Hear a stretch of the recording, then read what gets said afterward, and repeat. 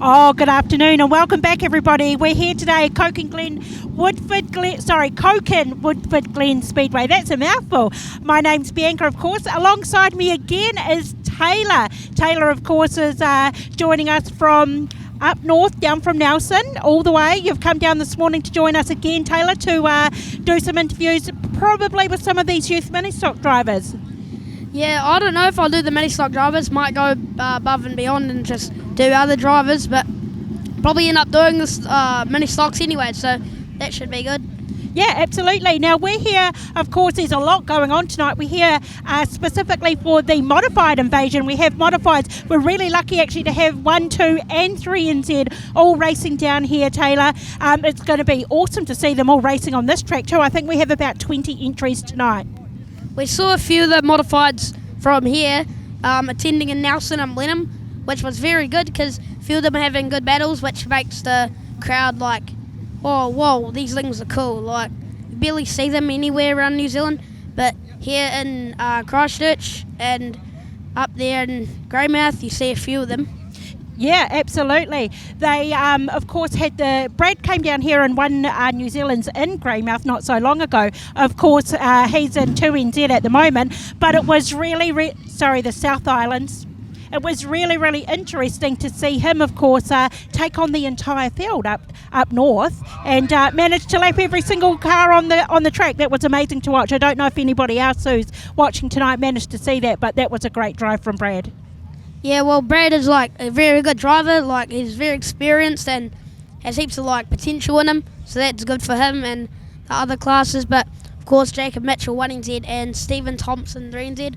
So hopefully, I'd like to see them, all three of them, up there having good battles for first, and may the best driver win. Yeah, absolutely. Again, joining us, the stock cars tonight. They've been on the Rees tour. This is the final leg. Some of these boys do look and actually smell like they have been on tour for 2 weeks too.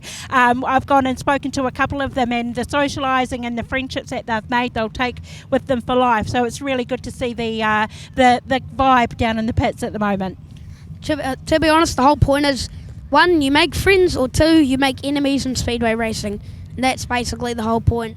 And for me at the moment, it's friends, not enemies, but Ministocks, probably a few enemies that come and play. I suppose that just comes down to some maturity too, eh? But I like the way that you've said for you it's mainly friends rather than enemies. That's a good start in life, right?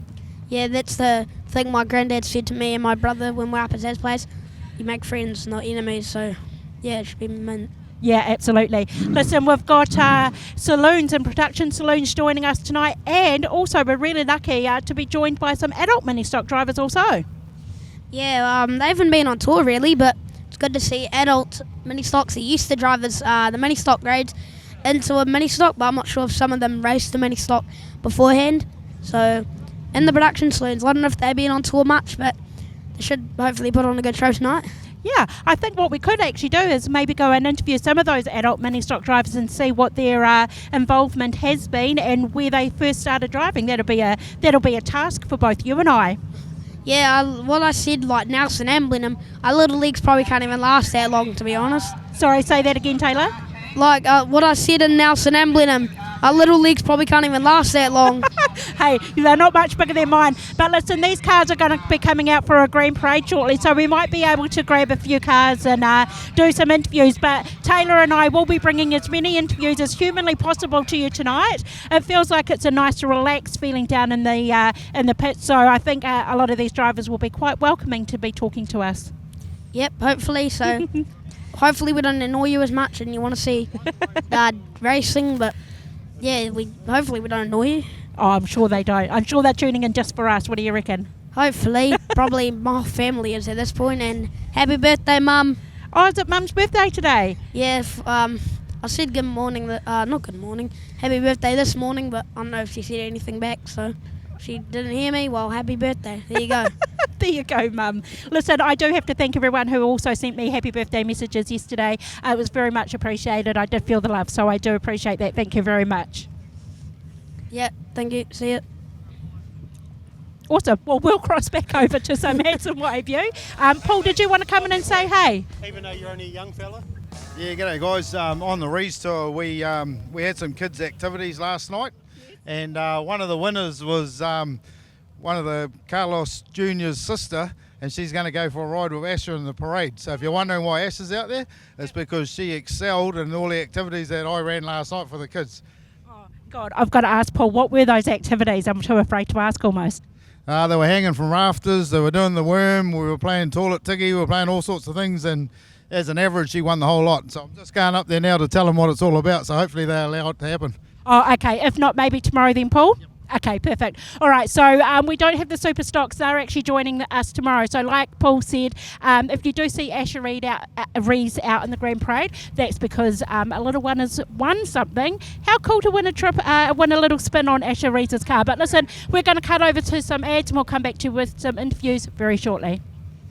Total Access is New Zealand's largest providers of access machines, scaffolding and height services. Total Access stand by their promise of reliable service, making easy access. With access machines of all types, Total Access have the small machines right up to New Zealand's largest, with a reach of over 56 metres. With locations all over New Zealand, give the team a call today on 0800 Hire Now, or visit their website at totalaccess.co.nz. Total Access, where height is within your reach. It doesn't matter how hard the job is, we suck it up and get it done. No matter how dirty our hands have to get, we suck it up and get it done. Suck it up, suck it up, suck it up. Out for suck's sake, suck it up, suck it up, suck it up. Out for suck's sake, suck it up. Suck it up and get it done with suckitup.co.nz. Good evening, ladies and gentlemen, boys and girls. Welcome along to Koken Woodford Glen Speedway. It's our second to last meeting of the season, our last weekend here at our 50th year of Woodford Glen. And tonight and tomorrow night, Clarkson Signs are bringing us the Modified Invasion and the Rees Tour, which means not only do we have a good field of Modifieds racing 3 heats tonight and a final, and another 3 heats and final tomorrow night. We've also got stock cars, primarily Rees-based ones, but some other ones as well, and super stocks tomorrow night on the program too, Jared. And probably one of the biggest fields of youth mini stocks we've seen here ever. It's a lot of the back end of the pits is completely full of mini stocks. Yeah, it's been a grade that's had big numbers here at Woodford Glen all season, really. I mean, we've had a number of special events and tours and things, but even just on nights when it's just been the local cars, we've still had good fields. It's going to be. This is coming to the end of their tour as well. Yep. For some of these youth mini stock drivers that are here, they're aging out. They'll be spending mum and dad's money next year and probably looking at some of the cars that are for sale in the pits. We should expect to see some pretty good racing out of the youth, but then also with the stock cars, we should also end of the tour, end of the season. Tomorrow night might be very interesting. There's a few drivers have picked up anomalies in our rule book, and so the final night of racing for stock cars, whilst it's not a butcher's picnic, has turned into some level of carnage over the years. Yes, it has, hasn't it? That's certainly true in recent seasons. The stock car numbers a little bit down tonight. We had originally planned to run 4 groups of cars, so there were going to be 4 stock car races, but instead we are running 3 groups. So each group will verse each other group, and then there'll be a feature race, second to last race at the end of tonight. The Modifieds, they've been split into 3 groups, so they'll be running a similar format as well. The youth mini stocks are running 3 regular heats, I think, but it is a championship style event for them. There are trophies on the line for them at the end of tonight. I know you're looking at me for some level of support here, but I can't remember a thing that was in the email. I'm preoccupied with trying to wake up, but we'll get there. We shall get there. It's of course, Production's their last run at their home track tonight for the season. Indeed. We've also got saloons on the program tonight and adult mini stocks as well. But not, of course, forgetting that it is the Modified Invasion. And we do have 3 groups of the Modifieds out there, 1, 2, 3 and Z, both hitting their respective groups. And yeah, it's kind of cool. At any event where whatever grade you have, you get 1, 2, 3 It is. from any grade. It is undeniably cool to have that, and to have Brad Lane back down here again. Frequent visitor, of course, comes down most years for the Modified Invasion, and with the 1 and 3 NZs both being South Island cars, it's made it a bit easier this year to have that lineup. I'm sure if the boys that were racing their head at their way would have been 1, 2, 3 South Island cars, but but Brad Lane, you probably. Well, I've often said, probably my favourite modified driver to watch. He has a unique win it or bin it approach to how he races. Jacob Mitchell, of course, he's on the limit. He's 10 tenths all the time. And Steve Thompson, he's the man you forget about, and all of a sudden he wins the feature on you. And you're like, where was he been all night? Well, he was just setting you up for the slaughter.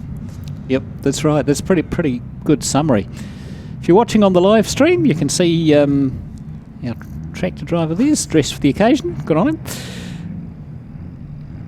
Words escaped me. Actually, they didn't escape me. They just left me and ran away screaming, I think. So worth pointing out also, of course, that whilst we've got plenty of people in the crowd here tonight, we do have a live stream with the Pits TV. Big thank you to them, to Jace and his crew for coming to Woodford Glen again, been a frequent visitor this season, and putting out the images, putting out the racing to the rest of New Zealand and the rest of the world, indeed. We know there's people who tune in from all parts of the world, Australia, Europe and North America, to hear us babble on, Jared. And well, sometimes there's other people babbling on too. Now, let's not take all the credit here. Yeah, Bianca does some babbling. You'd think they'd give me painkillers to try and make the commentary better, wouldn't you? You'd think would it? Would no, it? But it'd make it better for you. I'd probably say a lot of things that I probably shouldn't. You already do. That's fine. So as we head around on the front row of the grid, it is the 31 car of Zoe Bland leading us to the outside of her. It is Carl Vasey, and of course there'll be some. This is the, I guess, the Vasey farewell tour, and we will touch on that tomorrow night as part of the Rees tour. Although you'd have to say, with Carl as a youth Ministock driver, it's almost like the Vasey Hello Tour, isn't it? I mean, well, I think this is a name we may well see a lot more of in the near future. What does it cost you to retire when the son wants to take the car over? Well, yeah, there you go. Good call. But that's 2 years, he reckons. Okay, 2 years. You put the super stock in the shed and it can cure for 2 years before he goes out racing. Eh? It's like cheese. And the 17 car of Tate Carpenter running that second row. We have a very pedestrian formation lap, Tony. We do, and we also have an ELS that's misbehaving. I shall just get that restarted. That's fine. We'll rely on. We're going to. There we go. Rely on the screen for that one as we look through the kit. We've given it a kick where it needs to be kicked, and it is now up and running. We have the green in the starter's hands. First race of the evening. It will be first race of the Modified Invasion. We're away, and it is going to be the 351 that'll lead us down with the 23 of Blair Hume on the outside of Bland. We've got 2 on the wall down here. So unlike 2 Christchurch cars that run into each other. As the 89 car of Lucas Smith facing the wrong way will be as Dakem goes up the inside as we head to Enviro Waste. I think we're going to be going red as we come down the front straight. Have I called it? Yes, I have. There we go. Let's see if the brakes work. Not if you're from Blenheim. Must be a shortage of brake pads in Blenheim. The ones at the back are still rolling too. But of course, if you're going to have brake fade, do it right in front of the referee's window, because it's the one spot you'll be guaranteed never to be seen. So Lucas Smith just pushed to the infield, just caught up there with the 72 car of Emily Brooks in the first corner.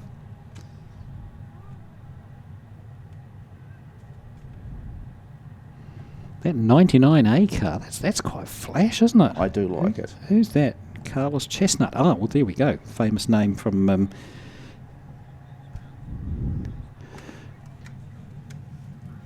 and it is a cool-looking car. It's very cool, and we gather he's pretty fast as well. I mean, he's got chrome wheels, so... It's as close as you can get to the C-Cab as I guess it probably is a C-Cab, really, but it's as Yes, close as you it get is, to the C-Cab body on a Ministock.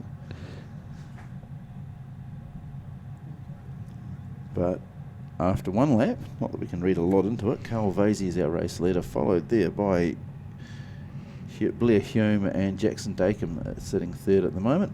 We'll wait for the restart. Everybody's pretty much restarting on the front straight. And yeah, the engine's rev, and a couple of cars jumping there. A couple of cars very keen to go as we now head in. So Vasey is in command of the race, but does have a whole lot of work going on behind him. The 15 car of Connor Turner looks up the inside of Dacomb. Will he get second out of this? He's definitely got third, as the 17 car from Blenheim just fires himself into the wall. So, and he's done some front end damage to the 17E car. Locked it all up, and we're going to go red again. We also got a car stuck in the turn 4 wall there. Can't see the number from here. Oh, it's the 24 car. 24K of Jade van Rovenhoven. Now, there's a surname that another name of generational. Yep, goes back into the history of speedway racing in New Zealand. With the final night at Western Springs last weekend, I think there's been quite a lot of focus on history and speedway history. But yeah, I mean, you've only got to look at some of the surnames in this race. Yes. And you realise just how much the history is in fact continuing on through the younger generation. Best way to confuse any commentators is to start doing what a lot of do what the Americans do when you've got a famous dad, name the son the same, then the grandson. Everybody gets the same name. We all get confused. But a lot of the drivers here just getting caught out with that turn 3 and 4. You can't take that corner at full throttle with the foot still up it. Doesn't matter what grade you're in. So I've seen plenty of stock cars and super stocks do it over the years. I've been guilty of doing it once in the stock car. Once, I point out. And I backed it into 4, and I tell you, it hurts. And you can get caught out at the Kaiapoi end of the track very, very easily. You talk to any super saloon driver that's been down here over the years, some love it, some hate it. And the occasional driver has destroyed their car by doing it repeatedly until the car falls apart. From an entertainment perspective, it's great. I can think of at least one Modified and at least one super saloon that falls into that category. I know exactly the cars you're thinking of, and they were not pleasant things to commentate either. Anyway, 2 laps in, through 2 red lights. Let's not make this a trend. It is Vasey leading us away ahead of Turner. That was the 23 car, and using the bumper all over. 17 car is going to shoot up the inside because that was the best way to do this. Is it all latched onto the back of the 99 car. They're going out wide. Chestnut into the wall. The 88 car as well. And a couple of cars clipping them. We're going to go yellow. We're going to go red again on Picken as we go 3 wide into the wall. Yep. We're aging out and going to stock cars, Dad. Yeah. It's and we've got a bent strut on the 88. Oh no, might just be a little bit of camber on the 88. But out in front, Vasey, followed by the 23 car. Back to Bland. We're red. It's just looking at some of the cars that have stopped, and they just watch cars whistle past. I would not want to be a parent in the pits after this race.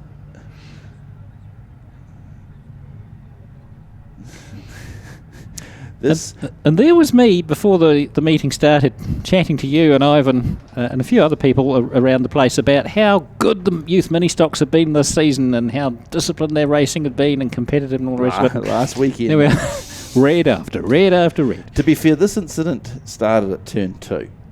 There was the 99 car pushed across on a couple of cars, muscled, and they pushed back, and it ended with the 99 car on the wall.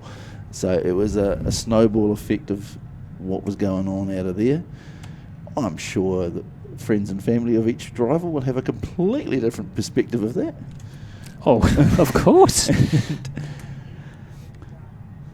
One thing, unfortunately, my kids have learnt the hard way is their father does not suffer my little angel syndrome. I can believe that. Yep. I know how. I hope. Ironic laughter from the back commentary box there. Yes. See, we've got the 68 and 69 cars right beside each other over on the back straight there. I hope the photographer's got a picture of that. Yeah, well, the 88 car actually very fortunate he didn't get collected by the other cars because he bounced into, well, he was very well connected to the 99 car when they hit the wall, let's put it that way. But it's not how you start the night. 72 and 55, move forward until I say stop. 72 and 55, move So forward until I we say stop. 7 laps to go. We've had 3 red lights. This is a trend which I would hope doesn't continue. Stop. Fast. The fastest lap is actually recorded by Carl Vasey, but that's not something to esteem. We're at 4.5 minutes for 3 laps. No, it's going to be a long night, folks. No, they'll get told. Oh, Vasey though, we tap on the back end here, and Paige McNally, she's been quick all season here. yeah, we'll want a Right race on it. performance motor with a Rob chassis, but Zoe Bland up the inside, but no, Vasey will head away. Now we're in the Paige McNally back to Bland with the 23 of Hume. Who's not afraid to use the bumper. Yeah, 15 car. It's interesting. You can always tell who comes from a stock car family and who comes from a saloon car family. As McNally is now in the lead, she got through on the 351 back to Bland in the 31. Turner got back into 4th, and the 10 car Fitzsimmons is now battling with the 23H. As we head down to Enviro Waste, the lights go on, not that anyone's home, and we clock up another lap. So Paige McNally showing a good turn of speed here. We're red. What have we broken now? Not sure. It's the referee's favourite colour at the moment, isn't it? Well, he was yelling red, but we must have debris on the track. Yeah, there is something there in turn 1. You can see they've just reached down and pulled it up off the track. Can't have been that hot, so it's probably a piece of bar work. Well, with cars that don't hit, how do the bars fall off? Intriguing question. One of the mysteries of life. Yes. The metal glue. 5, 4, 3, 2, 1, great. And we're going racing once again. Paige made this. It will get to a point where we run out of banter, isn't it, Tony? There's a point that there's just 2 old men sitting there watching these stocks. So the 88 car's pulled to the infield there. Slight issues with the front end, I We've think. got the 41 going round. Was assisted around, to be fair. Out in front, McNally back to Vasey. Bland getting the tune up there from the 15 car. 14 car of Stevens out wide on Hume. We look out in front as McNally heads into Enviro Waste. The track up there just a little bit cut up. And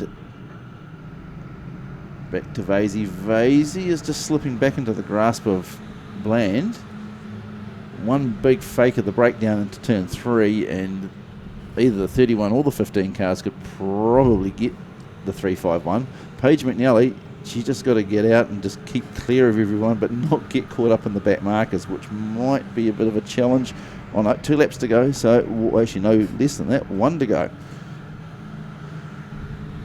And the 15 car and the 31 car, there's going to be contact. Oh, the 14 car just pulled out there. Just about straight up the tube. Yeah, they're too busy battling each other. Paige McNally heads past the Value Cars warehouse into Enviro Waste. She will come out to get the checkered flag, keeps it straight, takes the checkered. The Vasey will take second, followed by Bland. And Connor Turner, Ollie Stephen was there in the mix. Blair Hume, he's had a good race. Tyler Fitzsimmons as well. Dylan Johnston, the 77 car. Jackson Dakin and Corbin Seals from Auckland rounding out the top 10 there.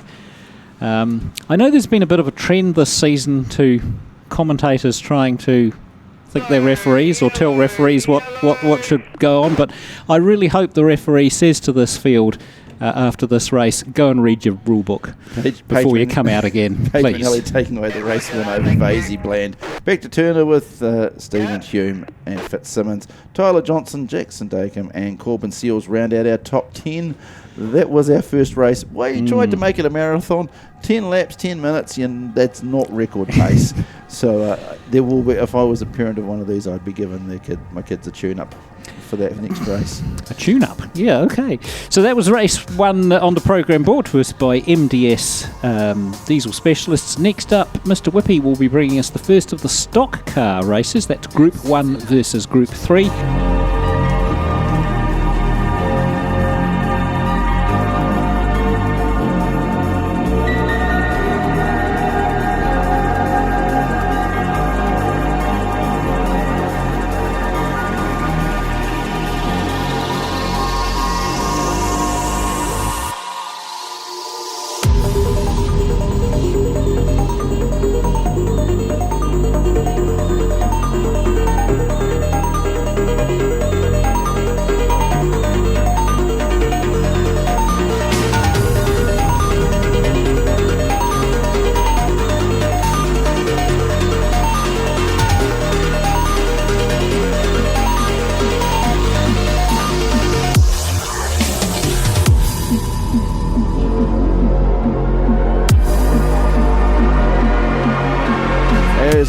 To the chaos, which is now stock cars, and I'm going to kill a red ant on the piece of paper, which looks like I'm bleeding on the list. But anyway, we have a very full field of stock cars out there, Tony.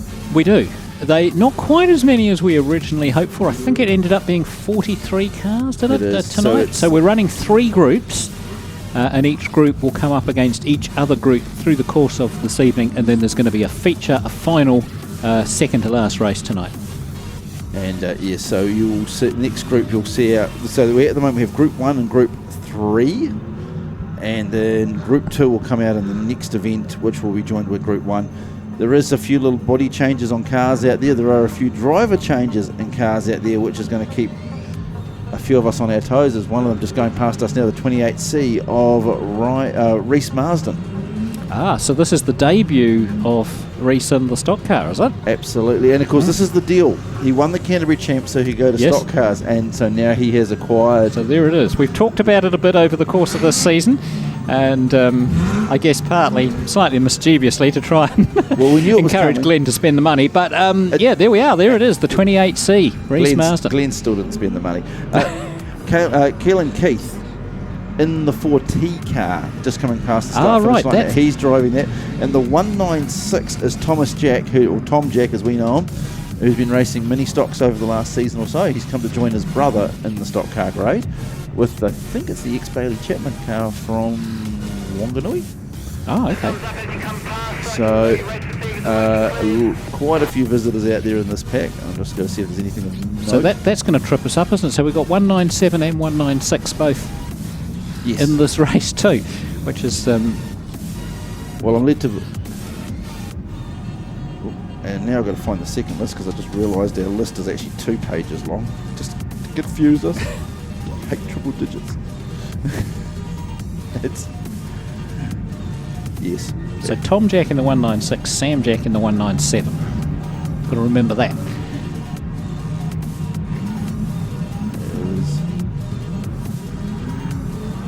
The 94C Inns car there, which has always looked a little bit different to everything else and still does. Well, that's good to see a bit of variety. The old mini tanker. Yep.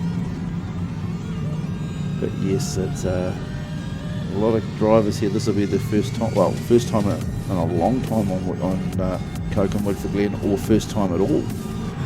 991's back out, Harley Rod. He's been in and out a little bit of cars over the latter half of this season. Well, he's in the ex-Liam Squire car. Have you looked at the super stock entries tomorrow night? No, I haven't. We'll touch on that tomorrow when it happens, but there is an interesting driver in the Kando car. Okay. It's as we look also to the 72 car that's out there, that's actually Jaden Nicol with the Malcolm Nartai Teams body on from 2004. That's what that is. Okay. That is the body that Malcolm had on his NRP chassis that he raced in 2004, 2005 at the teams in Palmy. Hence, a lot of the sponsors on there, you will notice, are names from the past. Yeah. Well, if you're going to go retro styles, the likes of Dan Cox in the 9 car, well, what's more retro than grabbing the body off someone else's car that's 20-something years old? Yeah, true. Actually, it is. It's a genuine 20-year-old body. Performance fiberglass. So, Now the 599 John O'Trent. Have we seen that car before this season? Yeah, Has we have. been? Yep. Yeah, okay. He's been on and off throughout the season. So at the gate we're waiting for Callum Flavel, I think it is, and Brooke McPherson, both under the 3 minutes. Oh, Blair Reeves-Smith has joined in as well.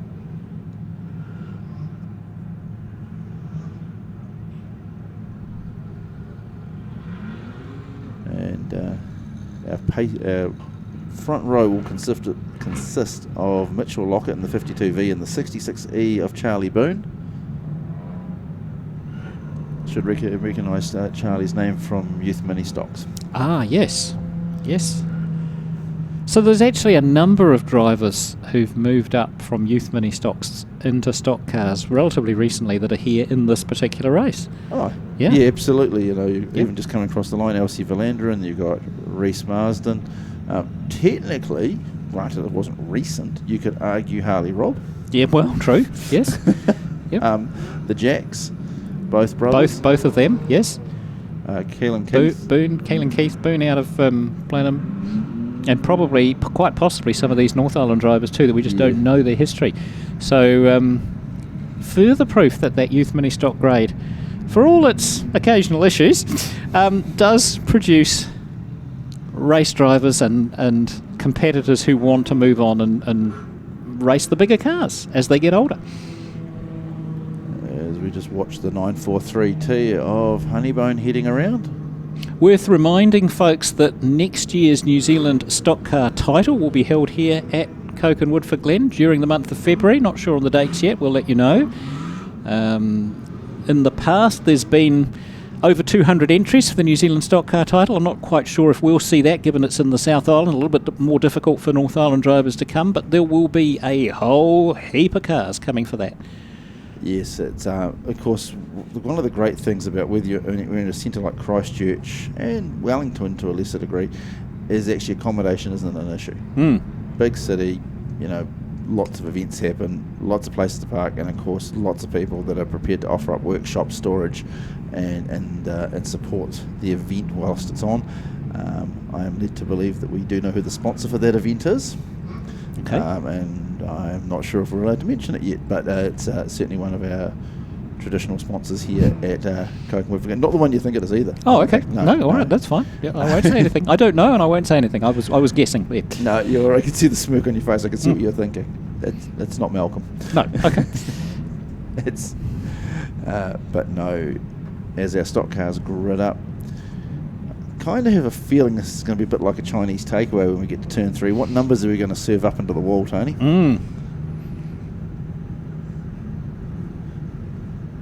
Lots of 3-digit numbers in this field. I know. It's a pet peeve of mine. I can't get over it.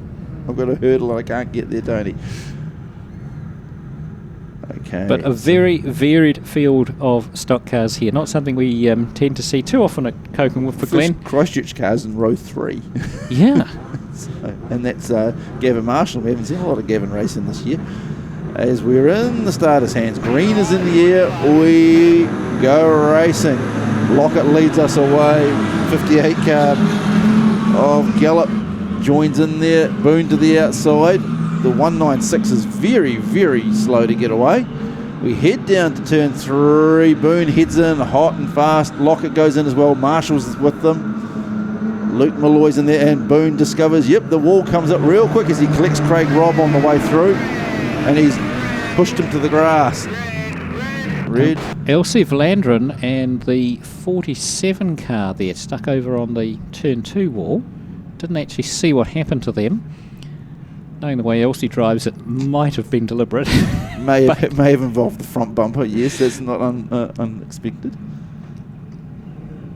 Cameron Dench's wheels are facing into the wall, so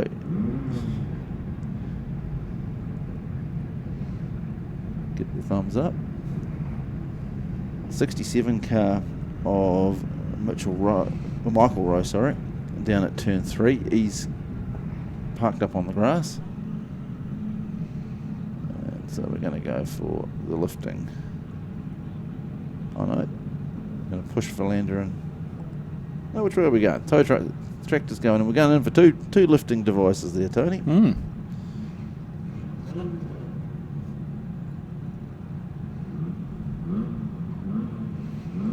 That has actually probably been the saving grace for Craig Robb and Charlie Boone. Charlie Boone did the atypical wash out to the wall and then came flying across the track and picked up Craig Robb on the way through and took him to the grass. And with that red coming on, it's allowed them both an opportunity to get back into the race. That being said, the 88 car of Zane Tahura facing the wrong way down at turn 4. He had a shocking start. Not quite sure what went on there, if he was lacking power or something went wrong off the start, and not an easy first lap for him. So we're lifting both of those cars out of turn 2.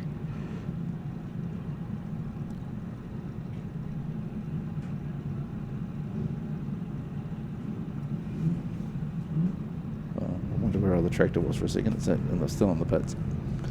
We had a wee bit of clean up to do after the mini stocks, didn't we? There was a bit. So just going around checking on all the drivers. Checking on Murray Gregg's car.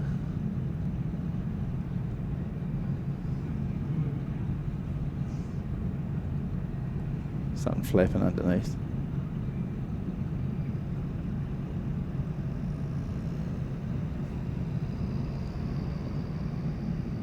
Thinking we might have to invest in some air pressure on those tyres. Okay. Rescue vehicles back to the middle. Our race leader Lockett over at turn 2. Back to Marshall and Malloy. We're creeping under the red. The referees are going to lose their voice tonight. They're having a mare of a time yelling red, red, red down the headset. And that's a 52 car. He's asking for a push. Got an issue there. In fairness, he wasn't the cause of the red, so he should be entitled. But no, he's going to yield to the infield. Or is he?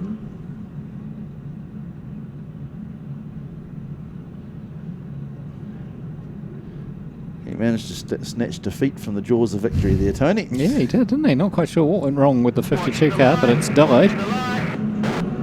Lots of creep. We're going to go red. It's almost easier just to flick the green on and not even tell them. As the 4 car very slow down the front straight. The 66 rejoins as the Tahura's on the infield. It's going to be a parking lot on the infield at the end of this. Marshall is in the lead. Back to Malloy. Rosewarne's come through on Blair Reeves Smith. The tear-offs are coming off. Harley Robb and the XLM Squire car just it's revving like you wouldn't believe coming down the front straight here. And it is... Oh, Charlie Boone decided to hit the wall again. That will lose its novelty on about the second or third time, I think.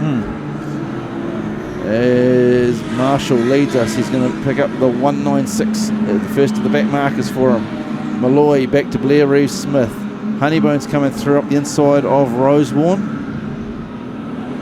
And Marshall goes through. He's put one back marker between him and Malloy. Craig Robb giving Nickel a big hurry up. Dan Cox shoots up the inside.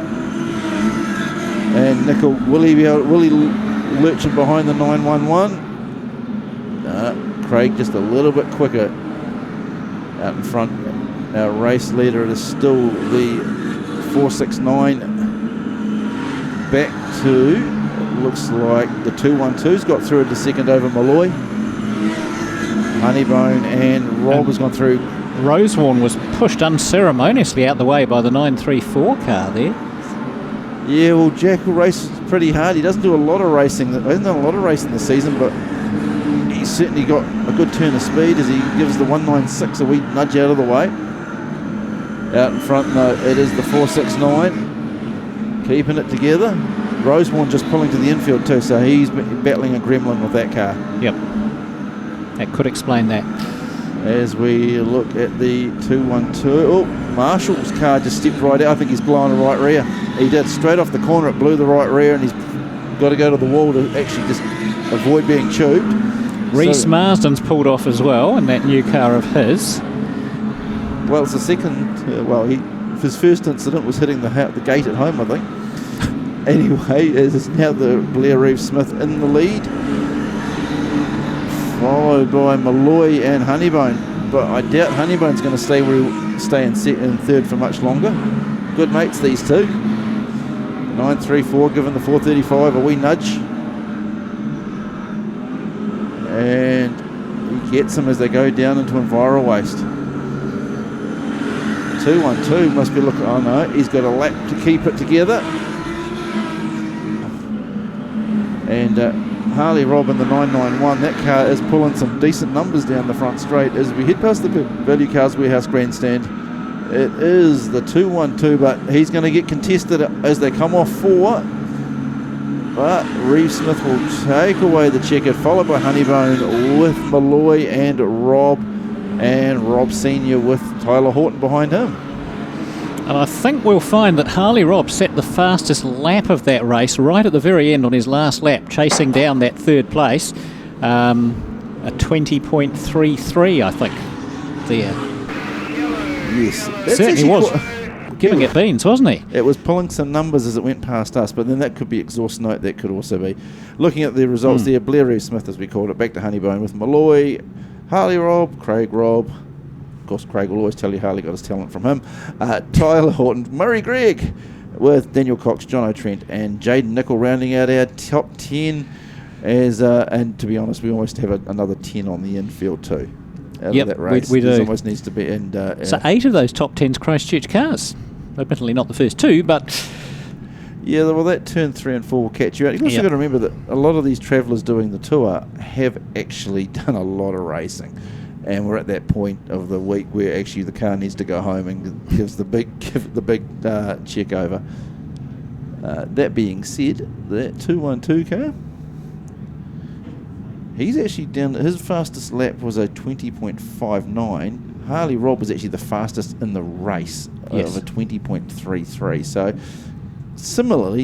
similar times, but a couple of these drivers here really struggling at that turn 4 end of the track. We'll see it tomorrow night with the super stocks as well. Actually, yeah, that was Elsie Valandrin did take. Yes, she did, didn't she? You can see that there from that replay. Charlie Boone, he ricocheted off turn 4 a couple of times there, and that will lose its novelty in the second race if he does it anymore to himself. As we are part of the Rees tour, the stock cars here. Actually, Rosewarne pushing Honeybone to the wall. As Blair Reeves takes the flag around, we will now move to a few ads. Technical Welding Services Hamilton are specialists in the transit concrete mixer industry. From chassis drop-off to a full working concrete mixing, the team will take care of the job from start to finish. Full engineering services and general sheet metal work can also be undertaken. Need a quote? Call 07 847 2031 or visit our website www.techweld.nz. Technical Welding Services Hamilton, we are the experts. If motorsport is in your blood, then Speedway Garage Palmerston North and Wanganui is your home away from home. From Speedway trivia nights, car reveals and good dirt track banter, along with great food that has our famous steaks, roast of the day and classic pub meals, Speedway Garage is the place to be. We look forward to hosting you at one of our 2 locations, 528 Main Street Palmerston North or 45 Anzac Parade Wanganui. Don't forget to check out the Pits TV Garden Bar. See you at the finish line.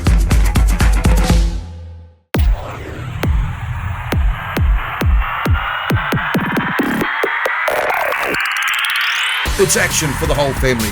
With 23 tracks around New Zealand, there is no better way to spend your weekends than at a Speedway New Zealand track. Here they come to the start-finish line again. There's something for the whole family. Sprint cars, saloons, stock cars, sidecars, midgets, and much, much more. Pack up the family and make a trip to adrenaline-filled, action-packed bashes and crashes that only Speedway can deliver. Visit www.speedway.co.nz to find out the track nearest to you. Speedway, it's our summer thing.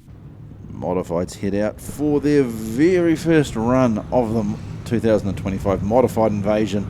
We have two groups out there, and as we look at the grids, Jason Kalin in the 12S will be on pole with Mike Gooley beside him. Then we go back to Hayden Chunks Corbett in P3, and the outside of him it's going to be Braith Kalin in the 23 GM tonight. Brad Lane will be in P5. To the outside of him will be Evan Nicol in the 13C. Cassandra Massey will be there at the 11C, and Dan Ray will be in P8. Ian White, the 32, the ever youthful Ian White will be in P9 with definitely some of the youth in the grade, the 1NZ of Jacob Mitchell. Tama Holland will be in P11 with Barry Hunter in the 53H and P12. And that's us. That's the 12 modifieds that will start this race. So that looks like the Edge Parts and Performance group and the Koken Tools group. Yeah, so it's a group. Yeah, Group 1 versus Group 2. They've been split into 3 groups. Each group will race each other group through the night, and then that will determine the grid order for the feature, which I think is a 20 or 25 lap feature at the end of tonight. Remembering that they do this all again tomorrow night, and the points combined over both nights will determine who is the modified invasion champion. So that's the way the gig works.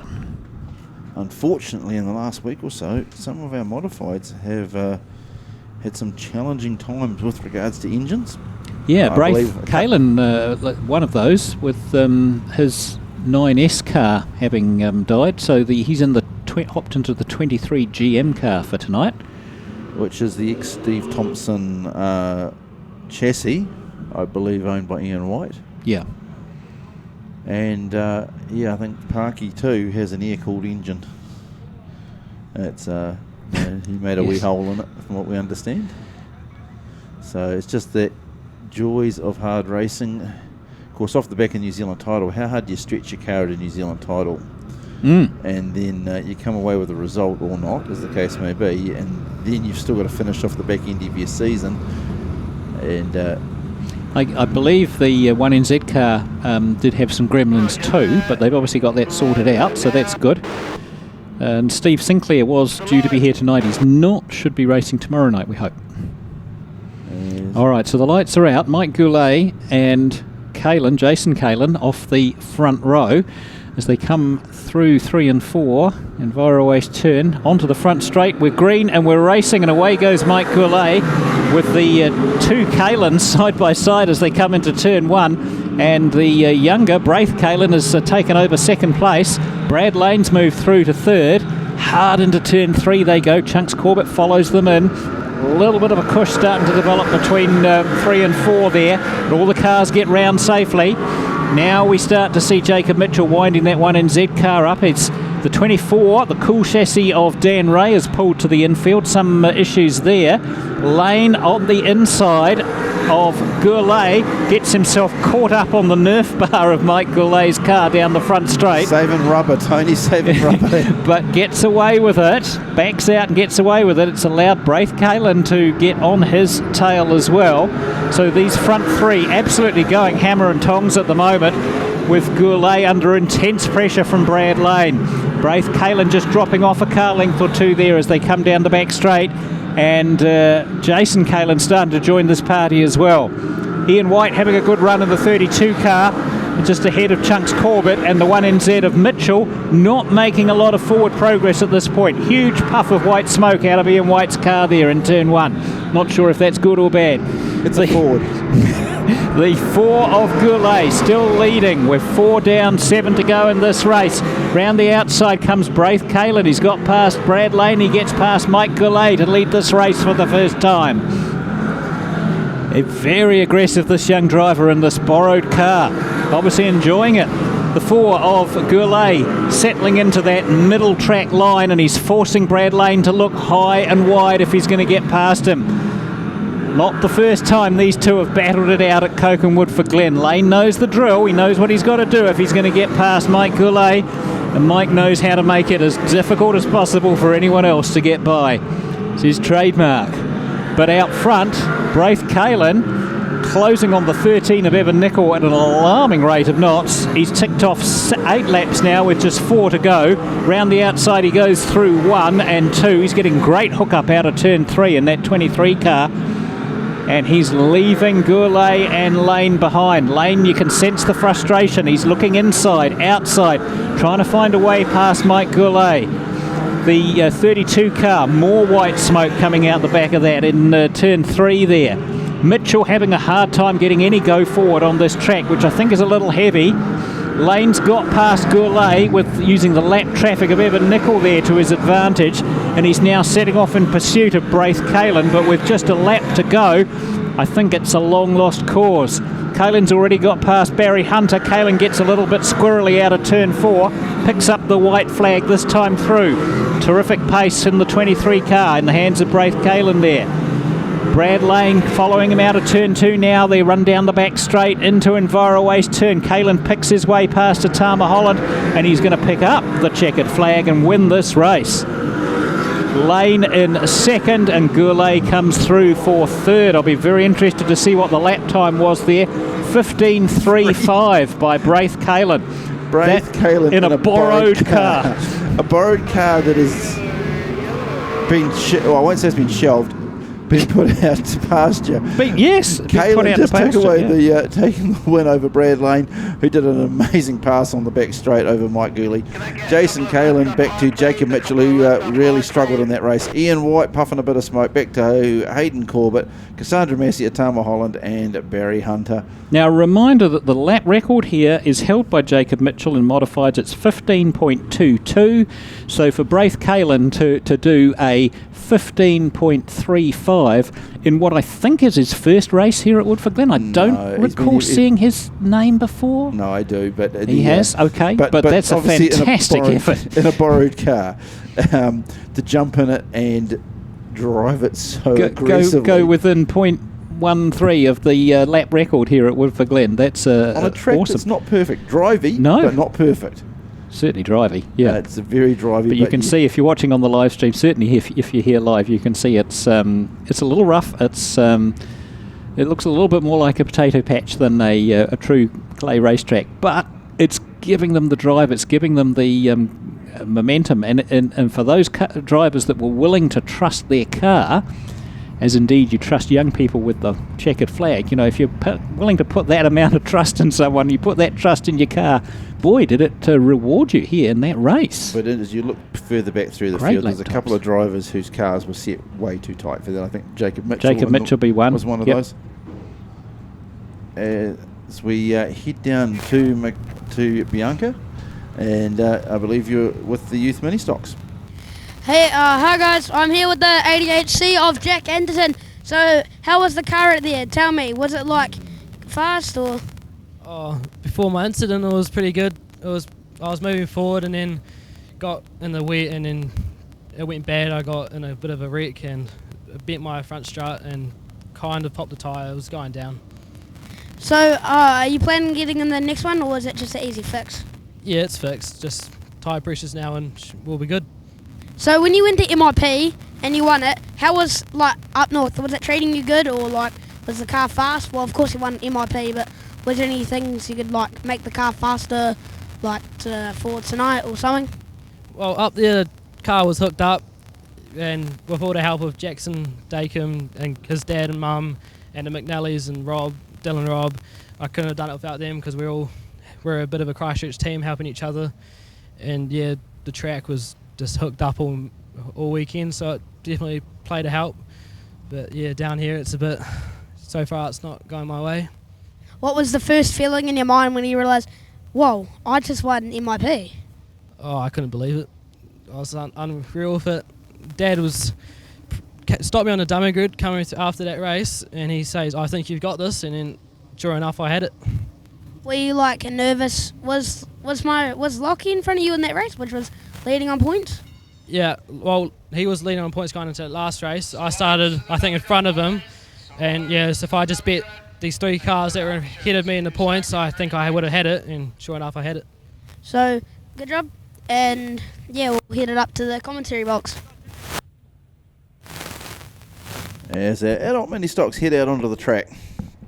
Not quite as many adults racing the mini stocks tonight, Tony, as our youth. No, a smaller field, but I'm sure they'll be equally as competitive. Well, actually, quite frankly, I'd hope they're not quite as competitive as those youth were. It was just a little bit full on, wasn't it? So one or two little driver changes in here. I'm just looking through here. The 23 car tonight in the hands of Callum Evans, normally Caitlin Ross. And I think this is... I'm trying to remember if it's Callum or his brother that was racing Ministocks a couple of weeks ago. Of course, both of them being... Not sure, yeah, but ex-proponents. one of them. Callum racing TQs these days. And... Glenn Marston in the 35, Emmy Hawley in the 84, Leah Rowlands in the 41, Nick Weir in his 56 car, Mason Bland in the 131, Jordan Cox in the 99, Eleanor Marsden in the 87, Melissa Knowles in the 42, and Oliver McCartney in the 26 car. Well, the two brothers now racing together at the back there, the 26 and the 93. To out, right to out. Mind you, to be fair, when you see them out of the cars, they're bigger than me, so there's no way he's one of them 16. No way. No, you do wonder. You do wonder. So off the front row, Emmy Hawley and Glenn Marsden. Youth and experience. We're green and we're racing. You can pick which is which. And away goes Emmy Hawley in the 84 car, leaving Marsden in the dust, you'd have to say. But round the outside comes Leah Rowlands in that 41 car. Mason Bland glued to her bumper as well in the 56 car in the mix too.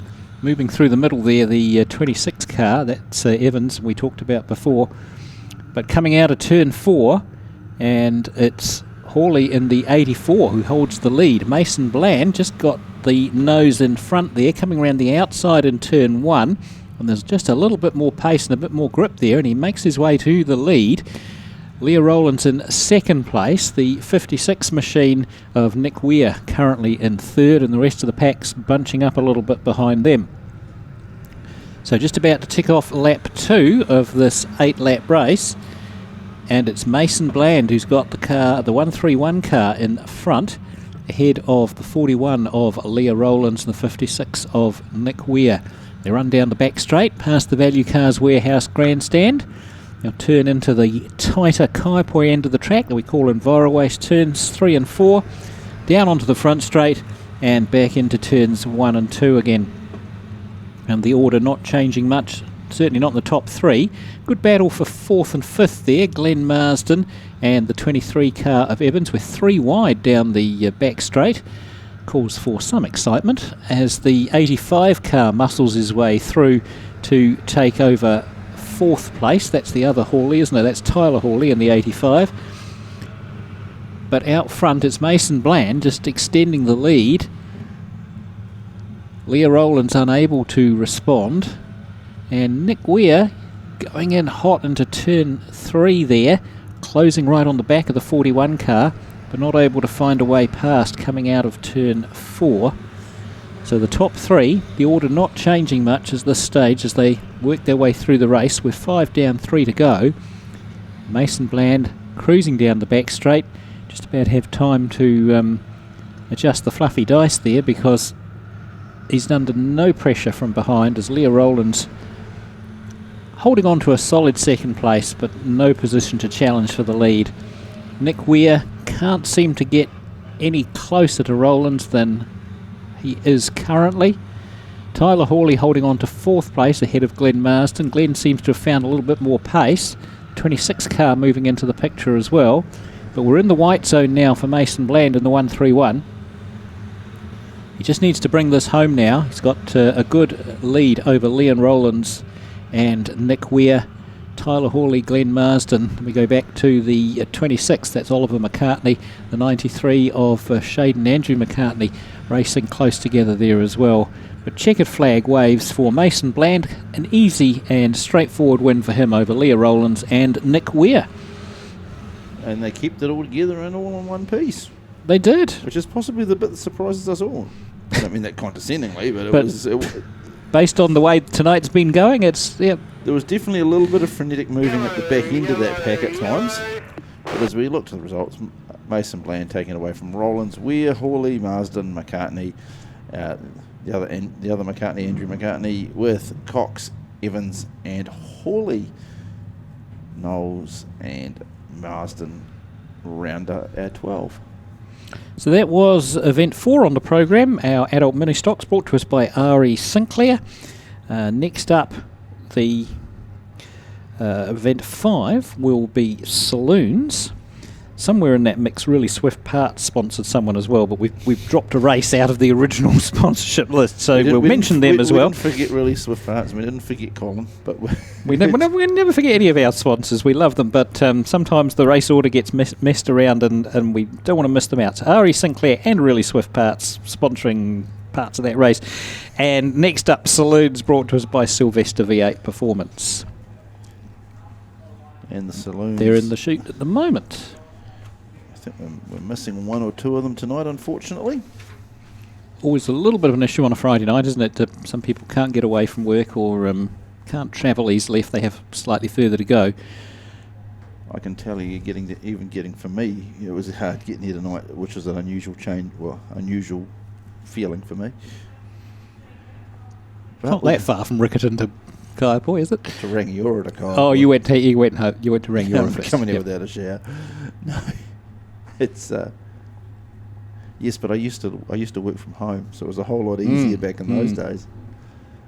And then the world got the best of us, and we all had to go back to work. Yes, indeed. So Mason Bland has done his lap with the checkered flag there, and now you can see coming out of the pit gate, great images on the Pits TV stream there, of the Saloons. So there's some fast cars in this field, Tony. Yeah, there are. And there's some cars that have been fast occasionally this season, but not consistently. So it'll be interesting to see who's got it dialed in tonight. There's been a truckload of water just put on the track. That will have to be pushed in first before they go racing. Well, you'd hope. As Brendan Fisher leads us around. He tricked us midway through the season, Tony, when he repainted the bottom half of his car. Because in all fairness, I keep getting him confused with, I think it's Glenn Johnson down in Dunedin. Also out there we have the Stan McKenzie in the 48. One of the coolest looking, and I still think it is probably the best looking saloon in the country, the 22 car of Dougal McClymont. For the purists who want cars to look like cars, you're not going to get much better than the XC Coupe. Indeed. Billy Woodhouse in the 117. That's, I think we haven't seen her out racing in that car for a wee while.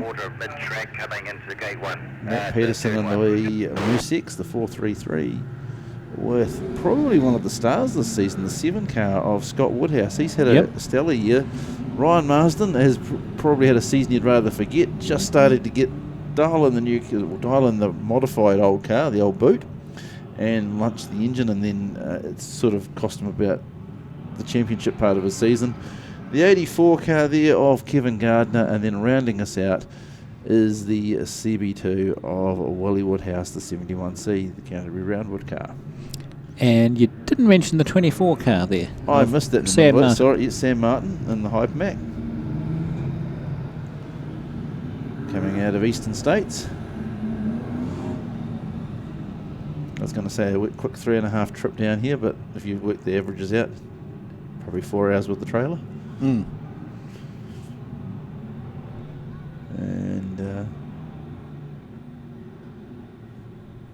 so they will just doing a little bit of track packing at the moment, getting that water pushed into the surface. So the referee asking them now to grid up. 2 more, they're saying. Oh no, 1 more, 2 more. 2 more laps.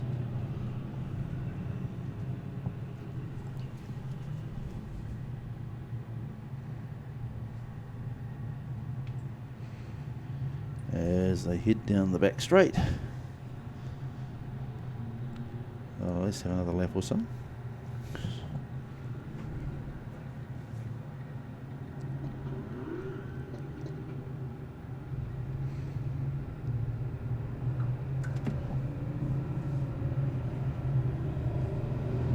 So we We're waiting for the thumbs up, thumbs down, so we can see who we're going to blame for not going racing, Tony. I'm sure.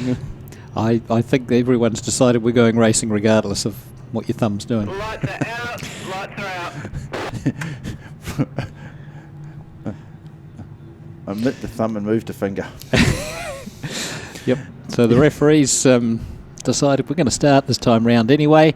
So they come out of turn 4 onto the front straight. The lights go green and away we go. Fisher and Mackenzie in the 48 car, and it's Stan Mackenzie who gets his nose in front coming into turn 1.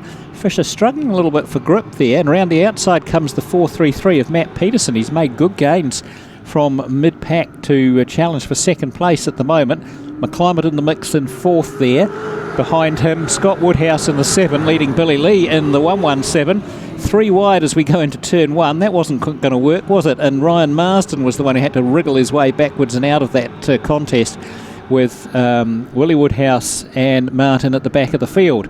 So coming onto the front straight, Fisher and Mackenzie battling with the 433 of Matt Peterson. Looks as if he took a wee knock in the back from the 22 of McClimate there. He went in a little bit heavy to turn 1, but all those 4 cars are competing near the front of this field.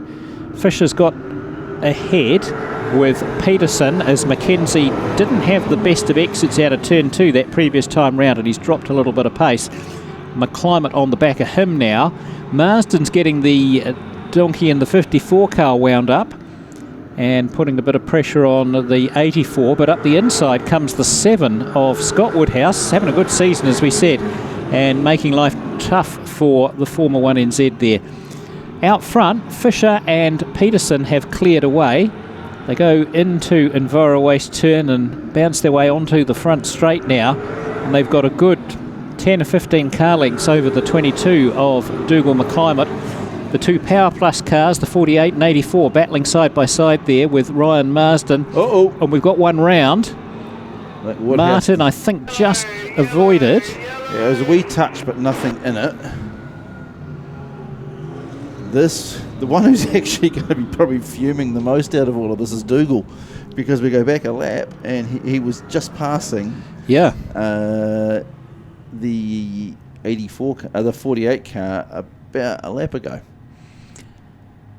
And so Fisher and Peterson had cleared out, and they had a gap of about 2.5 or 2.8 seconds over, 2.9 seconds over the third place car that was Dougal McClimate. But whether Dougal will have to go back a place or not, not sure. They've just called it that Dougal, the 48 goes behind the 22. Okay. He wants to be very grateful with the line they crossed before that happened. 24 behind 7C, 24 behind 7C. 24 is going to go behind 7C, but 7C was the one that spun, so who goes to the back as the cause? It's no one, it would appear. Thank you. Well, we ain't racing for a ranch. We've got another lap before we go racing. So the prime cause of the yellow light should go to the back, but if the referee deems it was a racing incident, there was no particular... They're all racing incidents, Tony. They happen in the middle of a race. Yeah. It's an interesting phrase, isn't it? Yeah, yeah. It's yes. It's been a challenge to a couple of these cars getting big pushes on mid corners and jumping lines. So that's what's poor old Marsden sitting back here in the 54 car. He's going to have to pick his line carefully. Dougal's ready to go, and so is Matty P. So we go green again. We've got 5 laps to go. We were at half distance with that yellow light, and Fisher resumes the lead of the race ahead of Peterson. McClimate just a car length or so back from Mackenzie in the 48. Here comes Ryan Marsden up the side of the 84 car. Gets the pass done on the inside there, I think. Behind him, Woodhouse and Martin battling with Billy Lee in the 117 and Dad at the back of the field. So the 99 of Fisher is 92, sorry, of Brendan Fisher is holding on to the narrowest of leads. Good battle for third place there as Ryan Marsden tries to push up the inside of McClimate in the 22 car. McClimate having none of it though. McClimate's having a great race here, I have to say, making Marsden work hard. And these two, if anything, just catching the 433 car of Matt Peterson in front of them. He's trying to find a way past Fisher. We've got battles all around the all throughout the field here. The great battle for first and second, good battle for third, and battles in the mid-pack too. But here comes Fisher. He's about to pick up the white flag. Just one to go for him. Peterson's got to make his move now if he's going to do it at all. Marsden's got through on McClimate, but I think it's too little too late to get to the front of this field, as Peterson looks to see if he can run the outside or cut inside, but Fisher's got it all covered off. Up the inside comes Peterson, but Fisher's got enough momentum to take the race win and first place from Matt Peterson, with the rapidly closing Ryan Marsden in third. Marsden setting the fastest lap of the race there on lap 10, that final lap. You looking at the results there. Fisher back to Peterson, Marsden, McClimate, Mackenzie, Gardner, Martin, Woodhouse. That's pretty much how it rolls out, as exactly as we saw it on the track there. Now that's a remarkable lap, a 17.24. That's Super Saloon material. That is Super Saloon speed on the last lap of that race, which suggests that track really does have some drive in it. Yeah, it's one of those tracks that has all the potential for lap records, but possibly not a great run for side-by-side racing unless the top side of the track settles down a wee bit. Now here's an interesting thing. The lap record for Saloons was 17.241. Marsden did a 17.244. He's so close. Now guess who the previous record holder was with that 17.241? Yes, it was Ryan Marsden. Back in 2018, probably in that car. Yes, and if he's racing it in Saloons, yes, 100%. Yep. And then I know that he had the lap record on Super Saloons in the LRC house car for a while. So, yes, Ryan is very good at doing that. As we watch the replays as part of the Rees tour for 2025, and that wee incident earlier on with Martin. As we wander back down to the pits with Bianca. Yeah, I thought I'd better come and talk to this very impressive young man, Braith. That was an amazing race. You've managed to bring away the win. You were, I think we worked out it was 100th of a second off breaking the lap record here. That's pretty good going considering this is a borrowed car.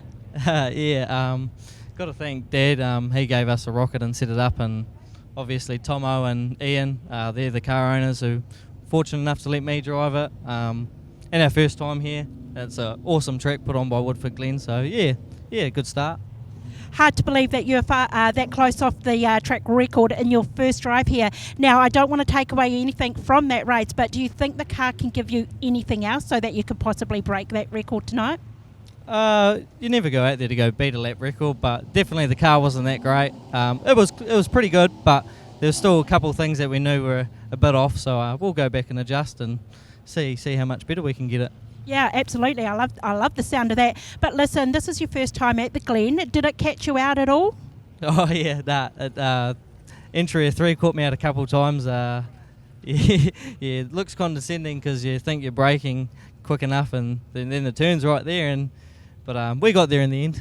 Yeah, I was actually really impressed to watch all your modifieds around this track, and I did take into note that all of your drivers seemed to brake really late coming into turn 3. I didn't think that a lot of you were going to make it round, so I was impressed not only with your driving skill, but the fact that you got around that corner. There's a big rut forming in the middle of 3 and 4, so a couple of times we hit it and we were pinged straight off the turn and you're looking straight at the wall, so it gave it a bit of character. But it's something different we don't go to. I've never been to a track like that where you got to carry so much speed down the straight and make it into that turn, so it was cool. Well, look, we can't wait until your next race, but also that 20-lap final that we're going to watch you on tonight. Hey, I'll let you get back to it. I know that I pulled you away from some work that's going to bring us some pace, I think, but we look forward to what you can do. Awesome, thanks guys. Cheers, thank you. It really was an impressive run there by Braith Kalin, and Tony was right. It was his first run here at Koken Woodford Glen, as our productions head out. Hey, I'm Sean. Hey, I'm Jace. And we are Sign Solutions. Situated at 61 Preston Street in Invercargill, we can meet all your signage needs.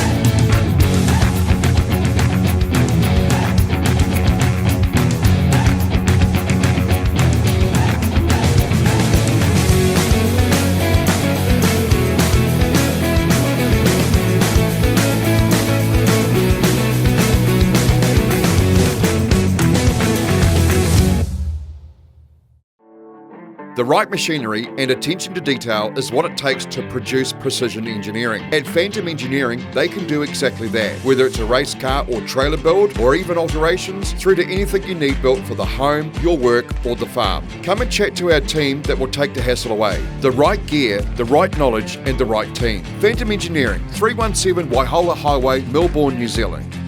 If you break it, we can fix it. If you want it, we can build it at Phantom Engineering.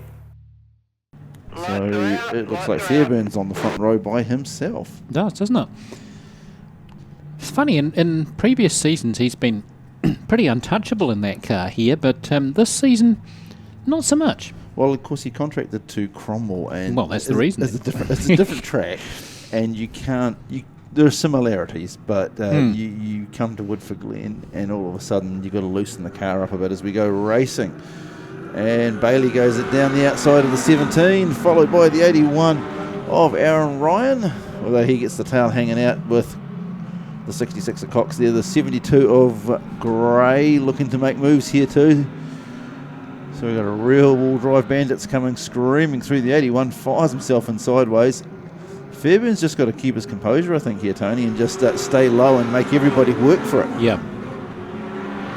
Which, to be fair, is something he's good at. He's fairly well. Suits his strengths. He's fairly well versed in racing and in all forms of speedway. As the 75 car looking to that outside line, the Commodores are coming in. Hui, Ryan, yellow. Oh, we've got number 9 parked in the wall. So apparently he drove straight in.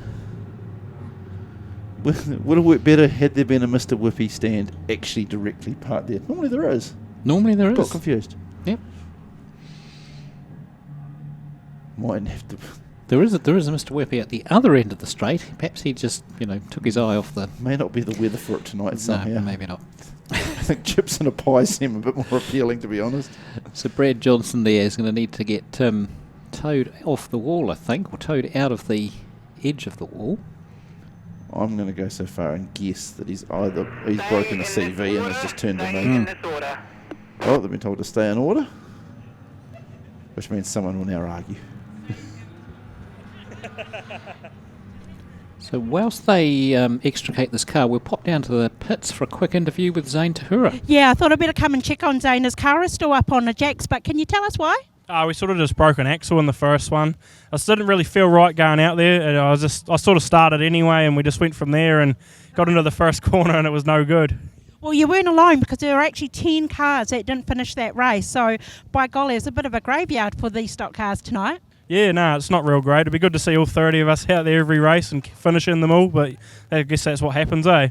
So I have pulled you away from the car, but are we able to get it out in your second race? Yep, we've got everything fixed now. We're just about to bolt the wheelgate on, and we'll be good to go for the last one. Well, I tell you what, I better let you get back to it, but like I say, we thought we'd better come and check on you because we definitely want to see you out there again. Sweet, thank you. Awesome, cheers, Zane. Zane Tahura in the pits there with Bianca. Now, just while we watch Brad Johnson get towed off, Outlaw Sims.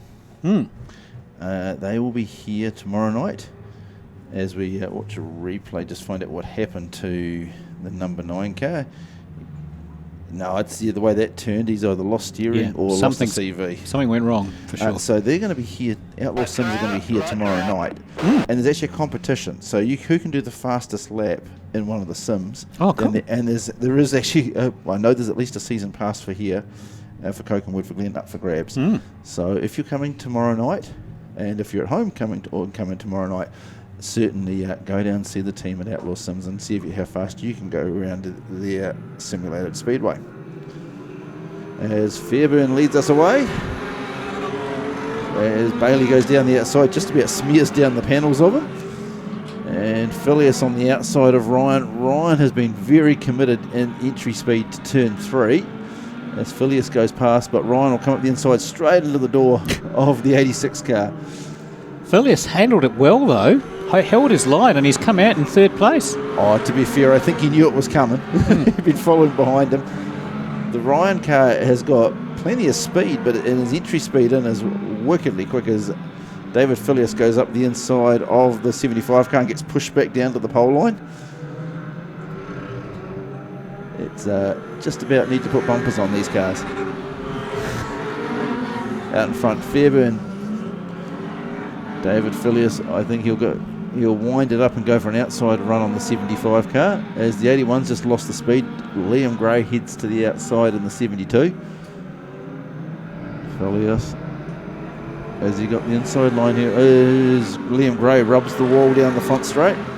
You feel like Filius has got the pace on the two cars in front of him. He just needs the opportunity to slip past them. I think the problem is when you stick the nose up, the car in front just keeps chopping down on him. So you either got to wait till they fake it high or move high and give you that room. Count the laps. Oh, the 81 car getting very taily as James Archibald looks up the inside. Liam Gray goes to the outside. The one who's probably the least bothered here, and here's David Filius. He goes up the inside, and as he does that, the 75 just straight into his nose across the front. But he's been forced. He's held the line, though. He's done well. That's the second time in this race he's held his line under a bit of pressure from a car alongside him. Takes over second place. And he does. But he gets... It's fair to say that Filius is being assisted off the corner. Yes. And I guess that's the... and assisted through the corner. It's just playing into Fairburn's hands. Fairburn knows if he doesn't hear any cars behind him, he's okay. He would have noticed the tone changed. And Liam Gray might actually be in... Oh no, he's going to take the wall. We have to go see where Brad Johnson will put a dent in it. Fairburn will head through Enviro Waste, followed by Filius and Bailey. Chequered is waved, and that is our first production stock race of the night. Production, whoops, did that slip out? Quickest lap was a 20.005 by the 72 GM car of Liam Gray, set earlier in the race, but Fairburn pretty much controlled that one from start to finish. Filius, the big mover, through the pack and able to get himself up to second place, but just too late to be able to put any challenge on Fairburn. So it was Fairburn from Filius, Matt Bailey, Liam Gray, James Archibald in 5th, 6th was Aaron Ryan, Matt Cox, Stephen Palmer, Corey Jury-Lynn in 9th, and Alex Ryan rounding out the top 10. As we look to the chute, we will join you back racing shortly with our youth mini stocks. Lights are out. All gaps. So it is Dylan Johnson leading us round in the 77 with the 17A car of Corbin Seals. And there are a few gaps there where cars have not come out. I think the 99 might be one of them. It does appear not to be there, or does appear to have disappeared. Either way, that was a complete wrong choice of words as our mini stocks go racing. Oh, this is going to be a mess. 4 wide down the front straight, and cars sideways, cars hooked together, cars into the wall, cars into the back of each other. The parents didn't talk to the kids. No. Red.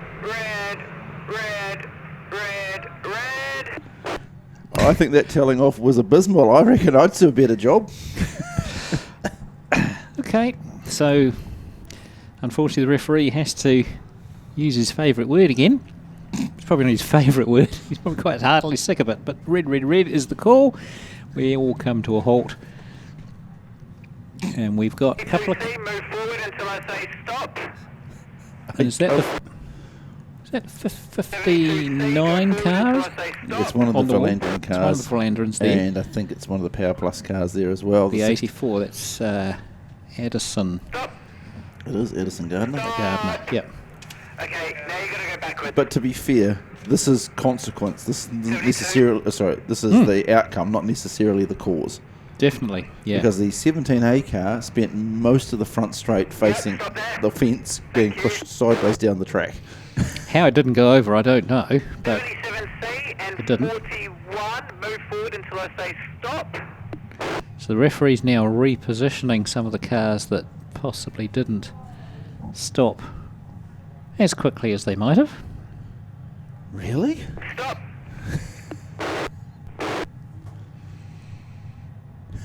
The referee's told them to stop. He told them to stop quite a long time ago. They haven't heard that. Turn 4, but we're going to cross the start-finish line. Okay, that's way too far, guys. I did say stop. Now you're going to have to go back. Now it's amazing they can hear him all of a sudden. If you're listening to this on the live stream, you'll be able to hear the referee, the race radio referee, in the soundtrack in the background there. If you're in the stadium, you won't be hearing it, but it's a little comical at times. And I don't mean that in any sense against the referee. I'm not implying that they're comical, but it's just some of the reactions on the track. I would, yes. It's funny when they're going backwards, they heard when to stop, they learnt when to stop. Okay, so we're still... 19C, can you move forward until I say stop? 19C, move forward until I say stop.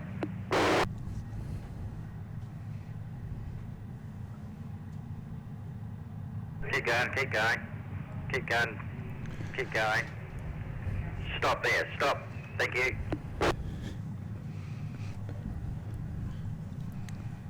So we are currently not completed a lap, and we're... So if you're watching the live stream, there's the start. We were 4 wide. The 17 car got flicked sideways. 59 got tangled up. 84 and 58 went in and pulled up pretty sharply. 84's lost a chunk of its front bumper too, or of crush pad possibly, but... Yeah. It's being no, it's actually... No, it is the front bumper. You can see that as the car's being towed off there behind the tractor. Now, bumper you don't bent right around. Yeah, it's just bouncing off the track. Yeah, that is... you don't lose that by running into someone. Someone's run into you to do that. Unless you back up real fast. We're currently... So, not Addison Gardner's fault there. But, yeah, you'd have to say... No, I won't even go there. Say what you Enthusiastic and aggressive racing by our youth. 5, 4... The referee's just going to send them now. 2, 1, green. And we wait to see how long this first lap's taken. It is the 77 car crosses the lap for the first time. It is...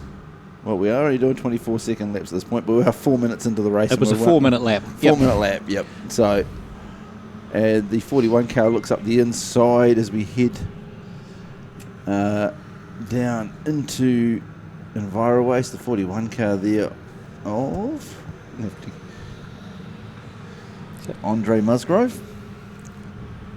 Normally it's Ryan Musgrove that loses the front end of his car when it comes to Woodford Glen. Yep. Musgrove goes through on the 77. The 58 car is going to be the first of the back markers. Looks like we've also got the third place at the moment is the 55, Kayla Musgrove. Back to the 24. Okay. Out in front though. I have to say that 117 car is one of the most colourful race cars I think I've ever seen. But not the easiest numbers to see from across the track. No. We are opening it up and just I think all the competitors want this race just to go through smoothly now as Musgrove goes through on 68 down the back straight as they head past the Value Cast Warehouse grandstand. Johnson follows. He's not too far behind. So I'm going to take the 41 to make a blip of a mistake, and the 77 will be all over him. We go back to the 55 of Kayla Musgrove, then the 24 and the 88 going across the start finish. As the 10 car Fitzsimmons just rolling to the infield. The 17A car is managing to salvage something out of this race. There was not a pleasant start for that car. We clock up another lap. 4 to go. Musgrove fastest time at the moment, 21.3. So the track has settled down, as have the drivers now. I say that as the 88, 89 and 19 cars are leaning on each other down the front straight here. Do you think Peter Rees has been giving these guys lessons? No. No. No. No, I'm just thinking like this was how he raced when he was at the beginning of his career.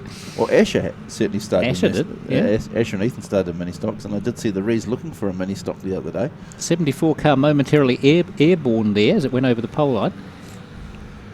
But Musgrove still the leader at the moment, ahead of Dylan Johnson.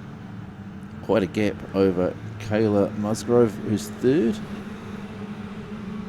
As we go through the infield down the front here, 53 car, they're on the 24. Unique approach. Of course, our our track has the herringbone ripple strip, so it's not like you can't feel it. It'll smack in the floor pad. Oh, the 24 car. That was a... And Emily Brooks did a great job of pulling up and avoiding there. Well, that was... Kudos to her. The 53 car of Paige Smith, right in front of us with a flat tyre. That was the car that was involved. And... which car has actually gone over there? Oh, the 24K. It is 24, right. The 24K and the 53V had the incident through the infield down here, and that I would predict was retaliation. I've probably got it wrong. I've probably made some parents very angry, but... certainly was. They were both involved in contact earlier in the lap. You're absolutely right. Jade van Vroonhoven in the 24K car. Stop there. 53V, can you go to the infield? Yeah, the flat rear outside tyre. So the 53V. 17C, can you back up, please? It's like a chess game now. They've got to put all the players back into the right spot. It'd be interesting to see the replay on that one, because it came to an abrupt end. 17C, was it? 17 on turn 3, can you back up? So they're just going to roll the 24K back over. Keep backing up.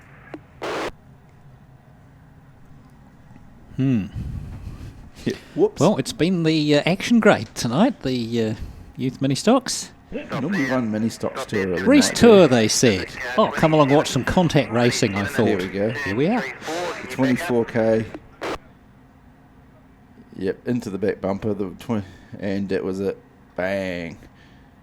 Oh, it was an abrupt bounce too. It was. It was. And yep. And everyone else did a great job of avoiding, I have to say. The stricken car in front. I think the ones around it saw it happening, in the sense that they saw the speed differential and knew that was going to be contact. 27, can you keep backing up? And that first lap, I think this is where we see Going back until I say stop. watching the 17 car get turned by the 24. Back, and then this is where is the not 59 it was the car. 59 car that took the 84's bumper off. Kind of not really actually 59's fault. No, the pack just moved up and he just caught the back of her bumper, so that was... But certainly the 17 car, facing the fence going down the front straight, not so much an innocent victim. Well, it was an innocent victim, but then the way he got turned, maybe not so innocent. I don't know.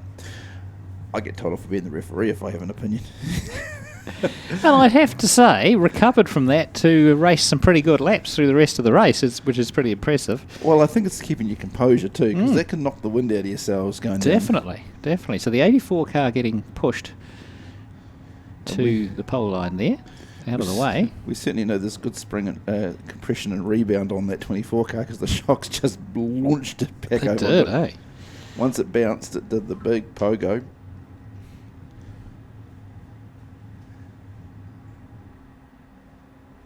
And I guess when you come to Koken Woodford Glen, you learn there are certain lines you can take. and certain lines that don't work well, yeah.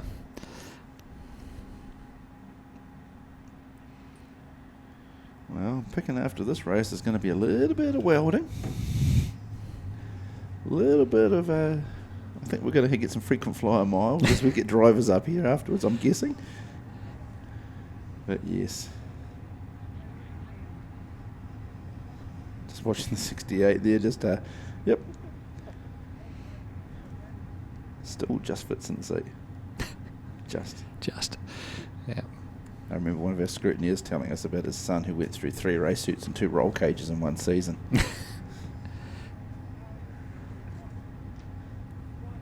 5, Oh, we've been told they're going racing. 2, 1, green. 1 lap to go. Yes. Here we are, checkers being waved for the 41. Good race there from Musgrove, Andre Musgrove.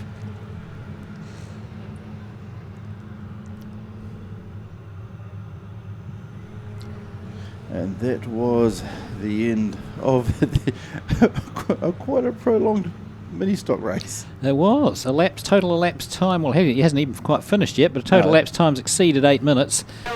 So But we are getting it down. It was 10 minutes for It the was first one. 10 minutes 40 in So the first. Musgrove followed by Johnson, Anderton, then the second Musgrove car with Ollie Stephen, Clayton Hawke, Riley Matheson, Corey Matheson, Theo Valanderen and Danica Pickles at being our top 10. Tow trucks and tractors doing a wee bit of work now to go back in the pits, and I'm guessing if you're a good welder there's a couple of bumpers to put back on. Probably so. That was our second youth mini-stock race, brought to us by Total Access Construction Hire Equipment. Next up, Towman Towing will be bringing us the second stock car race. Hessel's Poultry Farm is a family-run business situated in the heart of the Horowhenua that produce over 800,000 eggs a week to your community. With 60 years' experience, this fourth-generation business know how to look after their customers. They truly are locals looking after locals all over New Zealand. Head into your local supermarket and make sure you ask for New Day free-range eggs or morning harvest eggs. Hessel's Poultry Farm supply fresh, quality eggs to your local community. They are the pride of Foxton. Everyone has accidents, but thankfully, there is always someone there that can help fix your problem. Fraser and the team from Elite Wheels in Christchurch can put your wheels back to the way they should be with state-of-the-art equipment and operators that will have you back motoring in no time. Custom fabrications is their specialty, from wheel manufacturing and whitening to suspension manufacturing and modification. Elite Wheels have you sorted. Elite Wheels is also the preferred repairer for all major insurance companies. Drop down and see the team at Elite Wheels, 240 Annex Road, Christchurch. Hi guys, I'm here with the 112C of Paige McNally. So how was that car in that first race? It was pretty good, ended up winning the race. Car was pretty fast, track was pretty wet to be honest, but it was good. So did who was in first until you passed him? Because I was watching it but I forgot who was in second. I think it was Carl Vasey was in first for most of the race, and then I caught up to him until a couple laps to go and then passed him. So are you in the third mini stock race? Yeah, I will be. So that's good. Hopefully you could try win it again. What grid are you off? I'm off grid 9. So that's good. Well, good luck for that race, and hopefully you can take up another race win. Thank you. Thanks, Taylor. I'm right behind you, Calvin, and I'm here with Mitchell Lockett. Mitchell, unfortunately, you haven't had just as good as luck. Your car's out for the night. Yeah, done something in the drive line. I think it's a clutch, so might pull it apart tomorrow. Otherwise, yeah, that'll be us for the rest of the tour. To be fair, Mitchell, your car has done a lot for you. You've been on the entire tour, so that's 2 weeks worth of racing that you've done. It's done well to get you this far. Yeah, I've been given the nickname Smokey for the last couple of weeks, so everyone that comes says hi and says, oh, your car's not smoking, and oh, you put a whole new motor in the thing, so you know, pretty grateful to the people that helped get this motor into the car, and yeah, it's been a pretty wicked trip for us. Mitchell, did you get to the bottom of that gremlin? Because I know that, watching the meetings, it did get worse and worse. Did you find out what that was?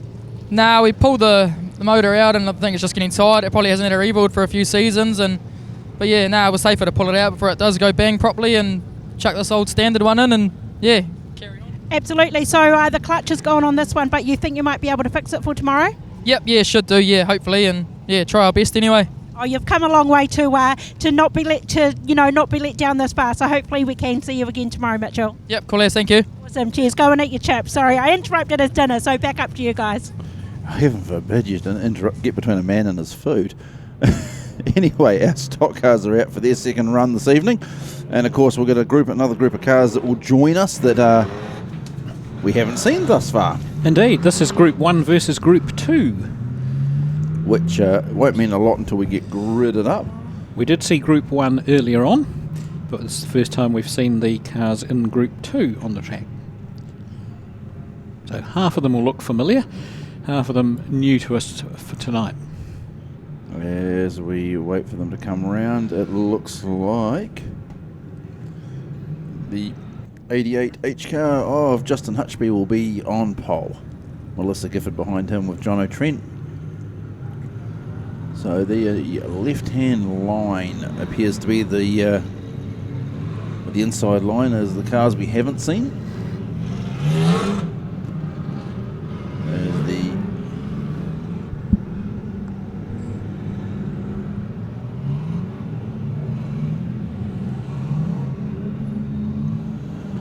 And the 62 car just going across the start-finish line. Now here's where this gets a little interesting. We'll see if we can test your knowledge. Does the car look a little familiar? Yeah, it does. But I'm struggling to place it. If I said it was the X66C car of Troy Wilson. Troy Wilson's car. Yes, okay. Yep. And then go throw the other curveball. Does the surname Gray ring a Well, bell? yes, I was thinking that did bear some similarity in shape to Kelvin Gray's cars of past. Well, this is actually, whilst the surnames are similar, and it has it's Darren Gray driving it, it's not Darren Gray as of in the Tri-Rail days, but it is John Gray's son. John Gray, the old 62, he driving, was it 2062 he used to race, or 26? Brain fun. Was in the Canterbury Crushers. 62, I think, yep. And his son, of course, one of the young guns as well. So a Gray out of Wellington driving a Tri-Rail. How could that work? How could that work well for anyone on the track? As we grid, Hutchby on the front with John O'Trent. Inns with Gifford in the second row, and Honeybone with McNally in the third. Burnell and Horton. So that entire inside line is the second group that's out to join us. Rees Marsden back out. You might in the 28 car. You might remember he pulled into the infield in that first race. To be fair, most of the outside line were on the infield at some point in that last race. Yeah, you're not wrong. So we're in the starter's hands. Well, almost there. We get onto the Airpark Canterbury Can-Am.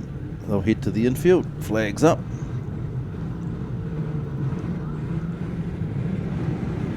Now we're in the starter's hands. The revs will build. We creep a little bit. We're going to go racing anyway. It's a little bit of mid-pack pushing. Troy Cleveland's on a screamer. He clobbers the back of the 44 car on the way through. And we head round on 1 and 2. Hutchby leads us back to Trent, Gifford, McNally, and the 513 car making big moves up the inside. So Hutchby with McNally on running second. Craig Robb all over the back of Honeybone. So as we head round, the 72 car going slow. Well, the 62 car heads to the infield as the 72 car are going to pull straight across in front of the pack and gets, well, I think it kind of worked against himself. He just created a bit of chaos, but he certainly created the chaos. Big pile up out of turn 4 there, but the race carries on as most cars back up and out of it. No, we go red now. Yeah. He went for the hero shot and everybody hit him. Literally everybody hit him. Either everybody hit him or hit someone in front of them who had hit him. So I would suggest in future being a tad more specific in who we're going for. Cast a wide net there, didn't he? 27C to the infield, 27C to the infield, 44W to the infield, 44W to the infield. So 22 and 44, 27 and 44 being ordered to the infield. I am picking it's for the first turn incident. Ah, yes, okay. So Nickel going to the infield now. Although he does have 4 tyres, they're still inflated, I think.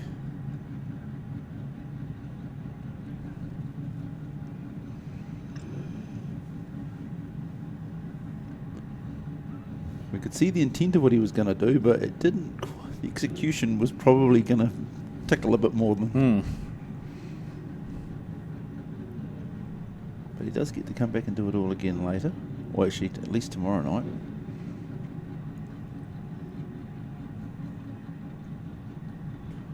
So they're waiting for the tow truck to go down. And is it Gifford they got to pick up?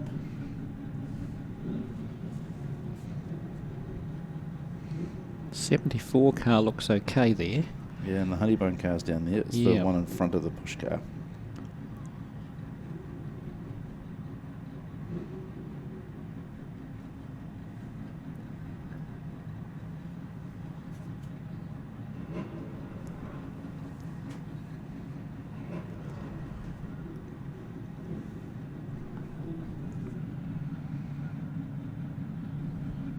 As the 43 car of Burnell, we look at that.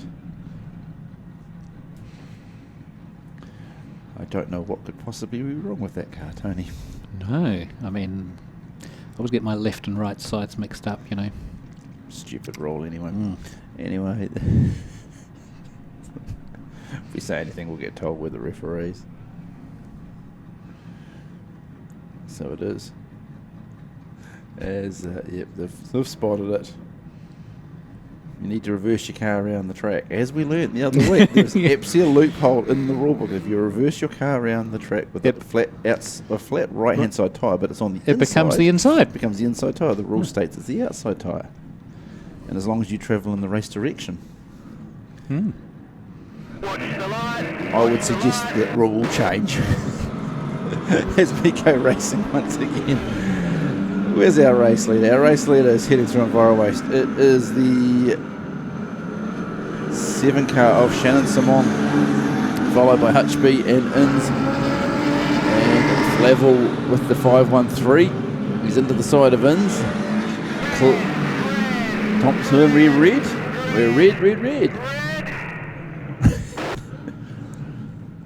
For those of you in the stadium who don't hear the referee yelling red, and still waiting for cars to stop, there was a very despondent sigh at the end of that third red. wasn't there? Yes.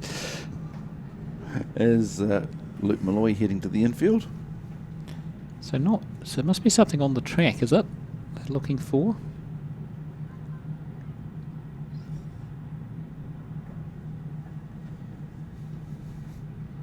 And in fairness to what they're doing, I'm in full support of it after the last meeting we had here. So something's broken in on the track.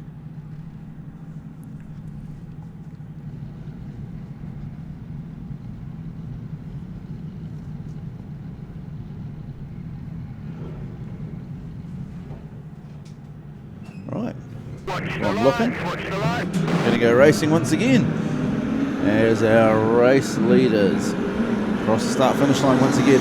Flavel's going to make the move on Hutchby with Thompson in the 655. Very fast. They've gone through on Inns. Inns has slipped back a wee bit. We've got a further gap back to Gavin Marshall and Craig Robb. As Flavel goes to the outside of Hutchby. Out in front still Shannon Simon. Clocks up another lap. Thompson's got a good turn of speed here on the 88 car. Gives him the big hurry up mid-corner. Out in front, though, it is Shannon Simon. Followed by Flavel. Hutchby. I think Thompson's going to get him down the front straight here, though. Makes the move, moves into third. You wouldn't have picked Honeybone as a back marker now, with our race leaders coming through at the moment after the first race. Yeah. So the battle between Honeybone and Horton actually is a back marker battle, as Shannon Simon is absolutely steaming up behind them. He's washed a little wide, and I think Flavel's seen the door. And he's going to go up the inside. Simon overcommitted there. It's allowed the 53 car to come up, the 513 car to come up through. So it is Flavel out in the front in the Noddy race cars. Marsden having a wee battle there with the 105.3. You're almost better to sit right in behind these guys and just let them battle it out and not get caught up in anything. Shannon Simon is far enough back that Flavel doesn't have to worry about it. Then Hutchby's caught, or Thompson and Hutchby are further back. As Flavel goes up the inside, goes up and gets caught on the washout wide. Horton's underneath them. And Flavel takes a win over Simon, Thompson, Hutchby and Marshall. Damage on the 88 car's wing. As we've got cars pummeling in the wall down here at turn 4. The 77 car was into the back of McNally, and I think the 105 was in there just for good measure because he hasn't crossed the line yet. We finished that one there, fastest lap, Callum Flavel of 19.3. It's well respectable around here, followed by Shannon Simon, Steve Thompson, Justin Hutchby, Gavin Marshall, Troy Cleveland, Craig Robb, Jordan O'Connell-Inns, Corey Symes and Rees Marsden.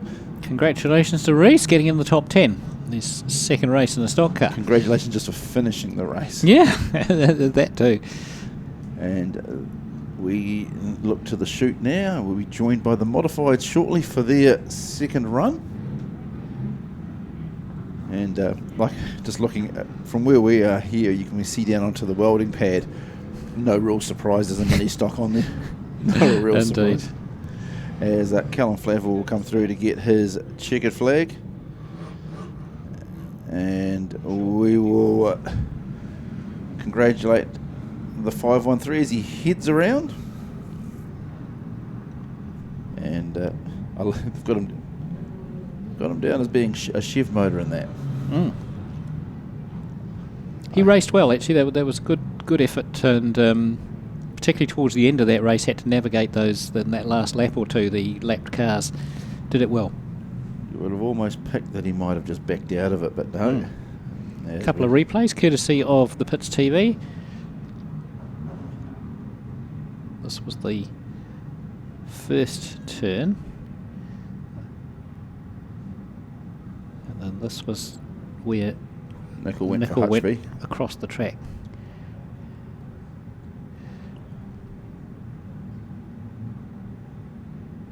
Yeah, went early. Went a wee bit early on the Hutchby car.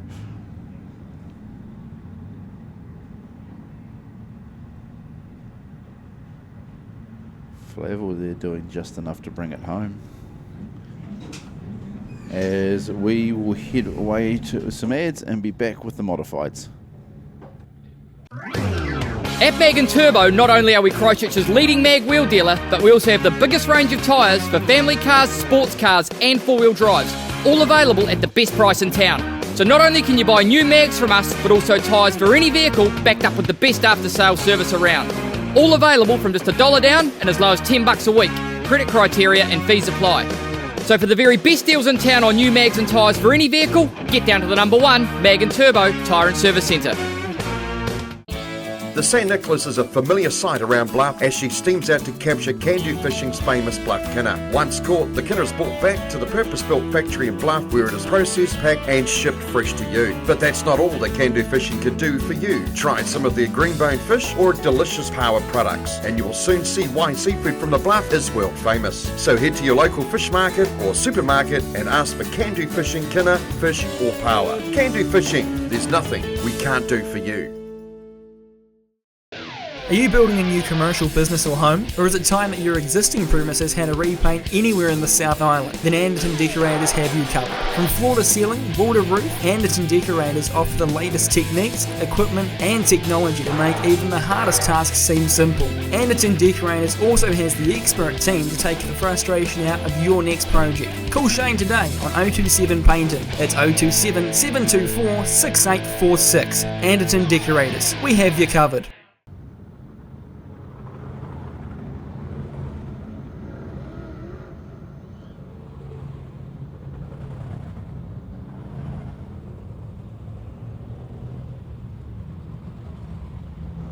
Okay, as we look at our modifieds, the grids is Barry Hunter on pole with Stephen Thompson in the 3NZ, 1NZ of Mitchell will be in P3 with the 44 of Scott Ritchie in 4. Dan Ray hopefully having better run this race, although I'm not seeing him out there. In the 24 and 5, Worth Haig, the 59C in 6, the 13 of Evan Nicol, and Gary Lennon will be in P9. Braith Kalen, the winner of the first race, will be joined by Sheldon Arapiri in the 5th row with Mike Gurley rounding us out. And we not sure if the Pits TV captured that incident. Yeah, just a couple of laps ago. They just incidentally warm up here. As the 59 and 9 were had a week coming together for something happened out there. Gary Lennon just getting his suspension checked. Front straight, almost at the start-finish line, they climb into each other. As they're just checking Gary's car, it doesn't look like anything's too skew off, but hey, we are looking from a camera angle and at a good... Gary certainly looks animated in the car. Does, doesn't he? And probably quite rightfully so. If I was a cynic, I'd say their front axle's bent. 9C, your front axle is bent. You called it. Yeah. 9C, the front axle is bent, says the referee. So that's obviously the determination from the inspector there on the track. You can see it now. He's angled a little bit more towards the camera. You can see the bend in it quite clearly. Yeah, well, him and Alan Haig had a coming together. I think Alan, I'm not sure how it happened or why, but one set Haig went over the front of the 9 car. How that happened or why is beyond any of us.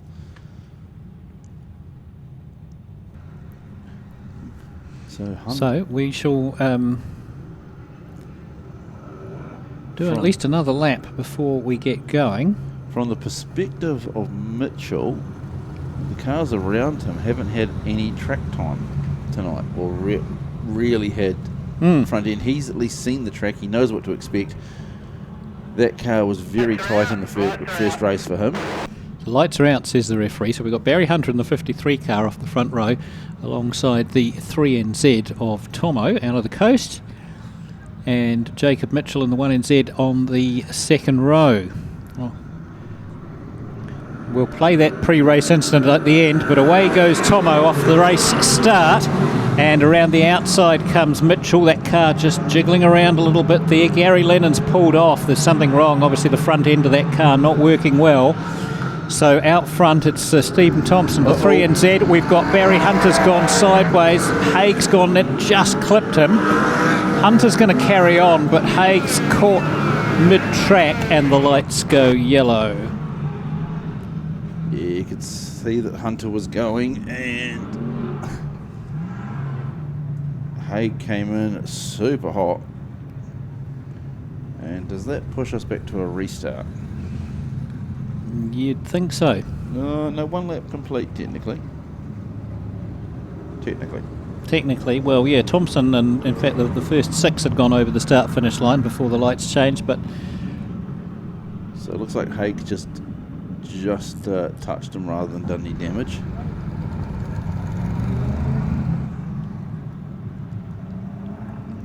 So this is the Edge Parts group against the... So here's the first replay. That was after the incident, so that's not quite it.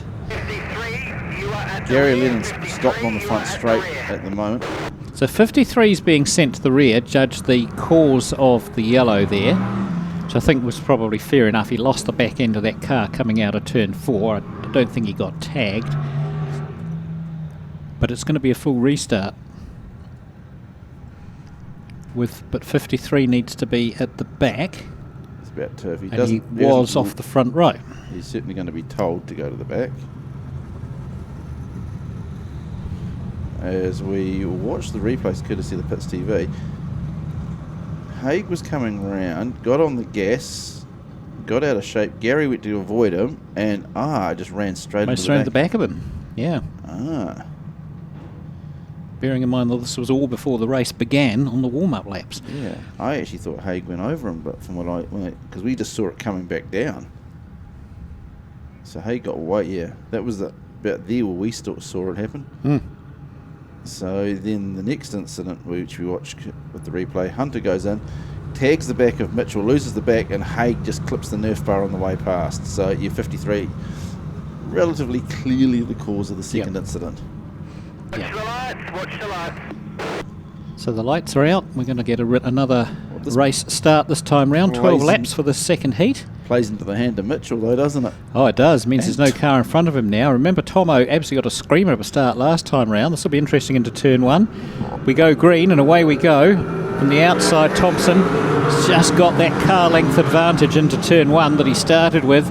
Mitchell's right on his tail though, a couple of car lengths back to Scott Ritchie, I think, in that 43 car. Then Alan Haig in the 59 just ahead of Lennon. Kalen the younger in the 23 car coming through, racing with Lennon. He's got Mike Goulet just behind him. The 26 machine tucked in there, Barry Hunter and Evan Nicol at the back of the field. Out front and in through Envirowaste turn we go. Stephen Thompson, the 3NZ, leading the 1NZ of Mitchell. Gary Lennon's car has come to a halt, not quite. It's out in the loose on turn 4. He comes to a halt now. That is it. race done. Oh, he's lost the tyre. This was not going to be Gary Lennon's race before it started, and it's certainly finishing that way with a flat left rear. And I would suggest his front axle was possibly a little bit further bent. Yes. He's not had a very lucky season, has he? He's had a lot of bad luck this season. Things didn't go his way at the New Zealand title up in Auckland, largely through no fault of his own. And there's been several races this year where he's been competitive in one heat and then tripped over someone else's problem in another. So, but this is the point where Tomo just wants this race over and done with. He just...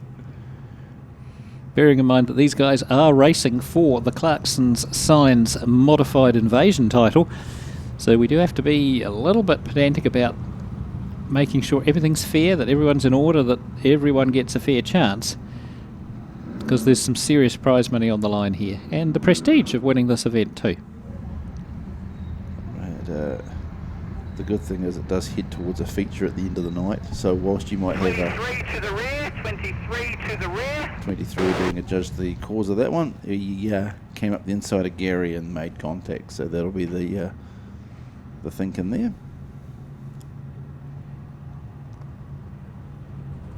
And so 23, I guess he believes the last car on the track's Hunter. Hold this order, please. They've been told to hold this order, so Evan Nicol choosing to stay back out of the pack. Does make for an appetising front pairing to challenge each other. Oh, it does, absolutely. We've got 3 1NZs in the top 4 cars there. We certainly do, and I'm pretty sure at some point Mike had a small number as well. He certainly had a small number, wasn't the one. No.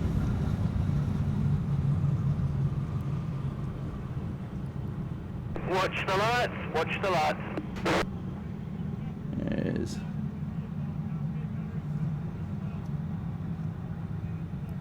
That being said, the other appealing thing is watching Kalen try and come through from the back of the pack. Yeah, won that first race of his very convincingly. All right, we're green and away again, so we've still got 10 laps to go in this race, and right on the back of the 3NZ machine is Jacob Mitchell. He doesn't want to let this one get away from him. Scott Ritchie just dropping back a couple of car lengths, as is Alan Haig. Mike Goulet on the back of Haig's car there as well. They come tick off another lap. That's 3 down now for Tomo in the 3NZ car. Just a couple of car lengths ahead, just pulling ahead slightly from Mitchell. Mitchell looking at the higher line there. It's not getting enough go forward down low, but Tomo also keeping that car very mid to high track. And frankly, these two both racing very similar lines at the moment, and Tomo just getting the better of it. Ritchie holding on to third place. He's a couple of car lengths ahead of Alan Haig. Mike Goulet in the 4 car, still on the back of Haig's bumper, unable to make any progress through. The 26 car out of Blenheim and the 23 car kind of out of Stratford, battling near the back of the field. So out front through Envirowaste turn, coming onto the front straight, Stephen Thompson, that 3NZ car.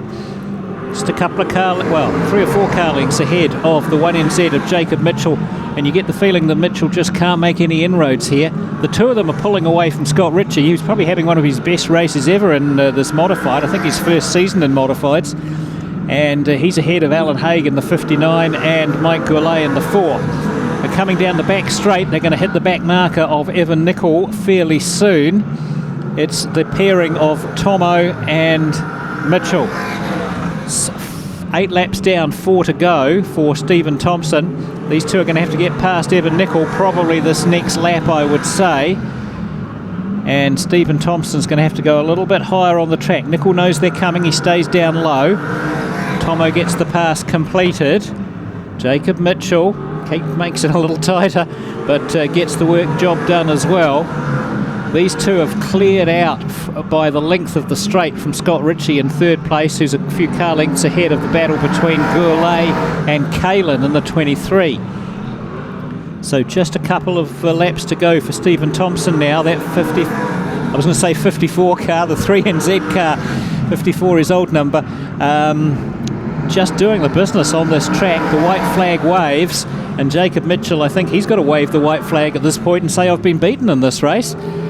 Just can't hang with you, Mr. Thompson. Watch the 23 car as we hang through. He has been on a stormer. There's your checkered flag and race winner, Stephen Thompson in the 3NZ. Jacob Mitchell second. We've got time to go out and make a cup of tea before the third placed car of Scott Ritchie. There it is, goes across the start-finish line now. That gap, 7.6 seconds between second and third. Braith Kalin came through strongly, didn't he, in those last few laps? Awesome passes on Hagen Gooley. Stephen Thompson taking away the win over Jacob Mitchell, with Scott Ritchie having a great run there. Braith Kalin came off the back. And he did some beautiful passes on the 4C and 59C. Sheldon Arapiri, followed by Evan Nicol, Hunter, and Gary Lennon, although he is on the back of the John Deere, so that's not the best place to finish. And I would hesitate to say that the feature race tonight could be a very mouth-watering battle between Stephen Thompson, Jacob Mitchell, and Braith Kalin. These guys are fast as. I'm looking forward to seeing how Kalin goes in that feature. Mitchell's got to find some speed. Yeah, he has. He's got to go back to the toolbox, find it, as we, of course, we will see one more round which will involve the 3NZ car, and we'll be back shortly with our adult mini stocks.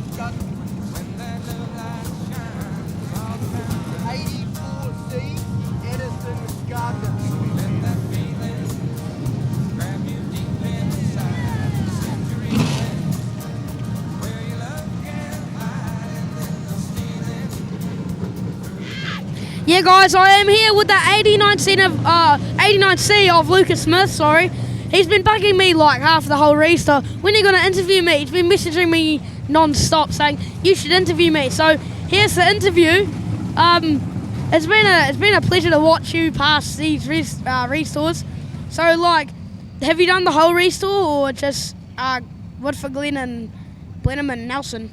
Yeah, I've done Blenheim to start it, and then both nights in Nelson, and then here in Woodford Glen. Hopefully no more DNFs in the rest of the races, but that car, apparently I've heard that a few legends have drove it. Do you know any of them? Yeah, there is a few legends, such as Connor Rangi and Campbell McManaway and the Harringtons.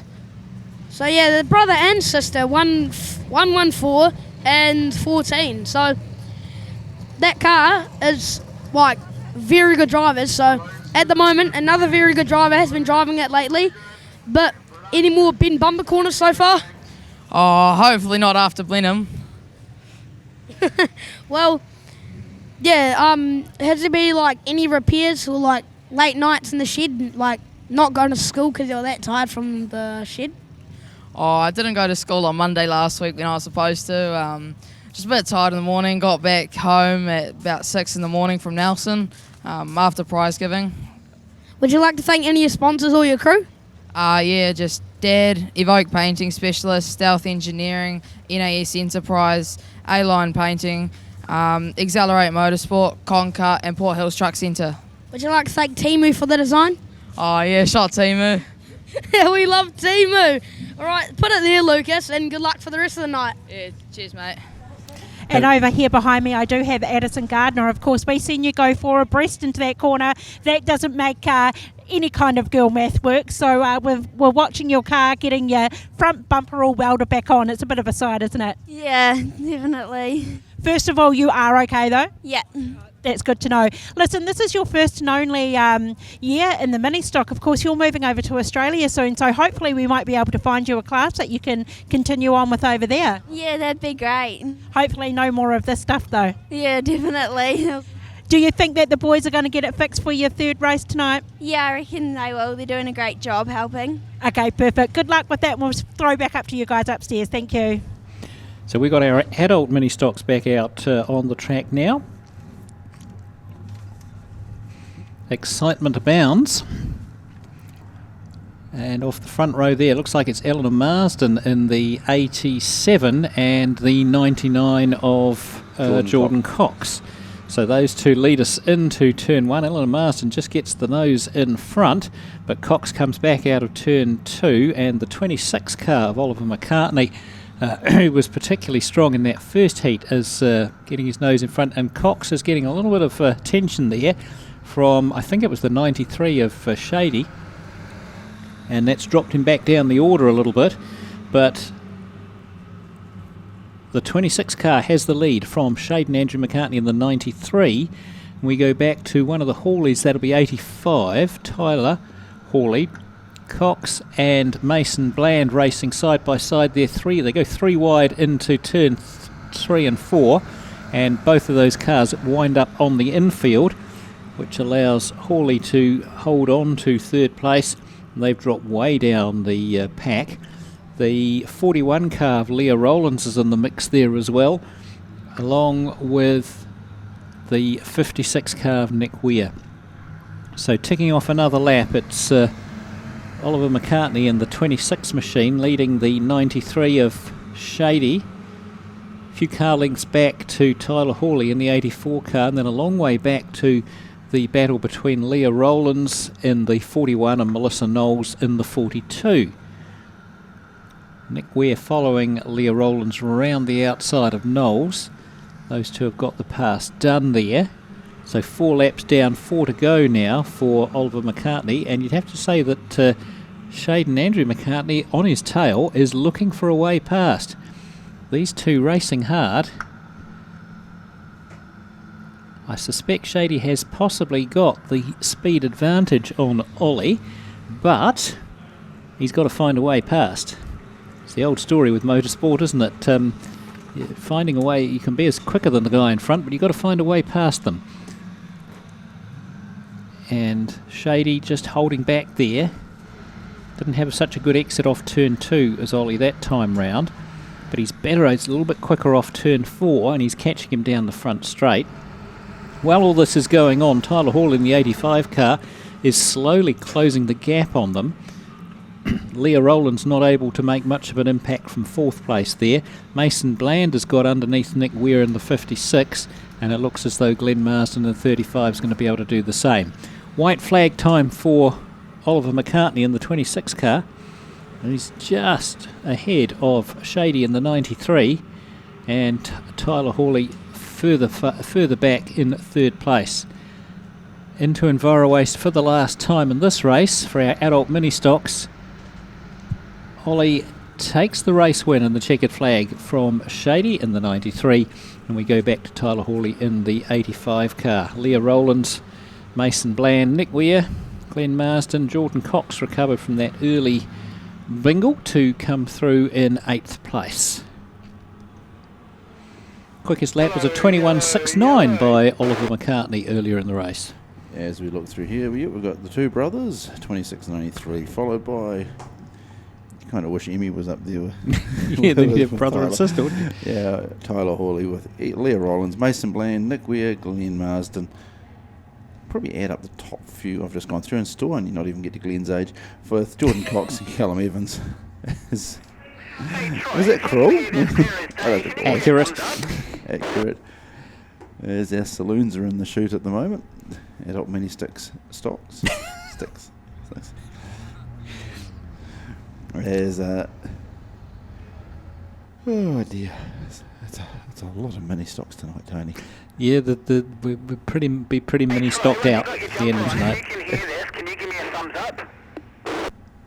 So, but I will give the adults their dues. They make the score up in the first lap, fix it up, and settle down for the rest of the race. They do.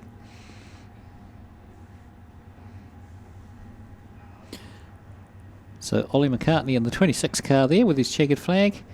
A couple of replays, courtesy of the Pits TV. You can see that early lap incident where Jordan Cox got pushed to the infield, and there was another incident as well with him and Mason Bland. There they are. They locked wheels momentarily, and they both ended up on the grass. Well, just about ended up back on the grass as they were coming back on. Would it surprise you there's actually another mini stock on the welding pad? Oh, really? All these stock cars in the pits tonight. And the welding pad's busy with mini stocks. It's not biddy? with biddy. You've got my problem tonight. No, my hands are fine. Yes. That was probably uncalled for. Apologies. Right. No, not even sincere. you know who I blame for this, don't you? Yeah, I better not say. No, we won't say his name. I'll offend someone again. Yes. Let's just say pink is probably not your favourite colour at the moment. No. I don't blame the driver at all. So, yes, breaking a hand at Speedway is one thing, and I don't blame the driver of the car at all. I blame the fact that I wasn't actually in the commentating box at the time. That's where I'm at. So we can pop down to the pits where we've got another interview lined up. Sure do. I'm down here with Lauren. Lauren, I have been dying to interview you since Blenheim, so it's about time we've caught up. Now, you've been on this Rees tour. It's been a long, long time of racing. Yeah, it has. We're starting to get a little bit tired now. Yeah. Time to go home, I'm sure, because we don't have one. We actually have 2 cars on tour. Yes, we've got the Super as well, so yeah, it's pretty busy. Yeah, I can imagine so. So tell us really quickly, because we do have cars on track, but I'm dying to know, what's your maintenance looking like? Because we don't have much of a crew here. It's just you and your husband. Yeah, we keep it pretty minimal. Yeah, the cars are looking a little bit, they need a bit of maintenance. So what does it look like for you when you go home? Is it a full rip down, tear down and rebuild for next season, or are you going to put it back on the track up at your Bay home track? Gosh, that didn't come out right, did it? So we're actually keeping the car down here for Nelson in 2 weeks, and then we'll take it back and do basic and hopefully get back out on the track again. Golly me, that's a long time from home and a long time racing, so good, well done to you. Tell us, have these boys been looking after you guys? Yes, definitely, yeah. No, they've been really good. Oh, that's good. A lot of friends would have been made. I've heard all about the socialising since I've left. Yeah, some very late nights, but yeah. I can imagine. But listen, good luck for the rest of the night. It's all cruisy down here. Your husband's down here eating polished off an entire cheesecake. Oh, maybe not quite a whole cheesecake, but yeah. No. Awesome. All right. Well, good to see you on the track again. Thank you. Thank you. Cheers, guys. So the Saloons are out here front row. It is the 2 brothers, Scott and Willie Woodhouse. Back to the winner of the last race of Brendan Fisher. We're going to go racing as we come onto the front straight. And I was going to say, what causes sibling rivalry? Well, race cars was the option. There was one option, but having more than one child was actually the answer. Anyway, Scott Woodhouse leads down, but he's going to get us to get it tagged by Fisher. Willie lost a lot of traction there, and Ryan Marsden looks up the inside, but actually Fisher's the one that's got the groove on. Pushes Scott wide. Willie's kind of stuck. We go through. Trying to thread the needle and go through the middle. Tags the back of Marsden. Here comes Martin in the 24. McClymont with a huge turn of speed into turn 3 there. Struggles to keep the car pointed forwards, but somehow manages it. Fisher in the lead from Ryan Marsden, who's looking quicker, I have to say, at this point in the race. We might yet see a pass. The 71 of Willie Woodhouse, he's definitely wound it up a notch from that first race where he was near the back of the pack. Martin, same comment applies really, and these guys are jinking it out near the front of the field. Fisher has got a car length over Ryan Marsden, who's got barely half a car length over Willie Woodhouse, and these 3 cars going at it. Dougal McClymont, very different line through 3 and 4 from most of the rest of the pack. He squares the car up very early and fires it down the front straight, whereas the others are tending to roll the car through the turn. The speed that Fisher's at, the speed you want to be about a week before the New Zealand title. He's found that form, hasn't he? Yes, he has, absolutely, and not for the first week either. The last time he raced here he was fast. Now here comes Marsden trying to get the pass done up the inside. Fisher can't do much about it higher up on the track. He's got to hold on here and try and be competitive. He does. That took some bravery. That's the drifting coming out in him. But Ryan Marsden gets the pass done. Now Willie Woodhouse sees how it was done. He's going to try and do the same thing, but he has to back out of it. Fisher trying to come back at Ryan Marsden. He's not going to let him go, but Marsden's got just a little bit too much pace out of turn 4, I think. And he starts to open a lead of a couple of car lengths over Fisher. Now Woodhouse, if he's going to try and stay with Marsden, needs to get the pass done on Fisher, and I don't think he's going to do it, particularly with only 2.5 laps to go. And coming into the mix is Sam Martin out of Blenheim in the 24 cars, having a great run in that Hypermac. So Fisher goes down low, the car bounces around, it gives the opportunity for Willie Woodhouse to make a pass higher up, and he does. Too little too late though, I think, in terms of chasing the win here, as the white flag comes out for Ryan Marsden. It's about 10 car lengths ahead of Willie Woodhouse, who's one ahead of Fisher and one back to Martin. Marsden down the back straight, past the Value Cars Warehouse grandstand, through Envirowaste turn, onto the front straight. He's going to take the race win. Not quite as quick as he was in that first heat. Fastest lap was a 17.46, but still pretty fast for a Saloon. Not quite as fast, he was a 17.3. Yeah. I wish I got that much slower in race. To be fair, yes, he was only fractionally slower. So Marsden back to Woodhouse, Fisher, Martin, McClymont, Woodhouse, Pedersen and Mackenzie. And the Saloons have been told to give a little bit of a track pack out. Now, we do have the 50-50 winner here tonight. Cool. It will be a prize of $699. And your ticket will say Meeting 12, ticket number 619. So ticket number 619. If you'd like to come to the control tower, there is a prize for you. Fantastic. So that was our Saloons, race 11 on our revised program, brought to us by CHS, Cylinder Head Specialists. Next up, Production Saloons will be out, courtesy of amuri.net. We'll watch some replays on the excellent live stream from the Pits TV and come back to you very shortly.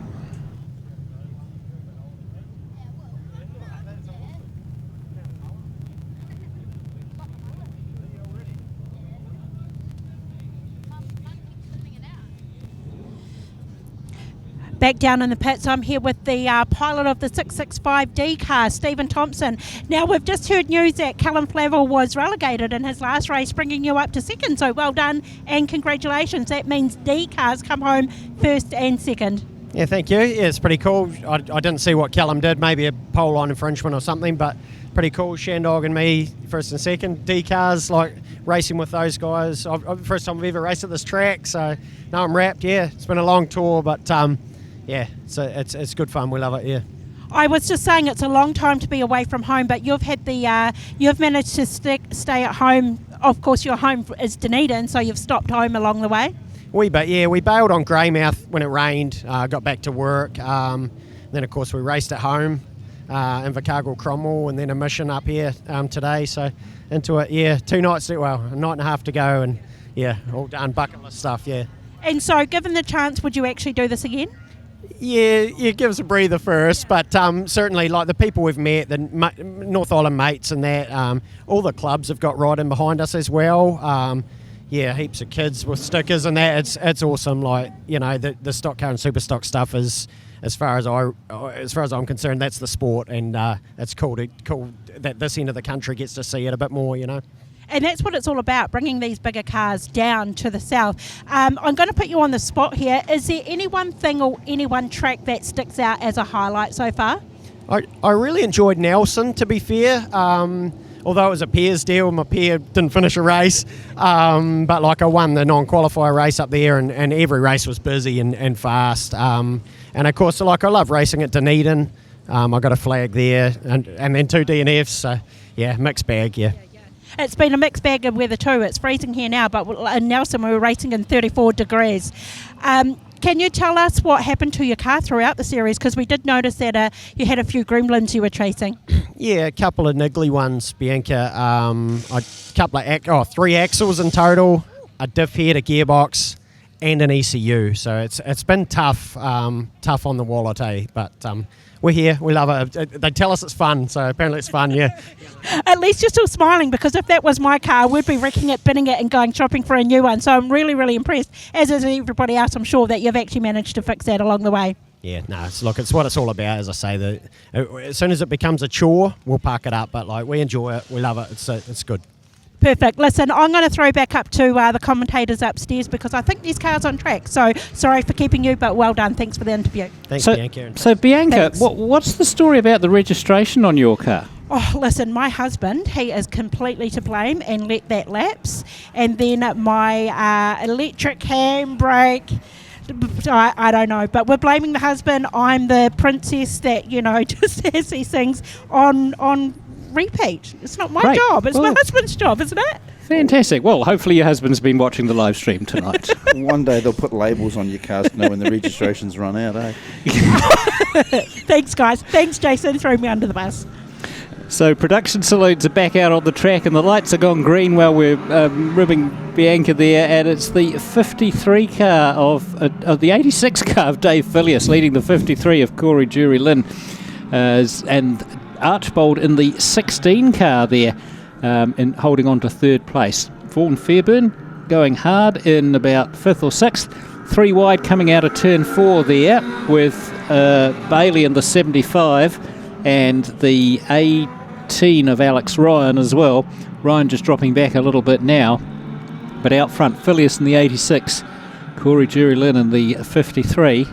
Phileas gets the rear of that car out and gets a fair bit of help from Corey Jury Lynn.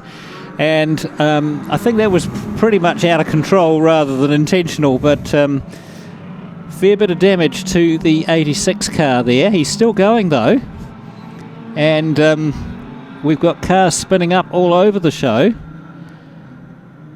Well, Rishi, the car that spun off the track. Is on the infield and is pulling in as well. So the race continues. Out of all of that, it's James Archbold in the 16 car that's leading the 17 car of Vaughan Fairburn. The 75 of Bailey is in the mix there as well, and Corey Jury Lynn, after that initial bit of contact, is getting back on the loud pedal and back into 4th place. Sorry, that's the 72 of Liam Gray that's in 4th place there. Yeah, Phileas has actually just gone past the 53 car like it was standing still. Yep. 72 and 53, both black cars with the green writing on them. A little bit hard under the lights to pick, but it's definitely Archbold who's holding off Fairburn at the moment. Fairburn with a fair bit of pressure in that 17 car. In fact, I wouldn't mind betting that the 17 car is just a little bit quicker, but Archbold absolutely throwing it into the turns, and Fairburn just being a little bit more circumspect, has just not got the opportunity to get past. Well, you're only going to get past underneath James, I think, and Vaughan will look for that opportunity, but James is just really committing into the corners. He really is. He's carrying a lot of speed in, scrubbing it off mid-corner, and Fairburn just not able to get his car positioned to make the pass coming out of the corner. Bailey holding on to 3rd place there in the 75 machine. They're coming up against the back marker now. Stephen Palmer in the 78 car's pulled in. He's on the infield. 72 car of Gray holding on to 4th place at the moment. Phileas is working his way back up the field, but there's your checkered flag. James Archbold holds on. He'll be pleased with that win. Fighting the 17 of Fairburn. 2 Hondas, one rather old and one rather new, and both of them being driven bloody hard by their drivers there, as Sherlock in the Bailey in the 75 car cruises through for 3rd. James Archbold over Fairburn, Bailey, Gray, Phileas, Corey Julian, Aaron Ryan, Matt Cox, Chelsea Williams and Lexus Prendergast. It does have Lexus down as being the fastest car on the track of a 19.7. Cool. Pretty sure she's... pretty sure that may have been a little inaccurate. If it is her, she did do a 19.7, that'd be impressive for a production. It is very impressive. Given you don't very seldom ever see them into the low 20s, so...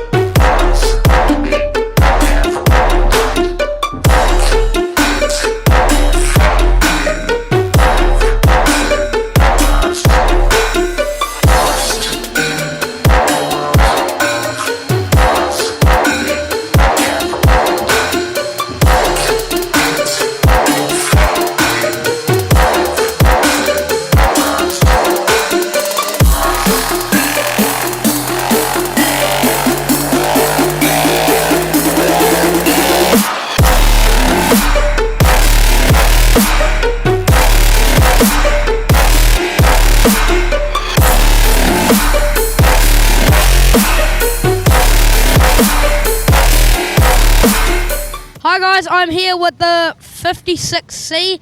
The adult Ministock driver, or was a Ministock driver, was pretty quick. And if you don't know him, his name is Nick Weir. So how was the car?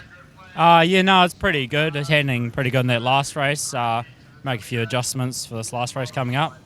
Reckon you could make it a bit faster to hopefully get a checkered flag home? Oh, it's pretty tough ask there. Might have to talk to Dad the rule book, get the things going. Yeah, tell me how were the first and second race, I believe it was? First race started grid 3, finished 3rd, so I was pretty happy with that. And the last race there started grid 9, and I'm not sure where I finished. How was the track? It's pretty slippery out there with the water trucks going out before us, but nothing I can't handle. Is there a rut that could possibly muck you up in that last race? Oh, turn 3 and 4 is pretty ruddy, so yeah. Probably like normal. What would you like to thank your sponsors? We've got Ride Automotive, Cranford Motors and Chainsaws, Rust Repair, Stone Lay, Thumb Tip Designs. Yeah, good luck for your last race, and hopefully you can take home a race win. Thank you. Hey, I'm Sean. Hey, I'm Jace. And we are Sign Solutions. Situated at 61 Preston Street in Invercargill, we can meet all your signage needs.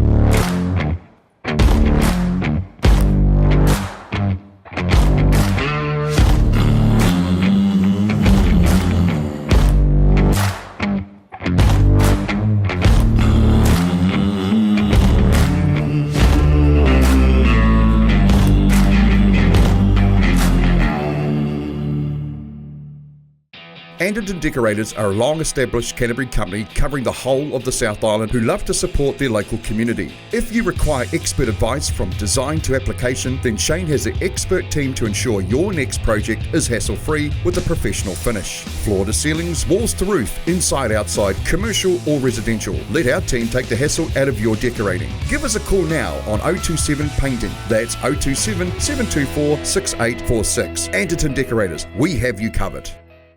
So we do have the I'm sitting here with money in my hand, which isn't my money. No, unfortunately we can't spend it. I probably need to actually get some clarification from our promoter what that's about. So a couple of cars eager. Right, hold those spots in front of you, hold those spots in front of you. We will go racing this time round. Okay, give them one more lap.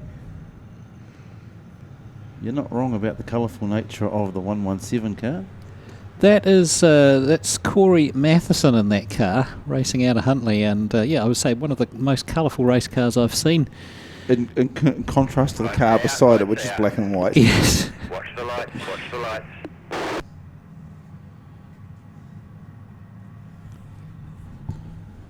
So they've all been told to watch the lights. They'll be going racing as they come off 4. Past the Valley Cars Warehouse Grandstand, which is looking a little bit empty tonight. Be full tomorrow night, we promise you that. As we come out of Enviro Waste, the green flag is waved, and we unleash the youth mini stocks for the 3rd time tonight. The 117 car heads down to turn 1. The 88 of Anderton's taking a high line around the outside. Paige McNally got a little out of shape out of 2, but manages to capture it all. And that 117 car has gapped the field, Tony. It has. And for the first time tonight, we complete a mini-stock lap without a caution. It is. Anderton's moved through into 3rd. Hawk has moved up there. Riley Matheson sitting in 2nd with Corey Matheson out in front. Andre Musgrove in the 41 making great progress through there. A couple of drivers here just overdriving through 3 and 4. They're costing themselves some track position as they wash wide. But the 117 car is just leaving the pack. Oh, the 423 car taking someone out to the wall. I think he's introducing it to him. I don't think he's actually... Well, no, they've made it to the concrete. They've got there.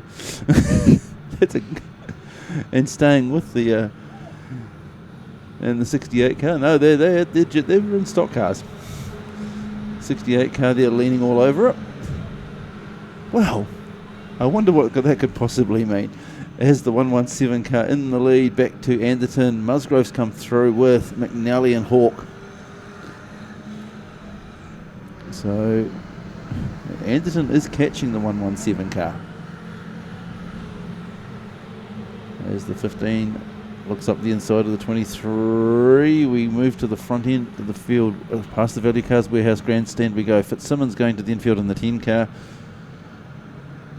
The gap between Anderton and the 117 is noticeable. Oh no, he's clipped the wall. So Anderton's not noticeably, he's actually passing him, and Musgrove's going to jump in here for good measure. So Matheson drops back a wee bit. McNally coming through as well. As the 117 tries to go to the outside of Anderton. We have Musgrove. Well, I won't say go to the outside. Tries to sort of squeeze the gap. Musgrove now.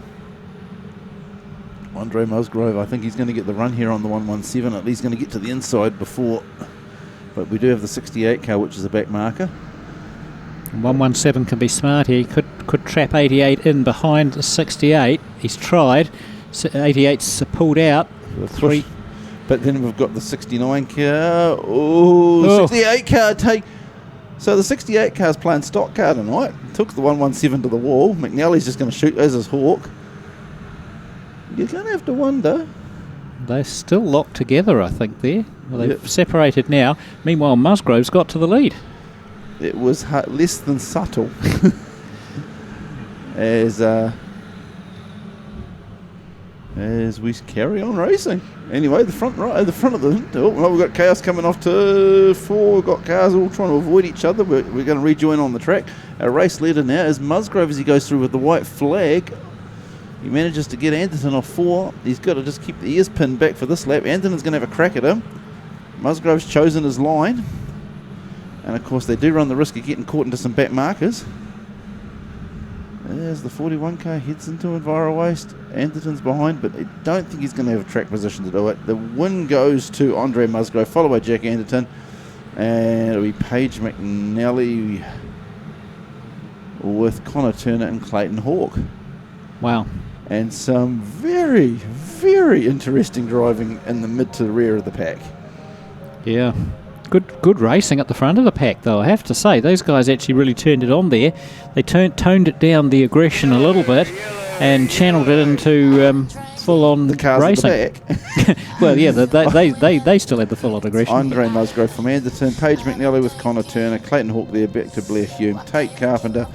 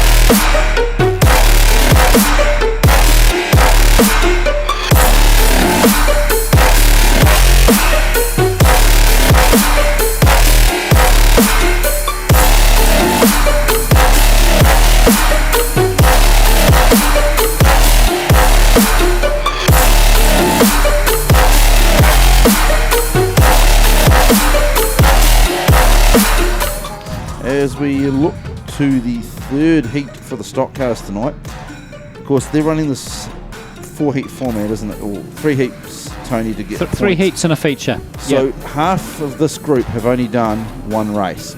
As we look at the points, the car that could actually benefit the most out of all of this is Blair Reeves Smith. He has the highest points car, or highest placed car on points, that has only done 1 race. Yeah. But then actually to be fair, so is Shannon Simon. They're both tied on 29 points as we head into this race. So it'll be interesting to see. Top on points at the moment is Craig Robb, although I believe he's in the pits. He is 48 points. And Jordan O'Connor-Ings is actually second on points on 39. Now, what do you have there? Oh, just the 72 GM car set a new lap record for production saloons in that first race, a 20.005 lap. So that was just pointed out to us. So congratulations, that's Liam Gray. But Lexus Prendergast got a 19.7. Well, So- if that is confirmed, then that would then be Blitzed and actually be a second new lap record for productions, but yet to be confirmed. All yet to be confirmed. So, So if anyone from fast it is what it's saying, which is strange Yeah. because it doesn't it does look smooth. There's definitely a little bit of some rolling berm out there, but it's deceptive. fast. But if anyone from the production community can confirm that 19.7 by Lexus in the second race, then we'd love to know. But certainly a new lap record for production saloons in that first race. The 72 GM of Liam Gray. Congratulations. So the 197 of Jack and Gary Cox there in the 99 with Robbie Edgeworth behind him and Harley Robb. Now, Harley must be looking for some good points here too, because he scored well in that first heat. Came from quite a long way back to get third from memory, I think. He's only done one race, so that's where the dilemma. Yeah, so he's got 27 points. He's 2 points off Max for the first race. Yep. And he's near the front of this race, second row. So if he can keep the nose clean, he's going to be right up there on points. A couple of little gaps opening up throughout the pack. Although to be fair to the Rees Tour, it has been, hard on cars, but it's a lot of racing. Yeah. And a long time away from home for a lot of competitors. As we're in the starters' hands, we wait for the green. Creeping at the front there, creeping pretty much. They're being yelled at. Yeah, that started with the 197 deciding to roll forward, then everybody went with it, and then of course mid-pack decides it's time to go. For goodness sake, now get it out of reverse gear. It wouldn't be the first time someone started in reverse. We saw that a few races back, didn't we? It's entertaining from us, but not so much for the driver. So just waiting for the 197.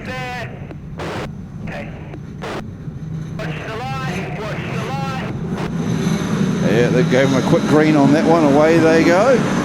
Oh, the 27 car and the 44W car ever coming together. Probably not a surprise after the last race. As we watch Jack head down the back straight. Here comes Harley Robb. We've got one out by the wall. It's Gray by the wall. We funnel down into Enviro Waste.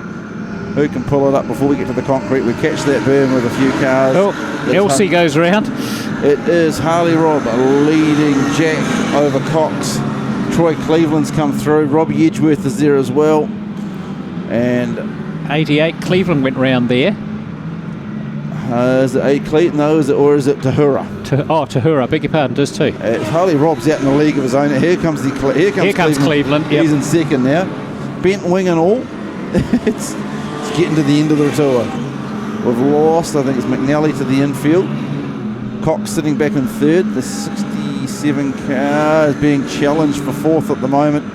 So Harley Robb's out in his own zone, out the front. Followed by Cleveland and Cox. Murray Gregg's come through to contest. So Murray Gregg's done more than a share of laps around at Koken Woodford Glen. Does the Bears. Rob clocks up another lap. We go 4 wide coming out of 4. Normally ends in tears or sparks as Symes comes through in the 444 car. Our race leader now gets underneath Carling Keefe, just gives him a wee tap, moves him wide. Just trusting the car and its brakes. Back to Cleveland, Cox, Gregg.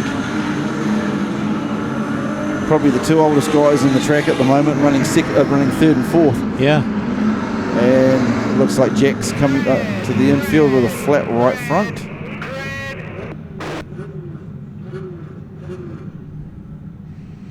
Presumably they're going to move Zane Tahura off the turn 2 pole line there. Well, I don't know if he was the cause of it. Well, he sat there for quite a few laps. Yeah. Car presumably unable to fire up. Keelan Keith is coming to the infield with a flat outside to yes. I mean, great pace to watch from, but possibly a little bit disconcerting with the cars buzz you on the way past. There's our race leader, the 991 Harley Rob, and the Triple R car.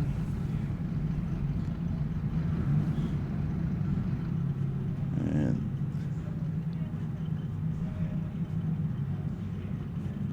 is getting a wee bit of a parking lot on the infield, Tony.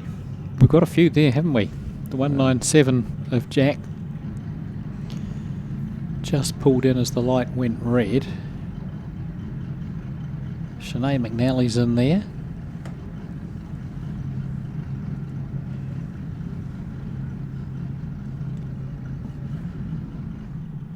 There we go. Zane's rear wheels locked. Well, it's not only just flat, I actually think it's locked up. It does look locked up, doesn't it? So it's probably a diff issue. And we go racing once again, so clock's up another lap, as does Cleveland with Cox and Gregg. As we look further through, no one's... Symes there having a battle out with Rodney Good. 44 car slides through the infield. Harley Robert coming up the inside of the 58 of Valanderen. And she's trying to push him down. He holds his line. And she gets clobbered for her efforts. She does. She crossed up in front of Cleveland and he did not back off. So Harley Rob coming across the start-finish line. And Valanderen going to pull out. Probably want to give yourself a lap or two to pull out there, because probably Harley's not going to be nice going through the second pass. As the Valanderen car, I got a suspicion that the 991's going to meet her at turn 3. I know she's got enough pace to stay well ahead. Battling out here the Thompson and the 105E car as our race leader comes through, start finish once again. Red light is on. That's going to be for the parked car over the far side.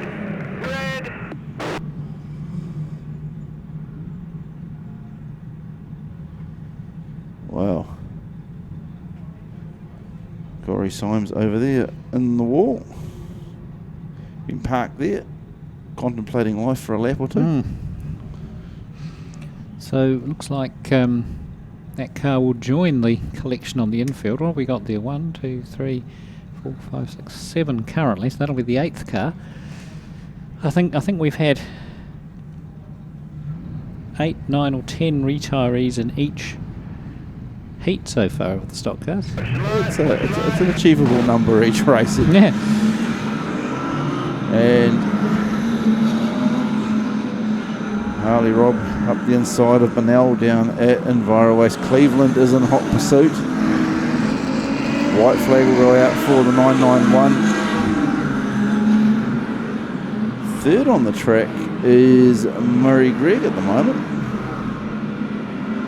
So past the Valley Cars Warehouse grandstand, just into the side of the 105. It will be Harley Rob pretty much from start to finish, bringing home the 991, followed by Troy Cleveland. And we look a wee bit further back, and the 129 of Murray Gregg, Shannon Simon, and wait to see Robbie Edgeworth follow with Daniel Cox and then Gary Cox.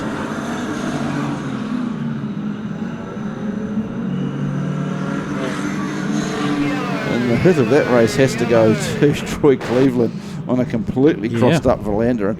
It was Harley Rob taking away the win over Troy Cleveland with Murray Gregg, Shannon Simon, Robbie Edgeworth, Daniel Cox, followed by his dad Gary, and then we get to Michael Rowe, Jade Symes and Rodney Good. And we look to the pit chute, Tony, with Modified's not too far away. Indeed. Ben Bennell did the fastest lap there, a 19.43.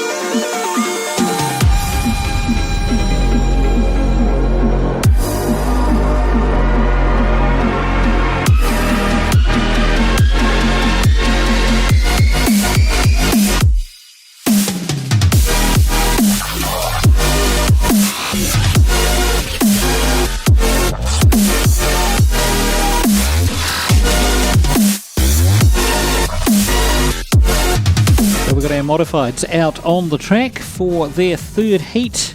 This is all about accumulating points to get grid positions for the final. There's the grids for this heat though. 26 Sheldon Araperi on the front row with Atama Holland. Then the second row, Gary Lennon and Ian White. Next up, Alan Haig and Cassandra Massey. P7 is Scott Ritchie and the 2NZ of Brad Lane outside him. Steve Thompson and Hayden Corbett in the second to last row, and at the back, Jason Kalin in the 12S Chev. So when we look at the points, we actually really need this race to make sense of where we're at. But of the points that we have, which, where are they? Oh, they're right in front of me. you. We use those ones. Braith Kalin is the leader on points at the moment. He's completed 2 heats. But Stephen Thompson is the top on points, who's only done 1 race. And where does he start? He's nearer the back on this one. With Scott Ritchie is the other one who's not doing too bad. Who's and Brad Lane as well. Yes. Brad Lane's just 1 point behind Steve Thompson, and Scott Ritchie 1 point behind Brad Lane. And so those 3 cars are actually all within grids of each other at the back of this pack. So this could actually make an interesting race if one of these guys wants to get up there with Braith Kalin and Mike Gurley. Jacob Mitchell sitting third on points. The rest of them have only done 1 race, or they just haven't had a good run. It's probably about the politest way of putting it. Yeah. Yes. So keep an eye on Stephen Thompson in the 3NZ car, and let's see where how far forward he can get. But also Brad Lane in the 2NZ car as well. Yeah, if you're going to go for someone who's going to be brave on the passing, you'd be picking the 2NZ.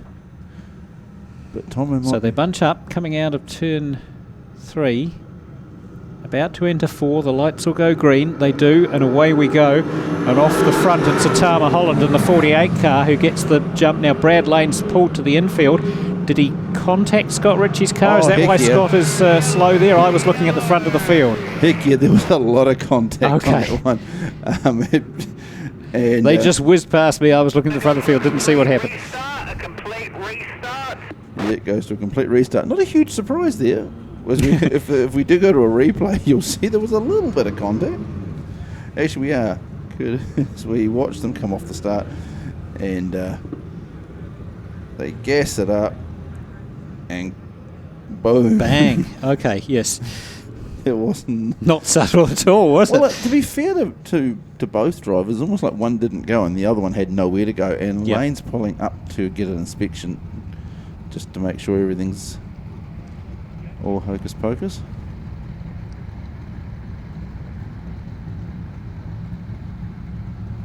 I was going to say no one's rushing, but they are. They're just, their legs are short. They're driving there.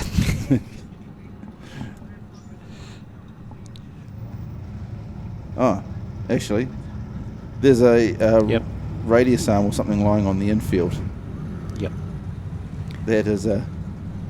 43 to the infield, 43 to the infield. You have an outside flat tyre, 43 to the infield. So 43 got a flat tyre out of all of that. And Lane's car is missing an arm. I feel his pain. You're right there, Tony. You're right there, Tony. No, that's one of your better jokes, actually. Most people won't get it, but if they were in the commentary box here and could see your arm in a cast, they would. Yes.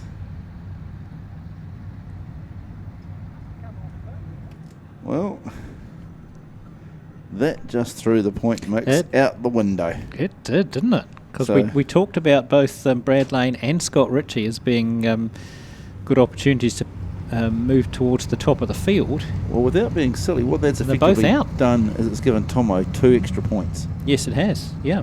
Irrelevant to where he finishes. He just if he just stays where he is, if he he's got 2 cars less to pass than he did. So he's picked up two spots earlier on for sitting there and watching 2 guys that he's challenging in points clean each other out. Well, one clean, the other one out. You'd need to have a close look at the replay there to see exactly what happened, but I suspect you're right. I suspect Scott Ritchie didn't get on the gas as quickly as Brad Lane, and for whatever reason, and That was the speed imbalance then played out in terms of that contact. I suspect Brad knew that Cassandra wasn't going to be as quick off the line as he was, and he ducked to the inside, and Scott Ritchie was there. Yeah.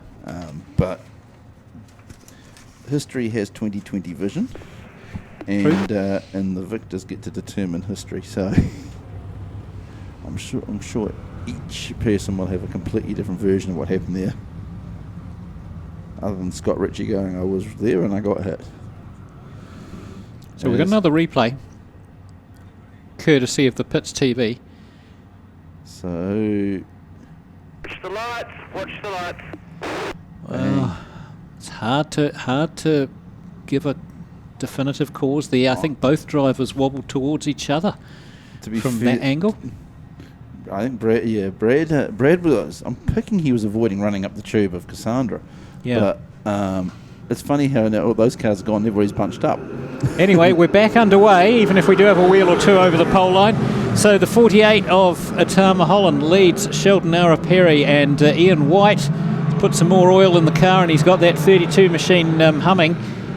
Tomo keeping a close eye on things from fourth place. Alan Haig going in hard there, but pulls out of it.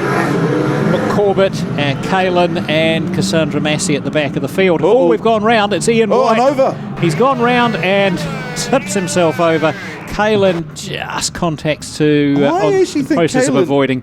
I think Kaylin might have avoided him. He may have, by a few millimetres possibly. Yeah, we're talking good.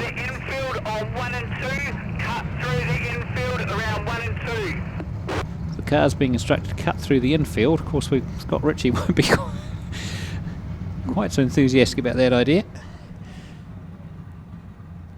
So Ian White's car just got a little bit squirrely, and it was the most gentle roll onto its side you could probably ever get on a speedway track. Yeah, it was probably the gentlest roll you'll ever see, but it was possibly the looking for the fuel tap, turn the fuel off while he's on his side. And they're just going to put some wet stuff out. So we have spilled a wee bit of fuel.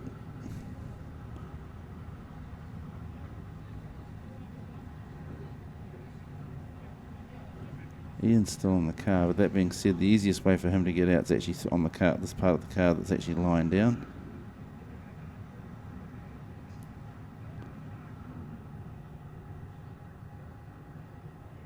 If ever there was a bogey track for Ian White, it is this track. And I mean that with the utmost respect to Ian. We have seen him in some of the strangest incidents over the years. Yeah, we have. And you go and watch him race at Greymouth, and he's like winning championships and things. He's so fast, he's so good, and he comes here, and it's like, he has a good race, and then he has a shocker, and it's often not his fault. Trips over someone else, or someone runs into him, or it's just this has to be his bogey track, albeit that the track he probably races at the most. Yeah. So they're just putting it back on its feet. Obviously, a little bit concerned about fuel there. That's what that putting spray is for. Suppressant on it. And that's more about just as it rolls back over, they don't spill any on the brakes or cause any issue for the rescue crew moving the car. But if you look at the wing, you wouldn't know it's been on its side. You wouldn't really know. Hopefully, Jace will be able to give us a replay of that incident soon. As fairness to Kaylin, he did a marvellous job of not ploughing into it. He did. Yep. He couldn't. He could not have got any closer though. He pulled up that car so well, that 12S car. Here we go. So here's. So Tomo's gone through. Oh, he just rubbed the Nerf bar of Tomo. Just tagged the Nerf bar of Tomo, and it was enough to put him over. It was there was possibly a little tyre on tyre there, but so subtle. And he's just able to drive out of it. In fairness to Kaylin, he would have known even when he did go into that position that the only way Ian's car was coming back over was where he was parked, so he was going to have to move one way or the other. I think only Jason Kaylin will be able to ever tell us whether there was contact there or not. It doesn't really matter. Well, Ian's car barely looks like it's heading over. Everyone, can we start circulating and we'll get you to grid up, please. Use the whole track. Ideally drive through the giant puddle at turn 1, 2. Yes. Oh no, it does have a wee bit of wing damage. Please drive through the 2 officials on the track in 1 and 2. Please drive between the officials on turns 1 and 2. Referee needs to be careful with his language there. It's between the 2 officials, not through them. Open to interpretation.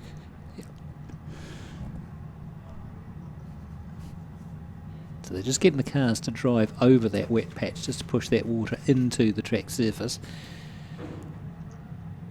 So the field is somewhat depleted. Scott Ritchie on the infield and Brad Lane after that first lap incident. 22, you are behind. And now Ian White has joined them. You are behind 59.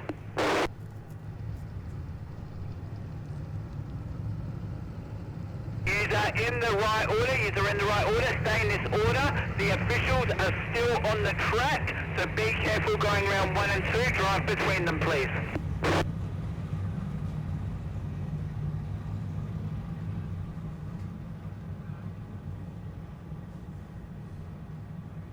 Trying to remove the a fair bit of moisture went down just to suppress any fuel, and they just want them to drive through.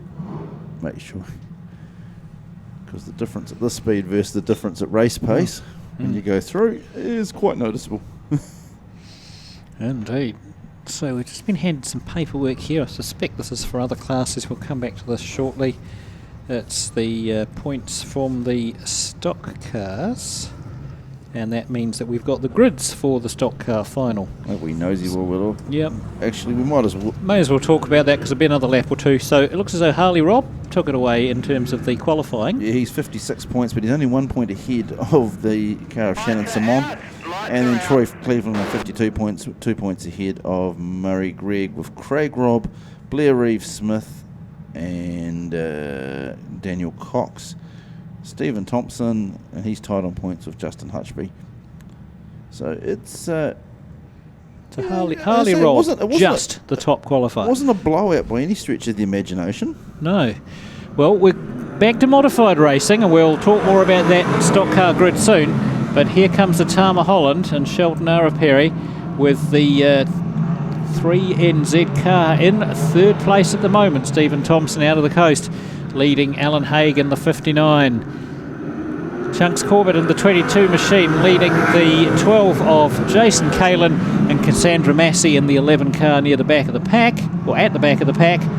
Remembering these guys are racing for the Clarkson Signs Modified Invasion 2025. So Tama Holland enjoying a bit of time at the front of the pack here, pulling away slightly from the battle between Araperi and Thompson. Thompson, you get the feeling it's just perhaps a little quicker, but Araperi's a slippery customer, not easy to get past. That car of his well hooked up. He just gets a little wide, a little wobbly there, and that allows Thompson to close on the back. Meantime, Holland's pulling away a little bit, and Thompson's going to be a little bit keen to get past Araperi sooner rather than later, I think. Try and chase down Tama Holland. So that's 5 laps down, 7 to go for the 48 GM car out front. It's got about 4 or 5 car lengths over Sheldon Araperi in the 26E. Then we go back to the 3NZ and Alan Haig in the 59. Then Chunks Corbett, Jason Kalin stuck behind Corbett, can't seem to find a way through. And Cassandra Massey at the back of the field. Out of turn 2, Tama Holland got that car hooked up well. Now Araperi and Tomo are starting to close the gap. Yet the feeling the track perhaps just starting to drift away from a Tama Holland setup. These two behind him racing hard, pushing each other forward, and they're closing on the back of Holland. Just 4 laps to go now as Tama Holland still leads this race. Front 3 have cleared out a little bit from Alan Haig, who in turn has cleared out from Hayden Corbett. So these last few laps are going to get quite interesting as the second and third place cars are starting to bunch up behind Holland in the lead. Now Tomo takes the inside route and gets the pass done. Drifts across the front of Araperi. He has to brake to avoid hitting him. And Araperi's pulled off. 26E cars on the infield. So now it's down to Tomo to chase down Holland. 2 laps to go to do it. He's right on the back of the 48 car. 48 slows through 1 and 2, and Tomo gets round the outside, gets the pass done, gets to the front. He's going to pick up the white flag this time round. He just needs to be careful to bring it home. Holland had a great race there. Just felt the track was starting to go from him in those latter laps. And Alan Haig now inherits 3rd place. The remaining cars in the field have all gone through past the white flag. Checkered waves for Stephen Thompson. Looks like his car died on the start-finish line there, but he just had enough momentum to get through. Unless he lifted. Oh, he's refired. That was very weird. For a second there, I thought the car was going to stop completely, but he slowed right up on the start-finish line. So Thompson takes it away ahead of Holland. Haig with Corbett, Kalen, Messi, Araperi, Ian White was on the back of the truck, and as was Brad Lane and Scott Ritchie. Araperi just sort of drifted in. So it does, as we look at the points, and a quick sort of back of the cigarette packet look at them, it's going to be Tomo versus old car on the front row of the grid. Yeah, it is, isn't it? So, that is going to be interesting. Braith Kalen is almost like I don't mean to play on his name, but it's almost like a breath of fresh air. He's coming to Modified, first time here at Koken. Ampro used to be our name. Same company. At Koken Woodford Glen, and he was fast straight out of the box, and now he's going to go into a feature against one of the car owners, he said. Yeah. It's quite a remarkable situation, actually, for the two of them. But there was just on the replay there, we're just seeing that where Ian White tagged and just fell over. Jason Kalen did a great job to pull up there. He did it, yes, very good job that he got on it. And to be fair, he didn't see it till very late. No, he didn't. It was hard. There were other cars in his line of sight as he came round the turn.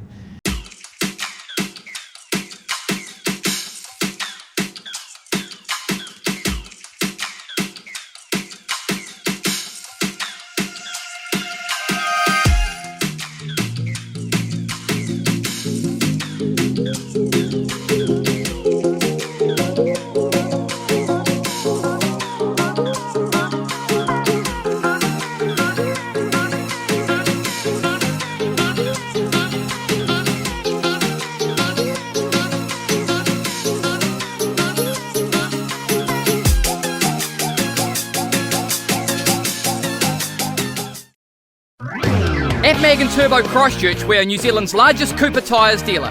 Made and tested in America at Cooper's purpose-built test facility, Cooper tyres are one of the best brands in the world for both their on and off-road capabilities. We have Cooper tyres in stock to fit all small to large four-wheel drives and constantly see customers getting up to 100,000 kilometres mileage from them. So if you want the highest quality of tyres for your vehicle, backed up with the best after-sales service around, get down to the number 1 Mag & Turbo Tyre and Service Centre. Everyone has accidents, but thankfully, there is always someone there that can help fix your problem. Fraser and the team from Elite Wheels in Christchurch can put your wheels back to the way they should be with state-of-the-art equipment and operators that will have you back motoring in no time. Custom fabrications is their specialty, from wheel manufacturing and whitening to suspension manufacturing and modification. Elite Wheels have you sorted. Elite Wheels is also the preferred repairer for all major insurance companies. Drop down and see the team at Elite Wheels, 240 Annex Road, Christchurch. So it's the adult mini stocks that are out there at the moment. I love it how the Pits TV acknowledge Ivan. We haven't seen him all night. We know he's here. Yeah, I did spot him in the background of one of the interviews earlier on, actually, but that's about all we've... No, to be fair, he did pop his head in through the door of the commentary box at one point and say, good luck, guys. It's fine. Thanks, Ivan. Anyway, we are back. Well, we're going to go racing shortly. Shady leads us round with Bland on the outside. Callum Evans in the 23 car. It was Shannon, his brother, that was in the Ministock a few meetings back. Don't get me wrong, I didn't remember it. I got texted. Don't worry. I'm not that clever. As Bland leads us away over Shady back to Horton. Hawley, sorry. And Evans there with the 26 car of Ollie. We head down into EnviroWaste the first time, and we're going to go see who's behind us as the 26 car spins. Marsden swerves to avoid, but we actually all keep going. There is no mess. There is no caution. Out in front, though, it is the 131 of Bland, followed by Shady. They've got a comfortable gap over Tyler Hawley in the 85 car, with all of 7 laps to try and battle it out to see who's going to win this one. The 56 car of Weir there, Kim and Callan Evans just having a little bit of a battle. Leah Rowland's just in front of them. Out in front, though, it is Mason Bland, followed by Shady. Something big in V8 revving that's proverbial off behind us, Tony. And Bland's just running defensive at the moment, and I think he's got the measure here on Shaden. Further back to Hawley, there really doesn't look like a lot of too many battles out there. The 99 had a look at the LC Marsden. Marsden gets a wee bit out of shape, washes out wide to the wall. Track just starting to howl up a wee bit for the tyres, but it is Mason Bland leading us car length over Shade and Andrew McCartney. Shady's doing what he can, but I don't really think there's too much difference between the two cars, Tony. No, I don't think there is, and to be honest, I think Mason's driving very smoothly there. Shady giving it everything to try and catch him and get past him, but you can see a little bit of a difference in the driving styles there, particularly as they come out of turn 4. Mason's car quite settled on the track, Shady's car moving around more.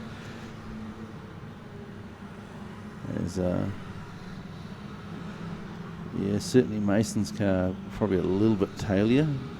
Now they're going to come up on the 84 car of Emmy Hawley shortly as we head through EnviroWaste, and I think Bland's going to go to the high line. White flag is out. He's going to go around the outside, but tuck in as tight as he can to the 84 car. Shady's done the same. So Shady hasn't let go of him. He's going to try under brakes. Takes a different line, but Mason Bland will hold him out, carry the momentum off forward, take away the win from Shady, and Tyler with the 41 car for fourth, and the 56 Weir, followed by Cox in the 99. And that was our adult mini stocks. Good race from them, brought to us by Complete Tyre in Autumn. Complete Tyre in Autumn, or Complete Tyre in Auto is what I meant to say. It's nearly autumn, we're getting there. Yeah, we are in autumn, but you know. So Mason Bland taken away over the 93 with the 85C, the 41, the 56.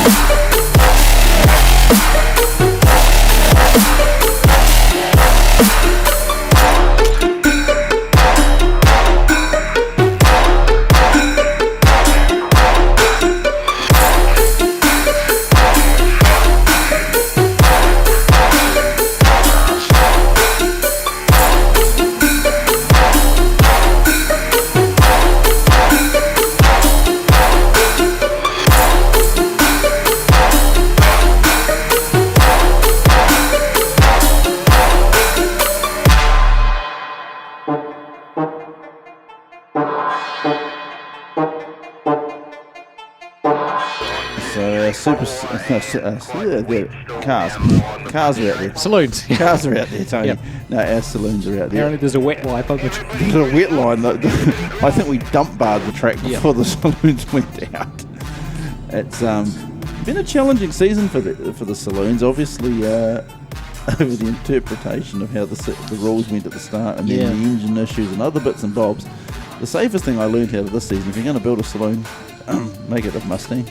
it seems to be. They seem to have fewer issues. Yeah, it's weird that. But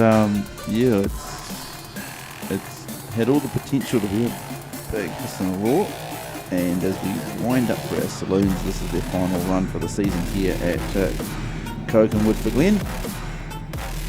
They get to go home for their rebuilds for the off-season. So off the front row, Matt Peterson in the 433 car. Sam Martin racing out of Blenheim in the 24E, Willie Woodhouse and Billy Lee Woodhouse. The 25 of Dougal McClimate, Ryan Marsden. Stan McKenzie in the 48, Scott Woodhouse and Brendan Fisher at the back of the field. So we're missing Kevin Gardner. Yeah.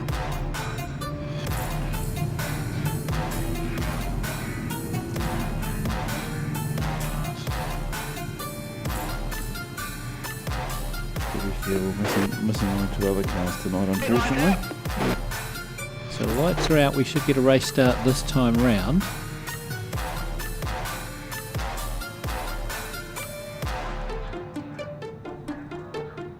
Cars bunch up down the back straight, coming into Envirowaste turn. The light's about to go green, and away we go. And it's Matt Peterson who gets the jump on Sam Martin to take the lead into turn one. Was he the only one awake? Because it's like he went. I was. Everybody sort of waved goodbye to him. They did, didn't they? So he's already got a car length or two over Sam Martin there as they come through Envirowaste. He picks his way through that turn fairly carefully, mindful perhaps of the amount of water that went on just a few minutes ago, but the car's hung on quite nicely and he's still in the lead. Ryan Marsden hanging the tail of that 54 car out and starting to get some momentum. He's currently in 4th place, tucked in behind Willie Woodhouse, who's putting a bit of pressure on Martin. So Matt Peterson's got a car length or two. The battle for 2nd, 3rd and 4th quite tight on the track.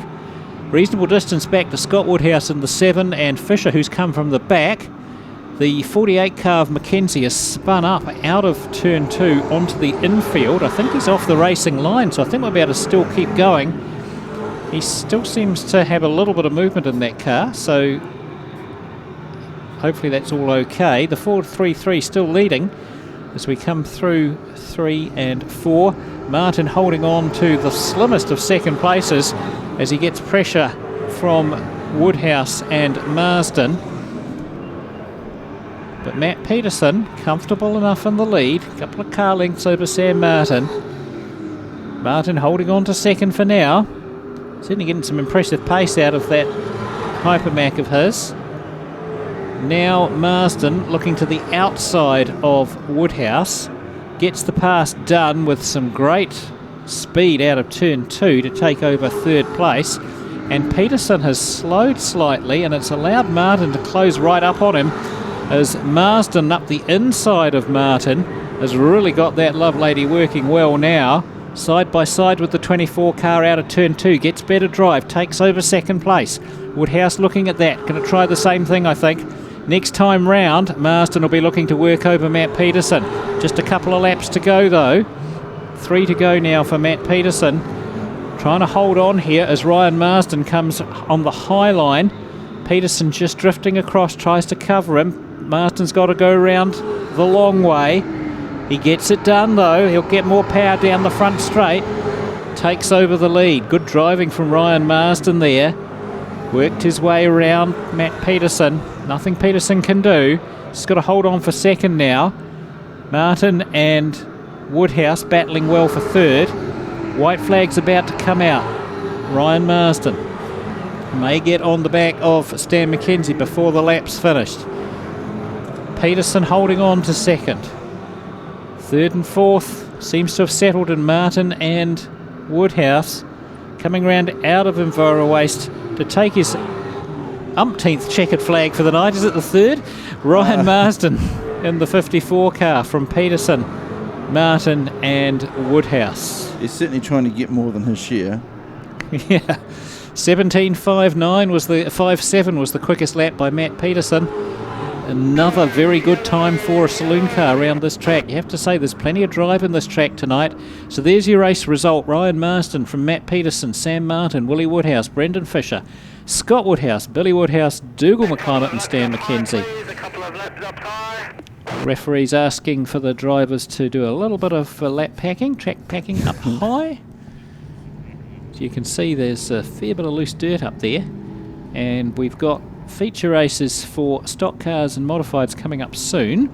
Not quite next, but soon. And they'll want that track to be as raceable for as high as and wide as possible. Well, the modifieds are going to try and move the surface as far as out to the wall as they can, as we wander back down to Bianca in the pits. Yeah, guys, thank you for that. I'm down here with Corey Symes. Corey, I just wanted you to update everyone who is watching at home. You went down the front straight, we heard a really loud bang, and then you pulled in, you were towed off. A couple of people thought it was an engine, but it's not so catastrophic. Nah, we just lost the crank sensor. The fan bell had a rip in it, and it ripped the crank sensor off, so that's all. Yeah. So it's all fixed, and you're going off the back in the feature, I believe. Yeah, I'm good. I don't know what grid I am, but off the back, yeah. It's good to get into that feature. I mean, there have been a lot of DNFs in the stock cars so far, but all these cars here are really good races, so well done on making it through. Yeah, thank you. It's very fast racing, so it's quite hard. Yeah, and of course this is, I guess you were probably a little bit nervous because you have already blown an engine and replaced an engine on this Rees tour, so you were probably thinking, God, don't let me do another one. Yeah, we blew one in Dunedin, so we changed that at Cromwell and then, in Invercargill at the track. Yeah, got it going for Cromwell. It's been a long tour for you guys. I bet you're ready to go home and home to your own creature comforts. Yeah, can't wait. Now tell me, this is a whole experience for you because this is the first time you've ticked off a lot of these southern tracks, but there's been a lot of racing but also a lot of learning for you too. Yeah, heaps. I've never raced down here. I've only raced at home in Stratford, so it's real different. If there was one track that you could definitely 100% return to, what track would that be? Nelson. Why is that? Oh no, it's just different. And Cromwell probably. Cromwell, is that because the tracks are like good racy tracks, a little bit tricky, but in the end they're like, full on racing? Yeah, it was just they're different tracks to what we have at home, so yeah. Okay, listen, so your dad is racing in the Super tomorrow, but you've managed to jump into the Super in this tour too. Yeah, well, he put himself in the wall at Dunedin, so I helped in it in Invercargill and Cromwell. And is this a class that you'd like to make it through or progress through to? Yeah, one day. Yeah, we've got to take time with these things, eh? But hey, like I said, well done on making it through to this final feature tonight. You're in really good calibre, so good luck. Yeah, thank you. Just a shout out to Braden Shaw, who's been with us the whole tour. He looks like he's a bit of trouble, this guy over here. Can you tell us who he is? Oh, he's Braden Shaw. He races an adult Ministock out of home. He's a bit annoying, but he's all right.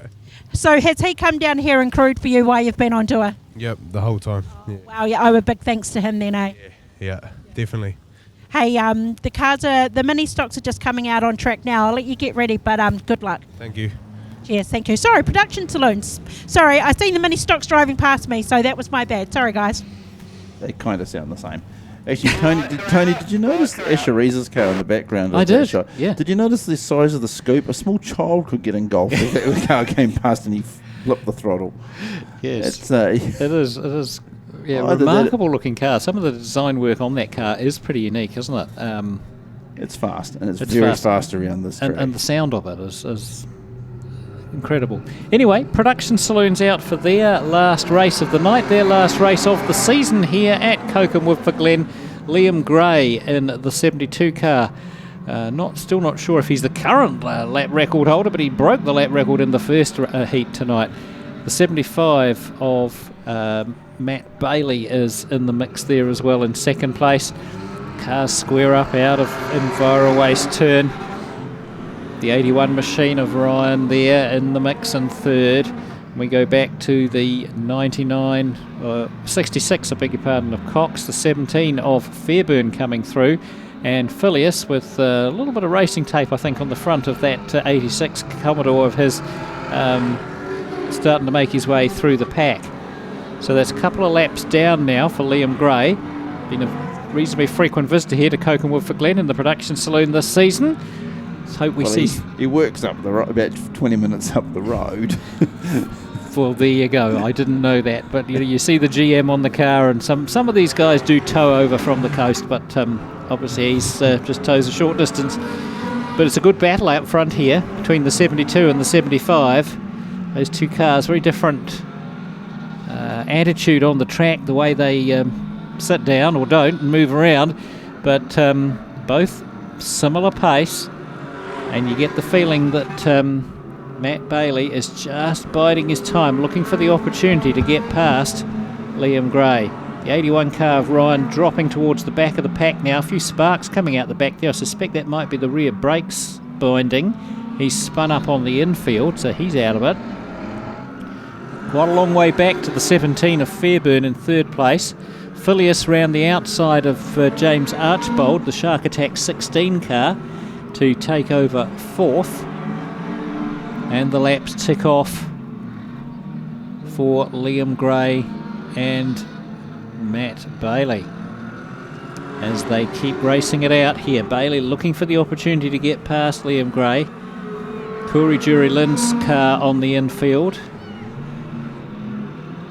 Now Bailey gets his nose alongside Gray. The white flag's going to come out this time round. If he can hold Gray out high and complete a lap on the inside, he may just get the pass done. Gray with a bit more power enters turn one early but drifts wide. This allows Bailey to come up the inside out of two, but there's a bit more power for the bigger car on the outside. Can Bailey keep it tight through the turn? It's going to be close on checkered flag here. But there you go, Liam Gray, just a wee bit more power, I think, in that car, and just enough to get his nose in front where it mattered on start-finish line to take the win. I watched most of that race on the screen rather than out the window, and as you watch David Phileas's car come down the straight, the nose looks less twisted than a late model. Yeah. As though Liam Gray taking away the race win, and mind you, he and Bailey were very close in lap times. He took away second, back to Vaughan Fairburn, David Phileas, James Archbold, Matt Cox, Alex Ryan, Chelsea Williams, Lexus Prendergast, and Aaron Ryan with Corey Jury Lynn on the infield. That, David's car definitely has a twisted nose on it tonight. Yeah, it does. Yep. Go get some rhinoplasty at some point. Okay, and now we're going to wander back down the pits while the youth Ministock come out, and I believe we have our 3NZ Modified driver down there. Hey guys, I am here with the 3NZ of Stephen Thompson. So, back-to-back wins, how does that feel? Feels good, mate. They're my first two race wins of the year. Pretty good, eh? I've had a lot of podiums, but yeah, tonight's the night. Hopefully I can stack on one more, eh? Yeah, hopefully the midget car feature. So, you must have got grid 1 because of 2 first and you've only had 2 heats. Or did you pick grid 2? I've picked grid 2 for the feature, mate, and I'll just try and gap it and go, eh? What do you think? So that's what Mum says to me. No, pick 1, pick 2, but I pick 1 because even if your boy Lakin cuts down on me, he always does that, so he always gets in front of me. So it's always good to put another second sash in my room. So yeah, would you like to thank any of your sponsors? Yeah, mate, yeah, White Motorsport, MBD, and Rod and Cohen for helping today, mate. It's good. Any adjustments to the car? Yeah, we haven't done too much wing, mate, because it's quite drivey tonight, so just a few bit of stagger and lift the front. Hopefully you can take home a race win and a feature. Yeah, what's that, sorry? Hopefully take home a race win or a feature, you want to call it. Yeah, mate, that's the go, and then these points stack on for tomorrow night's feature as well, so it should be good. So that's good. So does that include the points for the feature? Or so it's like so tonight and tomorrow points combined for the feature, or is it just tomorrow's points, like the same thing tonight? No, the first 2 heats are points, and I don't think the feature counts, so we carry on tomorrow, 2 heat races, and then a top 6 shootout, and then the feature. Oh yeah, so if the people at home is wondering what a shootout is, it's basically where 2 cars go head to head, like a full lap dash. go like racing, first get over the line wins, the car pulls in that loses, and then the car that like is after, depending on how much points you are, goes out and races. So whoever wins it, and yeah. Just go. Anything you'd like, anyone you would like to think? No, not now. I need to get my car now. Okay, good luck. Hopefully you can win. Cheers, little Wagga. A bit different with the shootout at the Koken Corral, but I'm trying to figure out which was the youth and which was the modified driver, because the height difference was about the same. Anyway. Yeah. Isn't it great when you interview the father of someone you race with? Oh, the great track? thing is, if Tomo know. even slightly cuts down on anyone, they go, "Oh, that's who taught his son." Yeah. That's who taught him. It's going to be interesting. And I guess that's the other thing too for Tomo. He's actually up against a car that he part owns. So how aggressive are you? You're going to be. It's going to cost you twice as much when you hit it. He wants a feature win. He deserves it too. He's a great competitor. So here's the youth mini stocks. We see the 99 cars back out again. Need some more points because Mr. Heat earlier on. But off the front, it's Emily Brooks in the 72 and the 53V car of Paige Smith leading us away. Oh, we've got your Lucy Elliott spun. Whoa. So, bit of contact mid-pack there led to a spinning car and even further contact as others went round. I think we're going to have to go red.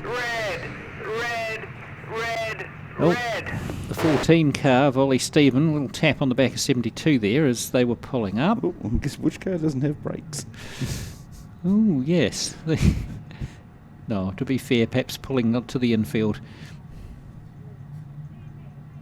So Lucy Elliott was the just caught up in that one. She just pushed around a fair chunk of the corner. 4, 3, 2, 1, green. So the lead cars just coming out. Oh, what have we got there? Some sound of metal on metal behind me, wasn't. There's some welding tech being tested there. Don't worry, Tony. It's perfectly normal. So Theo Vlanderen in the 57 car. Did he get the best of the restart? No, it's the 53. 59. I get a funny feeling that the I think the ELS has got a bit caught up there, but it's the 351 of Carl Vasey as everything settles down that is being listed as the lead car. Now, I'm not sure that that's right, because I think Emily Brooks started ahead of him and has stayed ahead of him. I actually think the Smith car might generally... Oh, I don't know, I've lost track.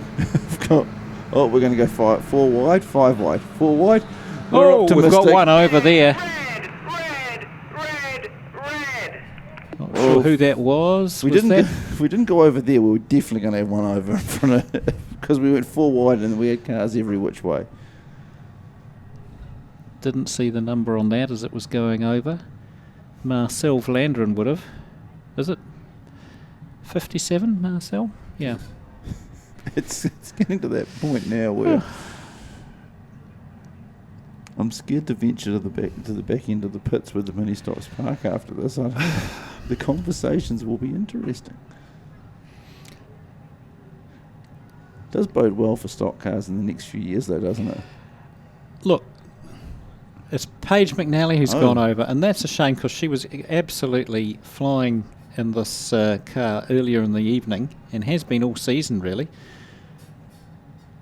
My pick for one of the most improved drivers out of this grade. I'd give it that.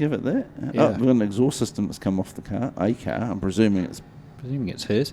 So that's a shame to see her on her side. Hopefully she's okay. Yeah, look, I think there's a lot of potential stock car drivers out of this field, but there's also a few potential saloon drivers as well. Hidden amongst them are some drivers who are really smooth and really quite quick. Well, we race super stocks for a year or two, then retire to super saloons. Isn't that the rite of passage? That's the way it goes, yeah.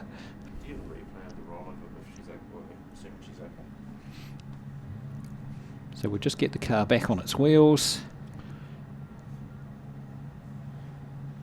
Well, we know which car they're going to be working on at Rob Race and Repairs on tomorrow morning. Nice. It's taken the whole strut tower out. Hasn't it? Nicely done by the tractor there, very gently. As we go to the replay. This will be interesting to see how it actually happened.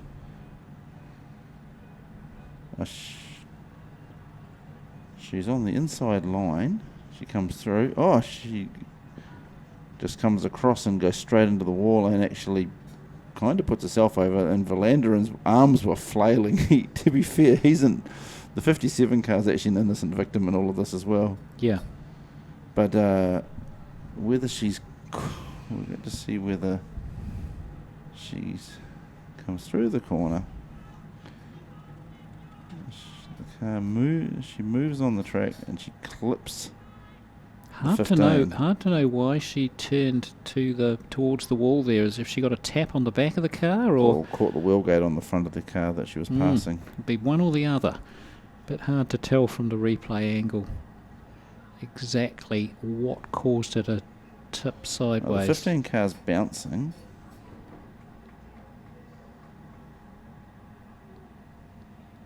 No, she just started coming across. I wonder if she was avoiding running into the back of the night. I don't know. Or the 15 tagger.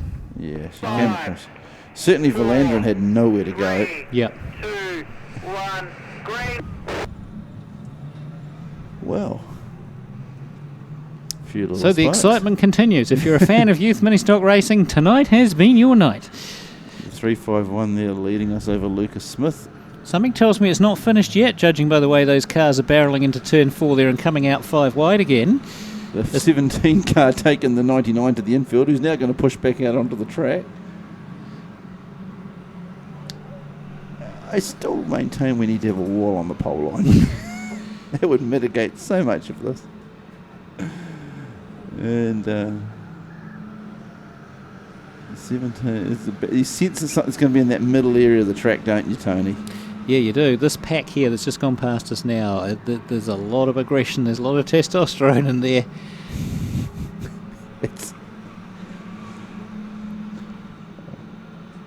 It's certainly some interesting contact as we watch around. Carl Vasey, still the race leader according to the ELS, followed by Dylan Johnson and Zoe Bland.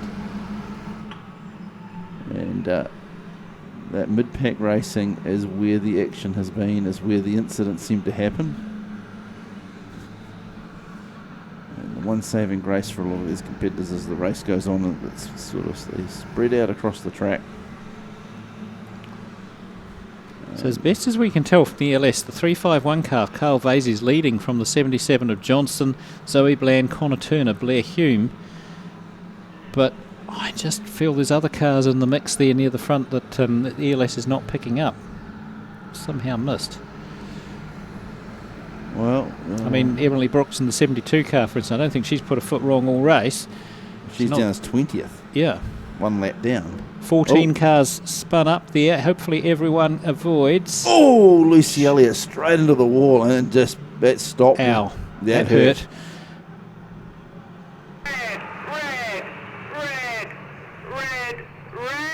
Ouch, that's bent the bumper definitely. So, yeah. For a youth grade, the level of aggression that's out there, and I don't know, it's a little bit off the charts, isn't it, Jared? Yeah, I would be. It's out of kilter with the intentions of this grade. I think it'd be fair to say. I'm not sure if the cars have got faster or the kids have got more careless in the way that they race or what it is, but something is not quite right here. As a parent of one who is going to be racing next year in this grade, grade, and one child that was going to race in this grade this year, but we decided at Christmas time no. It's an interesting scenario because we're not breeding the next Michael Schumacher here. If we were going to do that when the kids were about 4, we would have sticking them into carts. This is a hobby.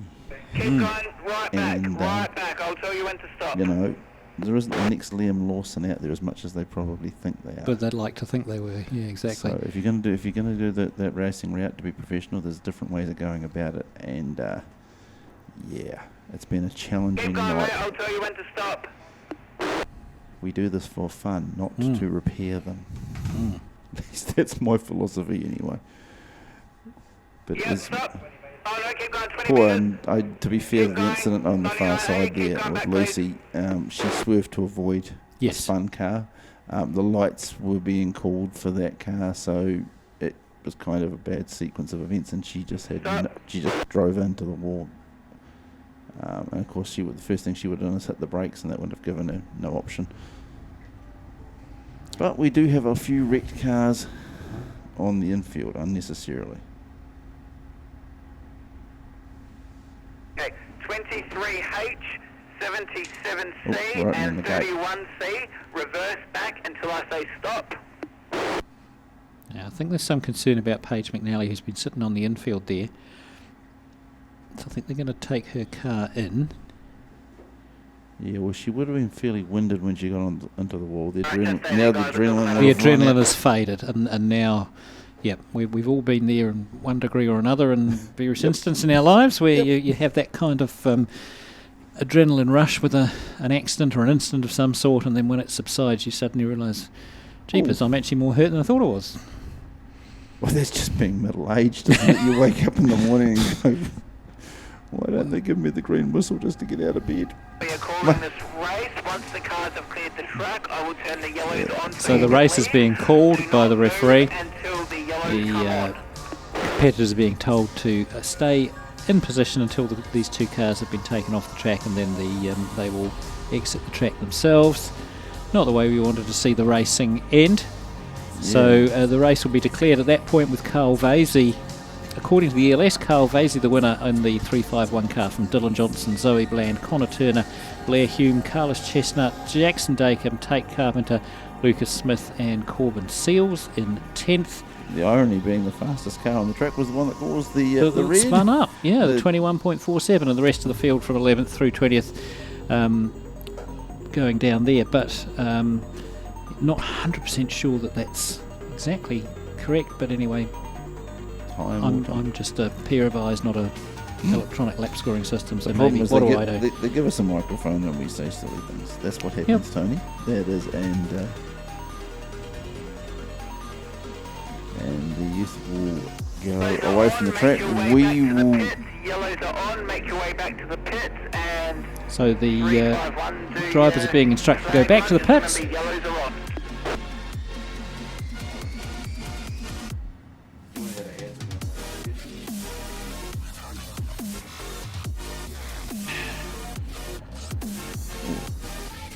We will be back shortly with a stock car feature. Stock car feature is lining up in the grid, so that'll be our next race. Back soon.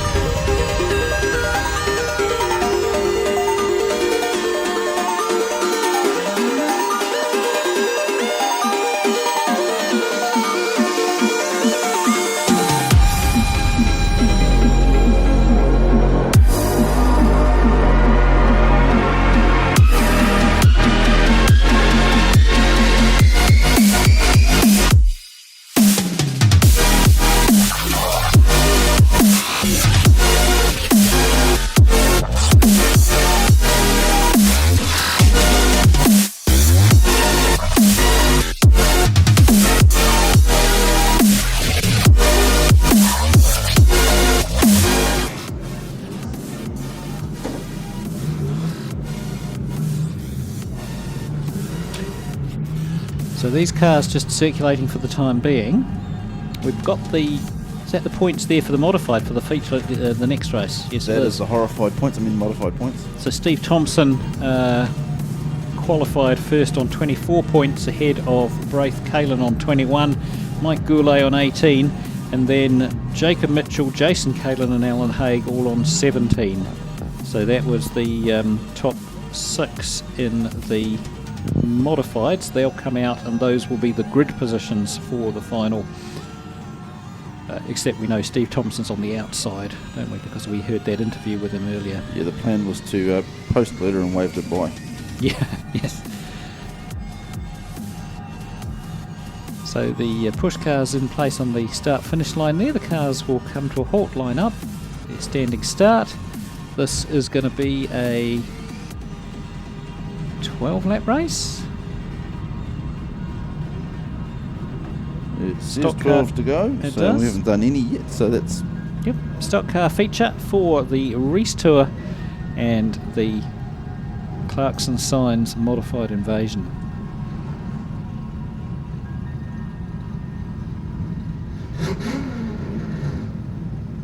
Well, Troy Cleveland on the second row of the grid. He's had a good season in that car, hasn't he? He's had a great season. He's been there or thereabouts all the way through from early on.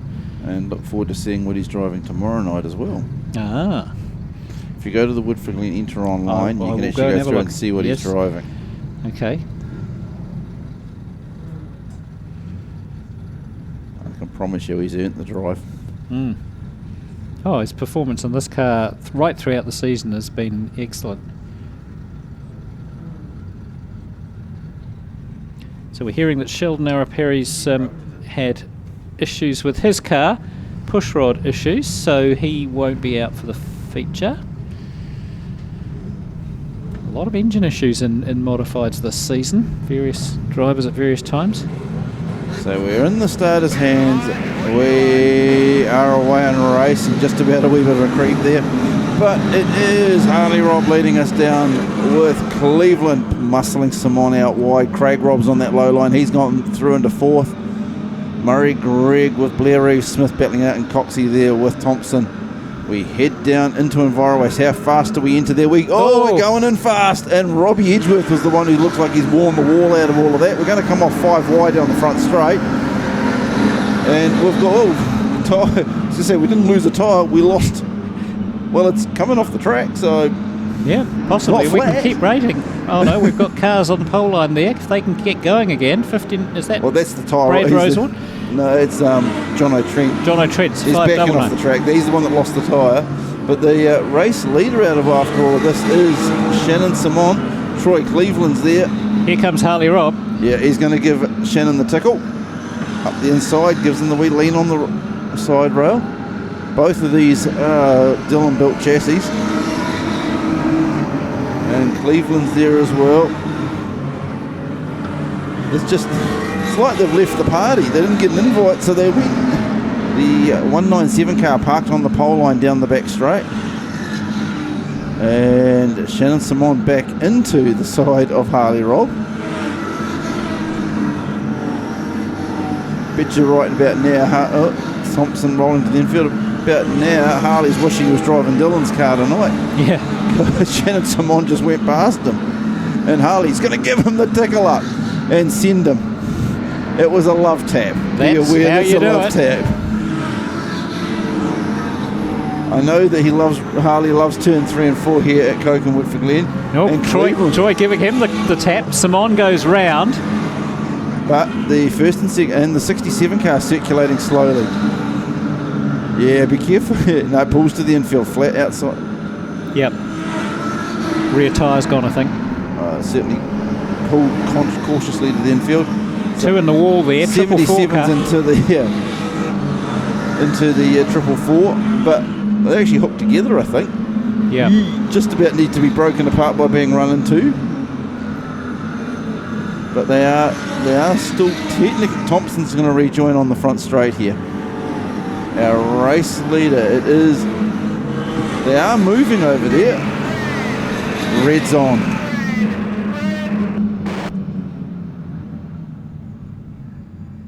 Well, now Cleveland had the opportunity to push Harley Robb offline there. He didn't. I suspect he's going to save his ammo for the last lap. Well, because he's smart like that. Yeah, well, you don't.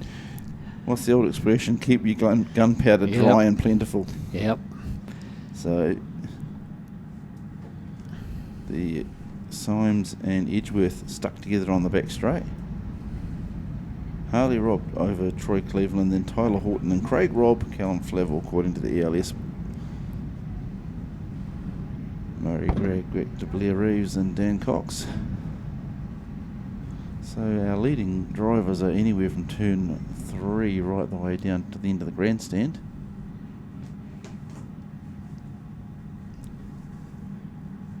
Now, given that these two cars were actually trying to break apart and were still moving, you'd almost have to wonder whether or not they could have done it.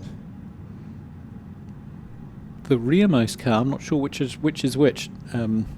Edgeworth. The rearmost car was moving. Not sure the car in front was, though. It depends on where his front bumper's stuck as to whether he can. But so possibly the red light was not for Edgeworth. Well, I think they're letting them try and break apart. But for the 444 car. So, here we go, they've been told to break apart. 37, can you please give the guy a thumbs up if you can hear me? So Robbie's broke. There we go. Stop. So he's free. And to be fair, had the race continued, I suspect Robbie would have done the same thing during the race. Yes. Because he was definitely trying to break free. It's whether or not Symes was able to move. Yep, he's asked to be lifted.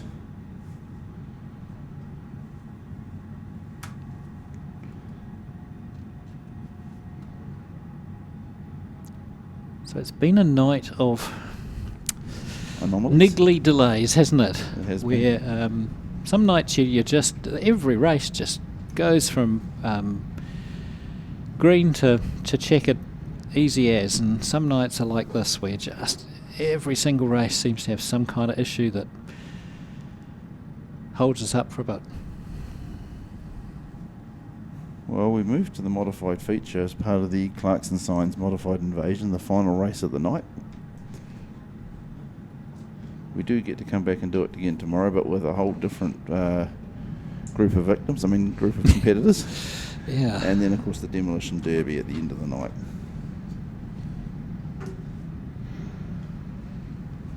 Just seeing the car of Lauren Gallup on the screen. Of course, they've got the Super Stock tomorrow night. Mm-hmm. It is cooling off a bit out there tonight, isn't it? Yeah, sure is. So if you are coming back tomorrow night, remember to bring your jacket, bring a blanket to put over the knees.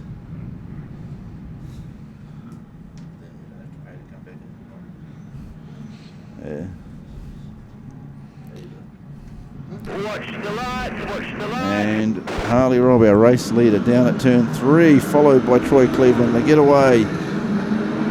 Just a quick scan, make sure we all get away. And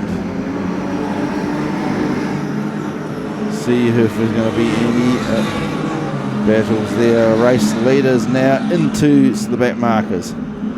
Harley Robb goes up into the inside of Gallup. Gone through on Jack and Cleveland's got to be careful he doesn't get left behind here. He's only a few laps to go. He needs to be on the back of Harley if he's going to have any chance of getting past him at the end of the race. Yeah, at this point Harley's comfortable as he goes through on the 246 car.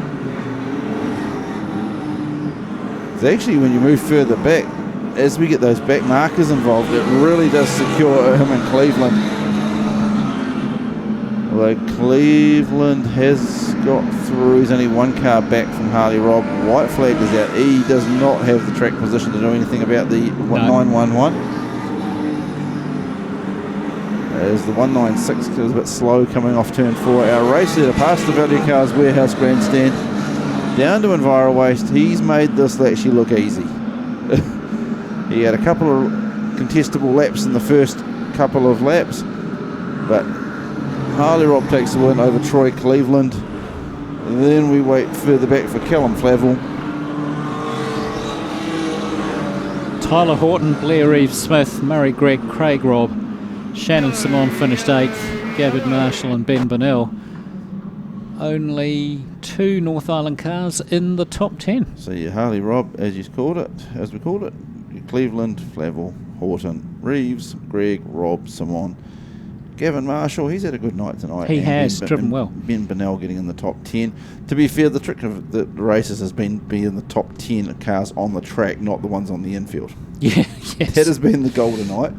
And of course, a lot of these cars head back to their motels, head back to the sheds tomorrow, get a bit of a freshen up, and come back and do this again, but hopefully better, faster, and harder.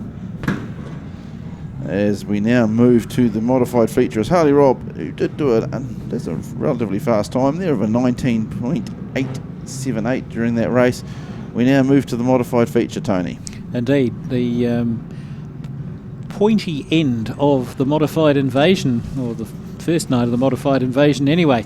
This race, I think, was scheduled to go for 20 laps. Not sure if that's still going to be the case, given that we're running a bit late, but we shall see. Number of cars not going to be able to make it out. Well, a few have broken tonight. Yeah. Some replays on the Pitch TV stream of the stock car feature race. That was where all those cars piled in turn 4 on the first lap.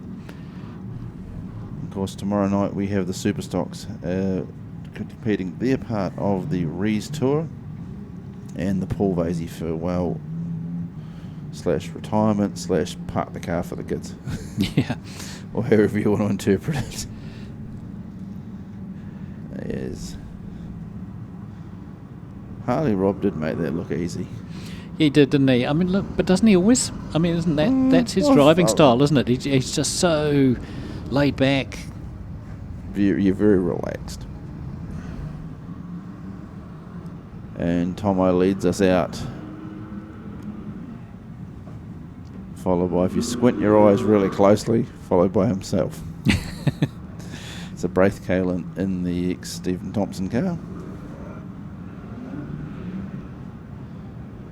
That's actually the car that he got the 1NZ in. Yeah, yeah. So Braith Kalin will be on pole with Stephen Thompson on the outside, Mike Gurley in the 4C. Oh, that's dangerous. Late the GP with him on the in second row.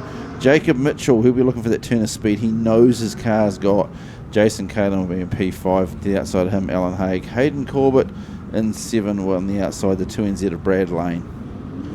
And then we go back to Atama Holland in P9 with Ian White in the 32 GM and P10. The 43 of Scott Ritchie and Cassandra Massey in the 11C car on P12. Sheldon Arapiri, we believe he's broken, but we shall see what happens. With Barry Hunter in P14. Evan Nicol will be joined by Gary Lennon in row 8. Dan Ray, if he is out there. He's made it out. Don't know what went wrong with that car right at the beginning of the night, but he's fixed it. That must have been a marathon effort for that crew. Without being stupid in what I say here, you still wouldn't write him off. No. He is painfully fast some nights on a slick track. Yes. But I just know there's a wee bit of drive. This really is going to be an interesting battle. You've got two very fast drivers off the front. And then you go back to Mike Gurley. We know he comes on strong in these races. And then, of course, the 1NZ of Mitchell. Mitchell he's been searching for speed tonight. It hasn't been there, but when he does find it, heaven forbid that you should be trying to race against him.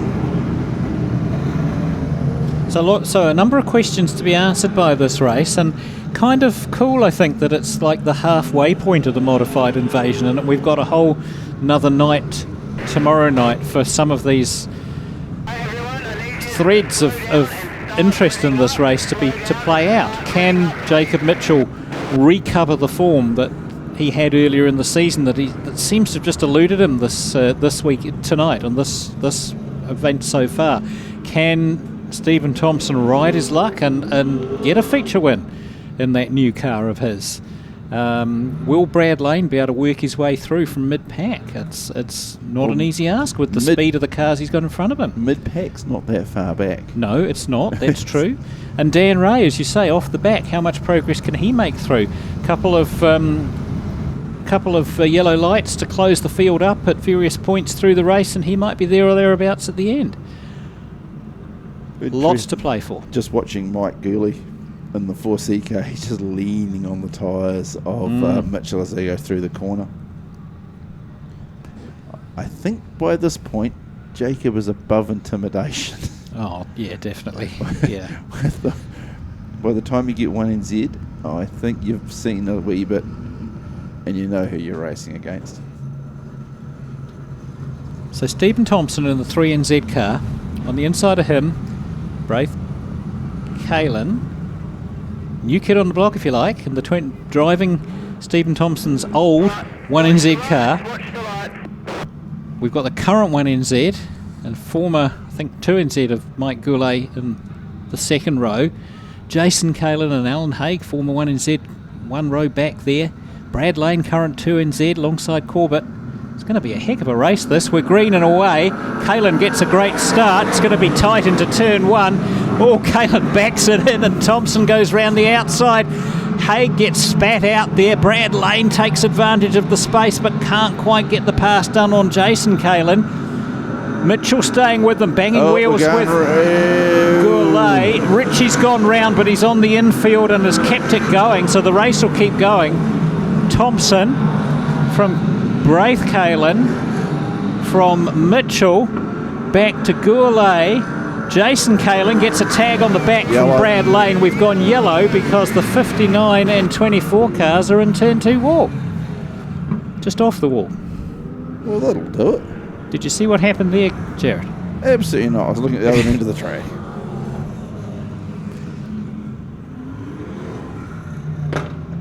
So...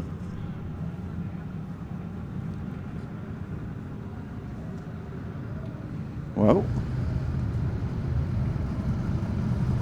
how aggressive was Kalin on the start of that race? The way he backed that car into turn 1...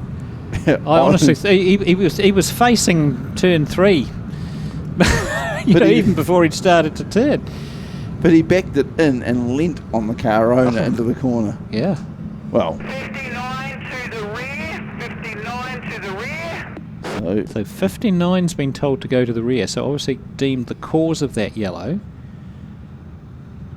Therefore, we can assume Dan Ray was just caught up in whatever happened. I don't even know if Ray actually hit him. No. Because it was... The only replay we've got from the Pits TV is a long view, apparently. We'll just see. Oh, Haig just spun by himself. Haig spun all by himself. Yep.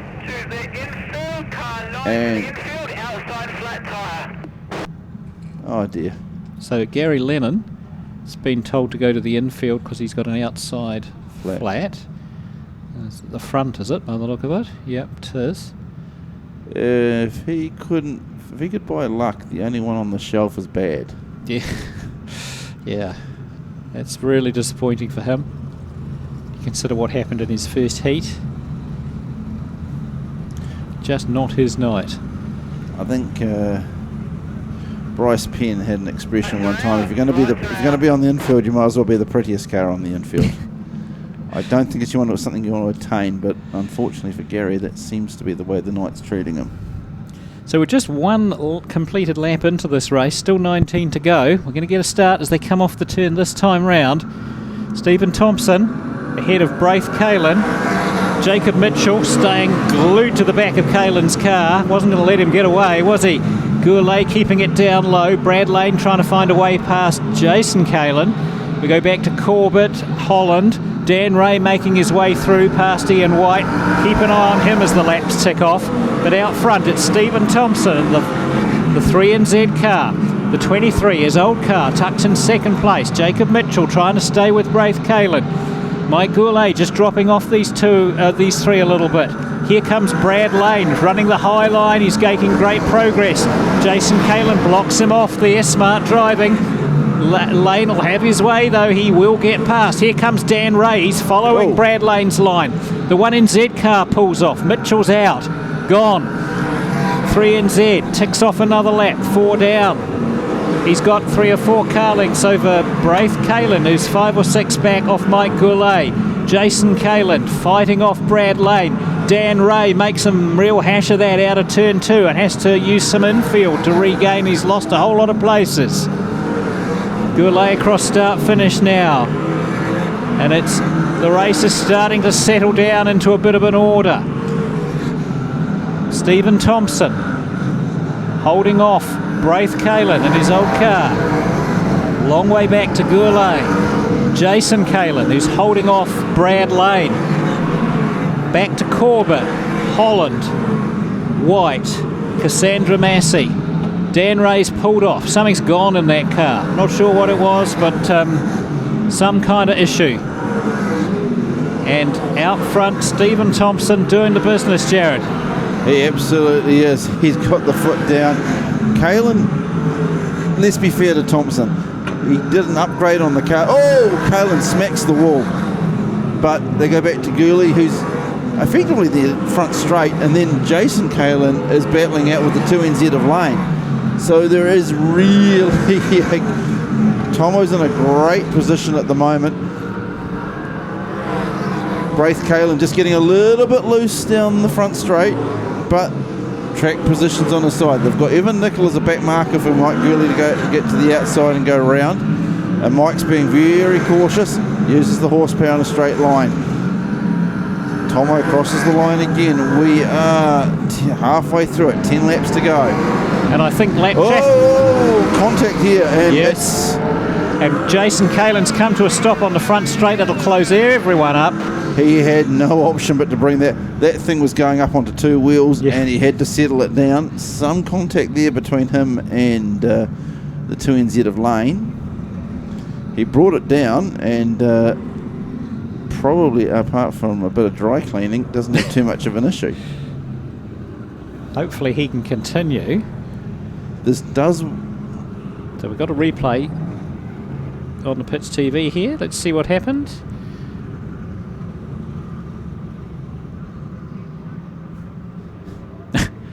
Didn't quite, the replay didn't quite do what we wanted there. So this works into the hands of Gurley, because he is in third, and he gets faster as these races get longer. I actually think it also works into the hand of... Oh, here we go. We've got the replay coming up now. So the 2NZ got into the rough, bounced out a wee bit. Kalin came up the inside. They just bounced wheels. Yep. They both got They bounced off each other. 12 has been deemed the cause of it. Interesting call, but he has to accept that. To be fair, he came up into... It wasn't like Lane came across on him, so... I actually think this helps Stephen Thompson, and I'll tell you why. Because within a lap, he was going to be into the lapped traffic. Yes. And Braith Kalin was breathing down his neck, squeezing him, the gap between them with every lap. And I think Thompson would have been under real pressure had he misjudged a lapped traffic pass and could easily have lost the lead. This way, he's got clear track in front of him again, and as long as he can have a speed advantage over Kalin, he should have a position advantage as well through to the end of the race. So in some ways, this actually feeds into his advantage. Had Dan Ray still been in a competitive position, this would have been a great restart for him, because we are 9 laps to go. So 9 to go, and away we go. Across the track goes the 3NZ car. Mike Goulet keeping it very tight. Braith Kalin in the mix there too. Brad Lane starting to enter contention now to battle for the top places. Goulet moves across on him. Lane still running the high line.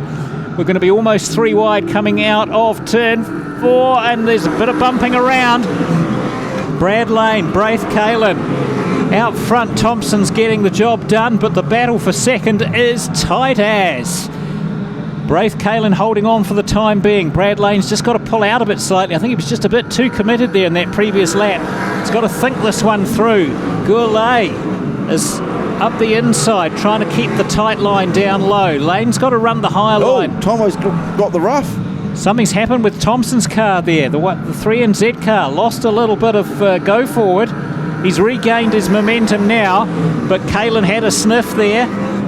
Kalin will be looking for that again out of turn 2. Not this time though, Stephen Thompson. And it's Kalin who gets into the loose in the rough and loses a place. Goulet slips up the inside. Brad Lane looking for the same opportunity. 13 down, 7 to go, Jared. It is, and it is Tomo, but the battle is on for second. Kalin, they've just got to keep themselves settled as they exit 2. Gooley's got the better run, however the momentum is carried by the 223 and the 2NZ cars, and Kalin, as he comes down the front straight, is just about doing double time as he's going lot to lot. And Gurley looks like he's, with 6 laps to go, is just pulling a gap on the 23. A couple of back markers to come into play shortly. Tomo's not pulling away. Mike is pulling into this, but Evan Nicol is in the mix here. So they get past Evan Nicol, first back marker. They're all going to run round him. He keeps it tight and low. They can all do that. Probably hurts Goulet the most because he's the one that wants to be down on that part of the track, but he gets back down there quickly enough. So Thompson still leads, but the gap is narrowing. You get the feeling the chasing 3 are quicker than Tomo. So this is going to build to quite a finish with just 3 to go as he goes cross start finish now. Goulet chasing him down. Braith Kalin on the high line. Brad Lane the high line following him through. They drift out a little wide out of turn 2. Oh, yellow. Yellow's got a spinner. They've all seen him. That was Ian White. And with 4 to go, 4 laps to go, Braith Kalin was just wound up and he had the pass on Mike going into turn 3. I don't know if Mike fully realised it, but that was Ian probably saved him there. However, Braith's young. He's got a big heavy right foot. And on the restart, I expect him to be right up the back end of the 4 car and the 2NZ of Lane.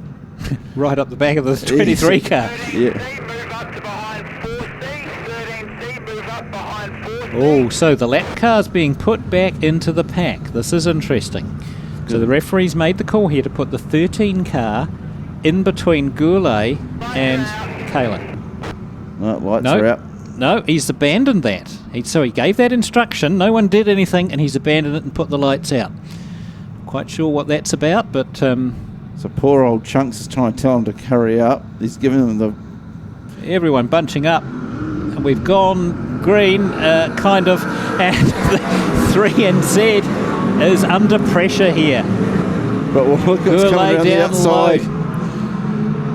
Look at Kalin come round. There's just 4 to go. It's tight, Jared, it's tight. It is, and Mike's good down low, but Tomo's good up high. He's comfortable up there. Mike's got the drive into, and Gooley's got it. Or has he? He's going to move up high. Tomo, is he going to... I know he's going to get him under brakes. Kalin's going to try around the outside. Tomo's gone off. Oh, he puts his own car into the wall. Poor old Kalin. Wow, the save by Kalin there, unbelievable. But Gooley's got it. He's going to come around. They will have the white flag as they come across it now. Gooley's going to run defensive. He will go in low and he will exit high. Tomo's going to run the high line. He'll try for the outside here, but Gooley will move over on him. Oh, look at the pace. Gooley moves over. There we go. There's the move over. Oh. Exactly what we thought was going to happen. Gooley moved over on the 3NZ and shut him into the wall. Stephen Thompson should be given the win of that race, that because he had it there, and that was taken away from him. Sorry, Mike Goulet, but it was taken away from him. That was massive, but give him a hand as he gets out of the car. He's not... We knew it was going to happen. So wow. You have to feel sorry for Tomo. He's fairly wound up. They're trying to check him over, but the adrenaline will be pumping. He will be steamed. He had the run. He had the pass. He had the run. And yeah, literally absolutely. just got walled. The pickup that car got out of turn 2 running high there was unbelievable. The speed difference on Goulet was noticeable. And that outcome should not be the outcome of this race. Well, it was predictable too. I was calling it as he came off that he was going to get moved over on. And you did. You did. And, I mean, it's not a and moment. I also want to highlight the save of Kalin. Kalin was impressive. Front straight there. Unbelievable. Yeah. You know, out of all of that this... speed, with a car that twitchy as we know Modified is, to be able to save that one the way he did was next level. That was completely unnecessary, though. Yeah. So a lot of damage to the 3NZ car, to the point I would be picking it's probably going to go on the trailer and go home. Yeah.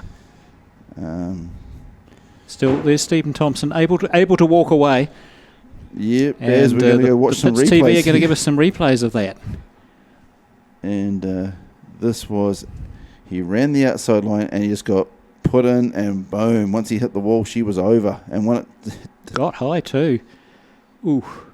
Yeah. Oh. It's... Yeah, we don't need to say anything, do we? We just don't. The picture tells the whole story there.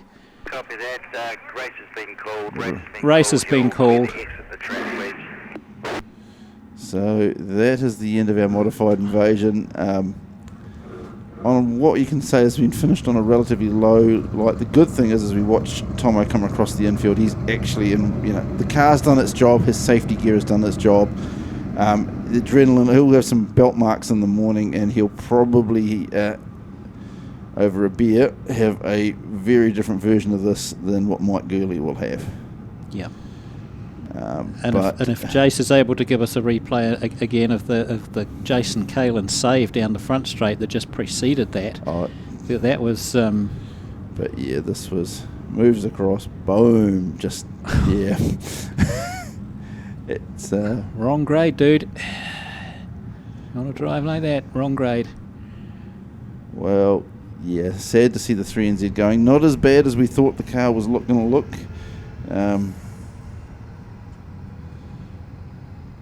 Yes, but hopefully they can salvage something out of that for tomorrow night. Otherwise, should be a quick trip back to the coast. But